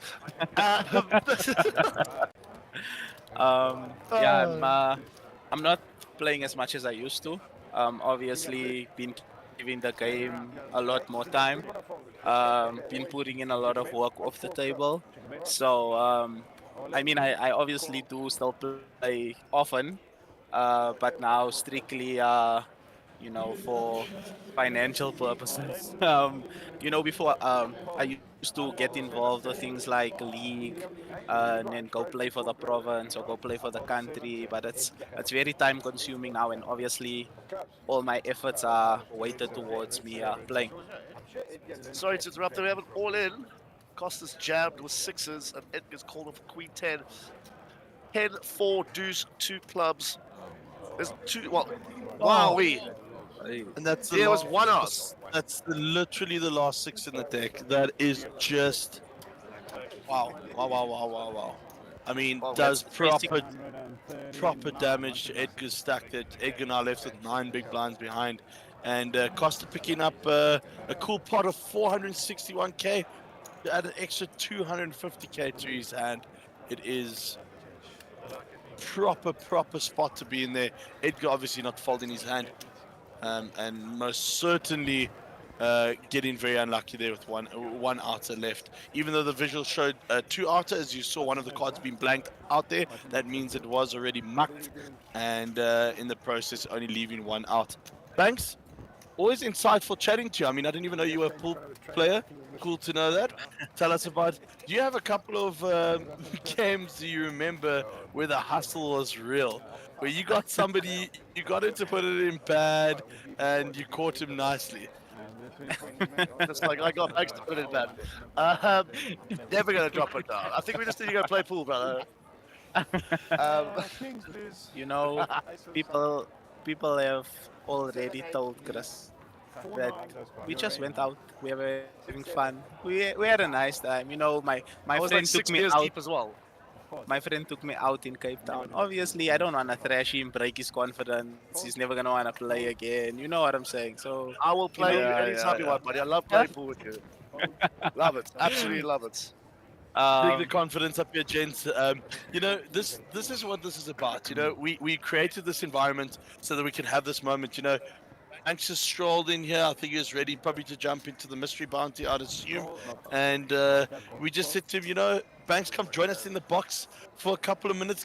Give us some insight here. And here we are. We're sitting around chatting a little bit of pool. Over to action here in the cutoff. Daniel Lambert all in with 163k. And Rudolph Marine 10-7.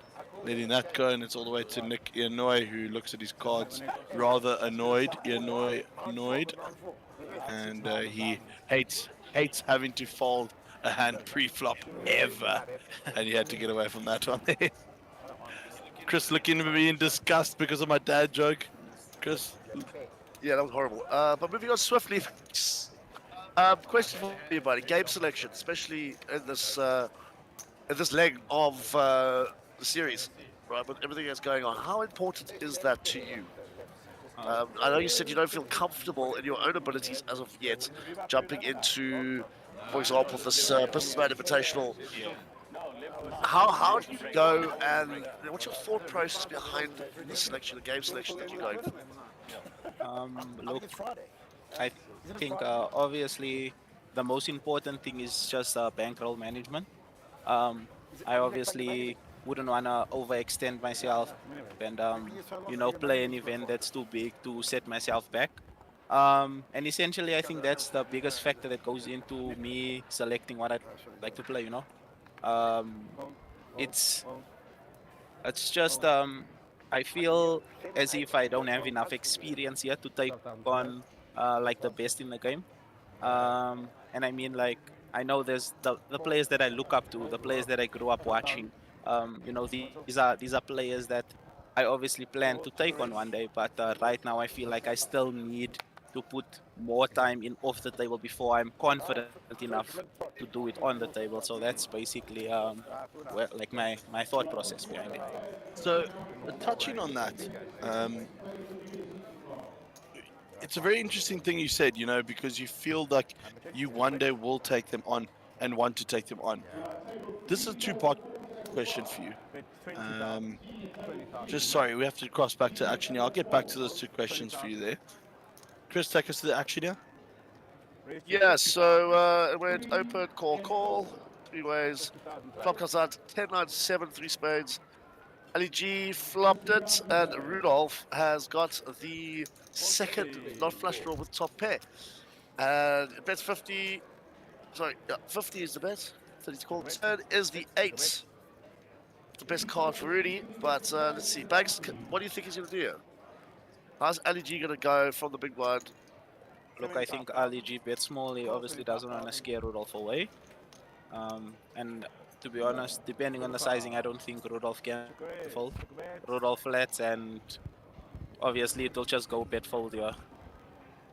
Wow, imagine the rip though. Imagine the absolute rip, Rudolph. Straight on board. Haven't changed. Yep, a quick check. That super polarizing jab. Put him in a blender. 125,000 and you fold. Rudolph's experience there coming through. Flipping, he mucked his cards. He mucked his cards, going like, "There's no point in me calling for a chop pot here." Sorry, I missed point in the fact risking that it. he threw the chip. And I thought he checked back. I was like, huh? No, I thought he checked. no. Sorry, I wobbled there for an absolute second. Sorry, Nick, you were saying. Yeah, so two-part question. One, having a mentor like Harold Brooks. Yes, we all know he's your uncle, but more importantly, what is it like having a mentor like him? And second of all, how do you achieve that status where you feel you are now prepared to take on the big dogs? Do you go through coaching? Is it studying off the table? Just talk us through the process, first and foremost, about having Harold, and second of all, about the studying factor of it. Look, first of all, having my uncle is probably one of the greatest advantages that I have in the game. Having a backer who is genuinely invested in the success of your life, not just as a player, but as a person, I think is something that anyone could benefit of. And I definitely am most grateful for him. And just because of the amount of belief he has in me and the fact that he always speaks success over my life. Um, to be honest with you, the first year of him backing me, I bricked everything. And I mean, I lost hundreds of thousands, and he was just like, "Don't worry, it's coming, it's coming." And I mean, the fact that he always showed that belief, and it just always knew, looking at the bigger picture. And it really helps me as a player psychologically, because sometimes you can get into your own head. You break a few series, you feel like you don't know how to play, or you're not doing what you're supposed to. So genuinely speaking, I think having him as a backer I couldn't even put a price to it. It's amazing. And I mean, he's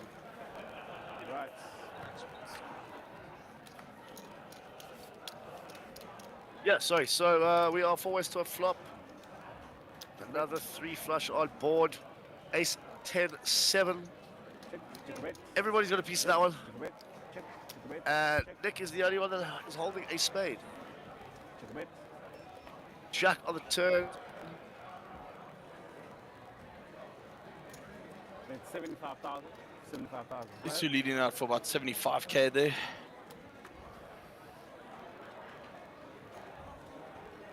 How does Ganesh travel here? Ganesh here with top pair, top kicker, and gut shot straight draw. Certainly has to give it some thought and promptly makes the call.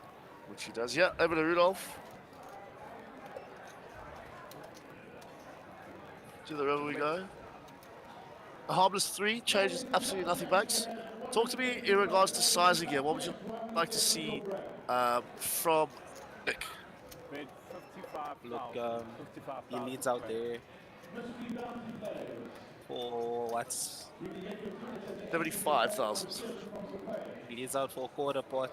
I mean, I don't think Ganesh can fold, but I don't think there's any merit to raising either. So I think that Ganesh just pays him off here, getting a great price. I don't think he can ever fold, getting 5-1. So I think he flats the winner. Are we not going to utilize that 8 of spades for blocking purposes to construct our bluffing range and get our opponent to fold the better hand? Is that something we can consider? Do you think that in this position he thinks that he's bluffing? No, I know what you're saying. I know what you're saying, but we're talking about from a hypothetical scenario. Yeah, of course. Because we just want to try and give everybody as much info in regards to different scenarios as possible, especially the guys that are starting to learn this game. And they get Jamie over there, who is throwing all this GTO bits out there. Then you get old man like me, who's also carrying on. So yeah, it's just a nice different dynamic. So we're about about 10 minutes out from the break on our side. Banks, just to finish off that question for you. How are you going to go about it? What's going to be the biggest influence on you becoming, in your mind, good enough to take on the pros at the top? I think taking down smaller tournaments first. So, the large fields are a little bit more difficult to navigate, but I feel like I'd need to first achieve wins at lower stakes before comfortably being able to move up to higher stakes, just from a point of confidence. And also once you've booked a few wins, there's a lot less pressure financially as well. So confidence from winning, and also confidence from knowing that entering the bigger tournaments doesn't compromise your bankroll in any way. I think the two factors going into that decision. Yeah, absolutely. And well said there. Thanks very much for your time in the box here. I know we've taken up a little bit of your time to jump into the mystery bounty. They are still on the first level, so that's a good thing for you. And for any of the Man United fans out there, they've just scored a goal against Man City. So if you want to come down to Times Square and come watch a bit of poker as well as Man United taking on Man City, which is a huge game today, please feel free to pop down to the thing. Banks, it's always a pleasure. Thanks for your insight. Please feel free to pop into the box whenever you want to, and keep on hunting those trophies, buddy. Thanks a lot, guys. Thank you for the opportunity. I think I'll definitely be coming back. It's very nice here, you know. And then yeah, thanks for the well wishes. I'm definitely going to be doing my best to try to crush this mystery bounty. And then yeah, you know, just continue to hunt for the dubs. So yeah, thanks a lot. Awesome, man. Loved having you, All right. Banks. Chris, Good pick to up see you, on buddy. the action All the here. best. All right, so we have got 132,000 in the middle. Ace, 6, 5, 2 clubs. Allergy's got that flush draw. Nick's got top pair. Kadesh has 10s, and Sisu also has a piece of it with 8, 6. So let's see how this works out. Allergy, 40,000. Check, bet 40, call 40. We're over at Nick now in the small blind, 88 big blinds behind. Let's see what he opts to do. Looks like he calls. And Kadesh out the way. Yeah, we got this up at the Chinese. King of Diamonds on the turn. Sweet and sour. I do feel if Ali's going to continue, he needs to go to a larger size in order to charge out some of those mid pairs like 8s, 9s, and 10s. You can even get some King X's to fold here. Yeah, that's just my opinion, of course. But we go check. See if the deuce of clubs. He does find it's 252 in the middle. Check. Let's see. I'm hoping to see something short.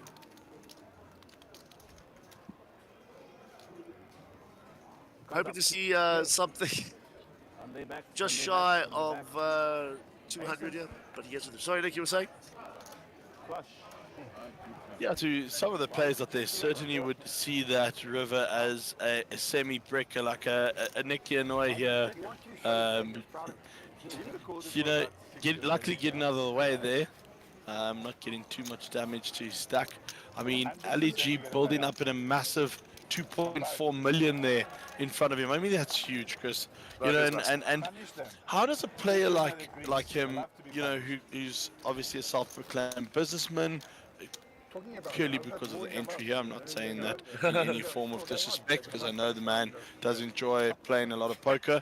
How does he then go about best navigating such a big stack, especially with the foresight that they're going to be mixed with the pros sooner or later? Yeah, like I said the other day, I was all about the slight adjustments.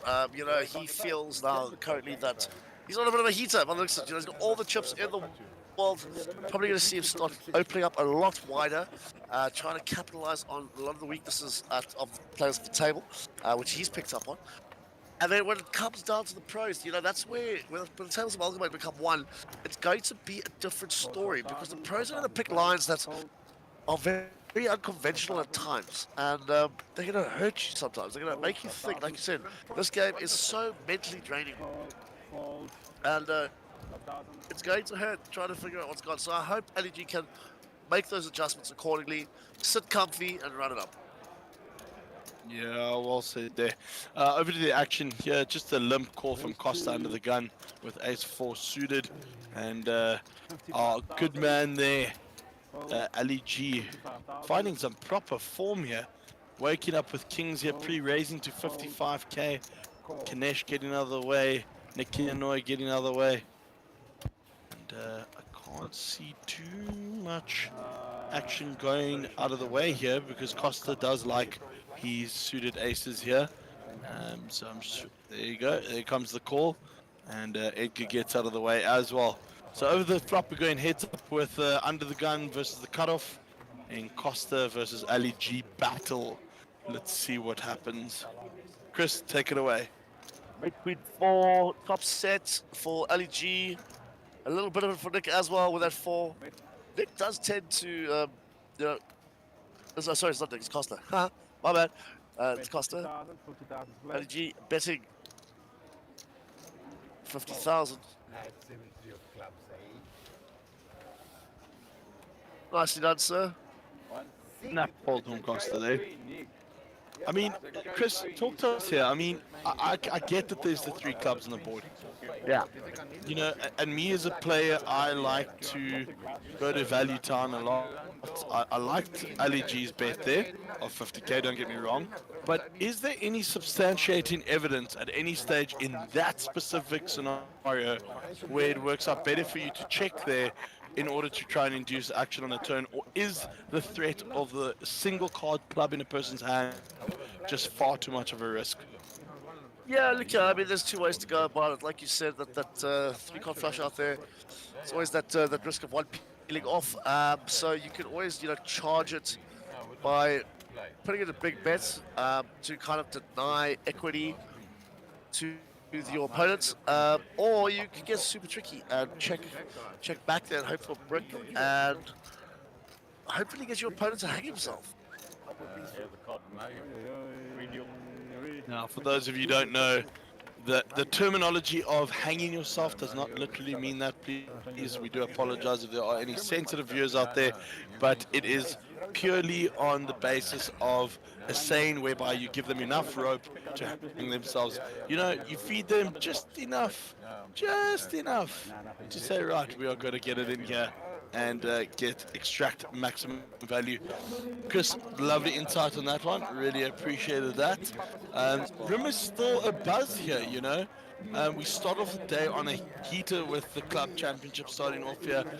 Rudolph Marine coming in here with a 3-piece marching band.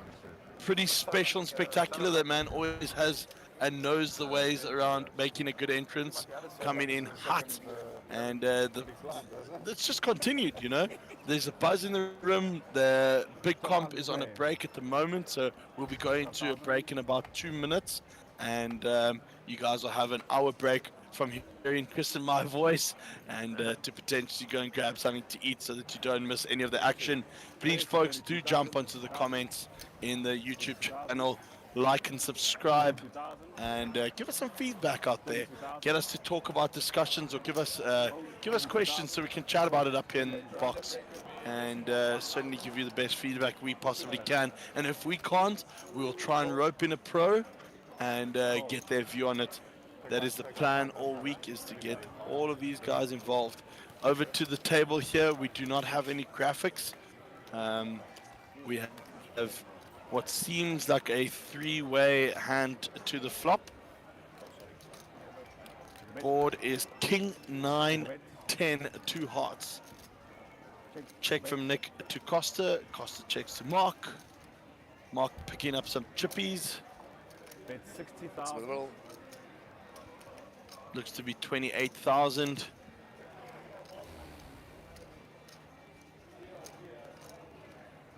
Over to our 4-man. Ah, no, it was not. My eyes deceive me. It's Nick Sisu, everybody. And he grabs some calling chips. Nick, you know? Jeez. I mean, I say the man's name so often. Nick Inouye there calling as well. Turn comes the deuce of clubs. Let's see what happened.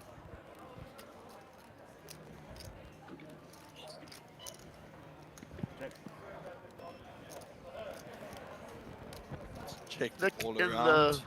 Checkmate. Checkmate. Checkmate.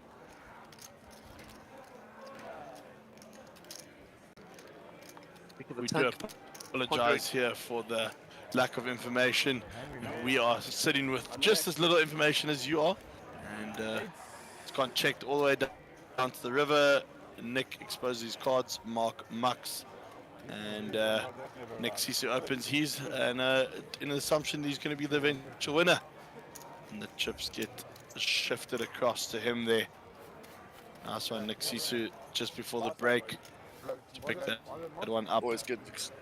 Yeah, it's a nice confidence ball going into the break, with some additional chips. Yeah, it's like that, scoring that proverbial try just before the break to get yourself 5 or 7 points ahead in the game. A similar situation there. Built a little bit of confidence. Often I like the strategy of gunning people's stacks just before the break, because often people are ready to give it up quite easily and go to the break rather than sit there and fight it out and tree into their break. So certainly a tactic for me. And I'm sure I'm not the only one out there. It's the same as when we get down to the big blind or the bubble of a tournament. I generally don't like to tighten up. I like to play on the fact that there's a lot of people worried about making the money as opposed to playing their cards, and you could certainly pick a couple of those spots there.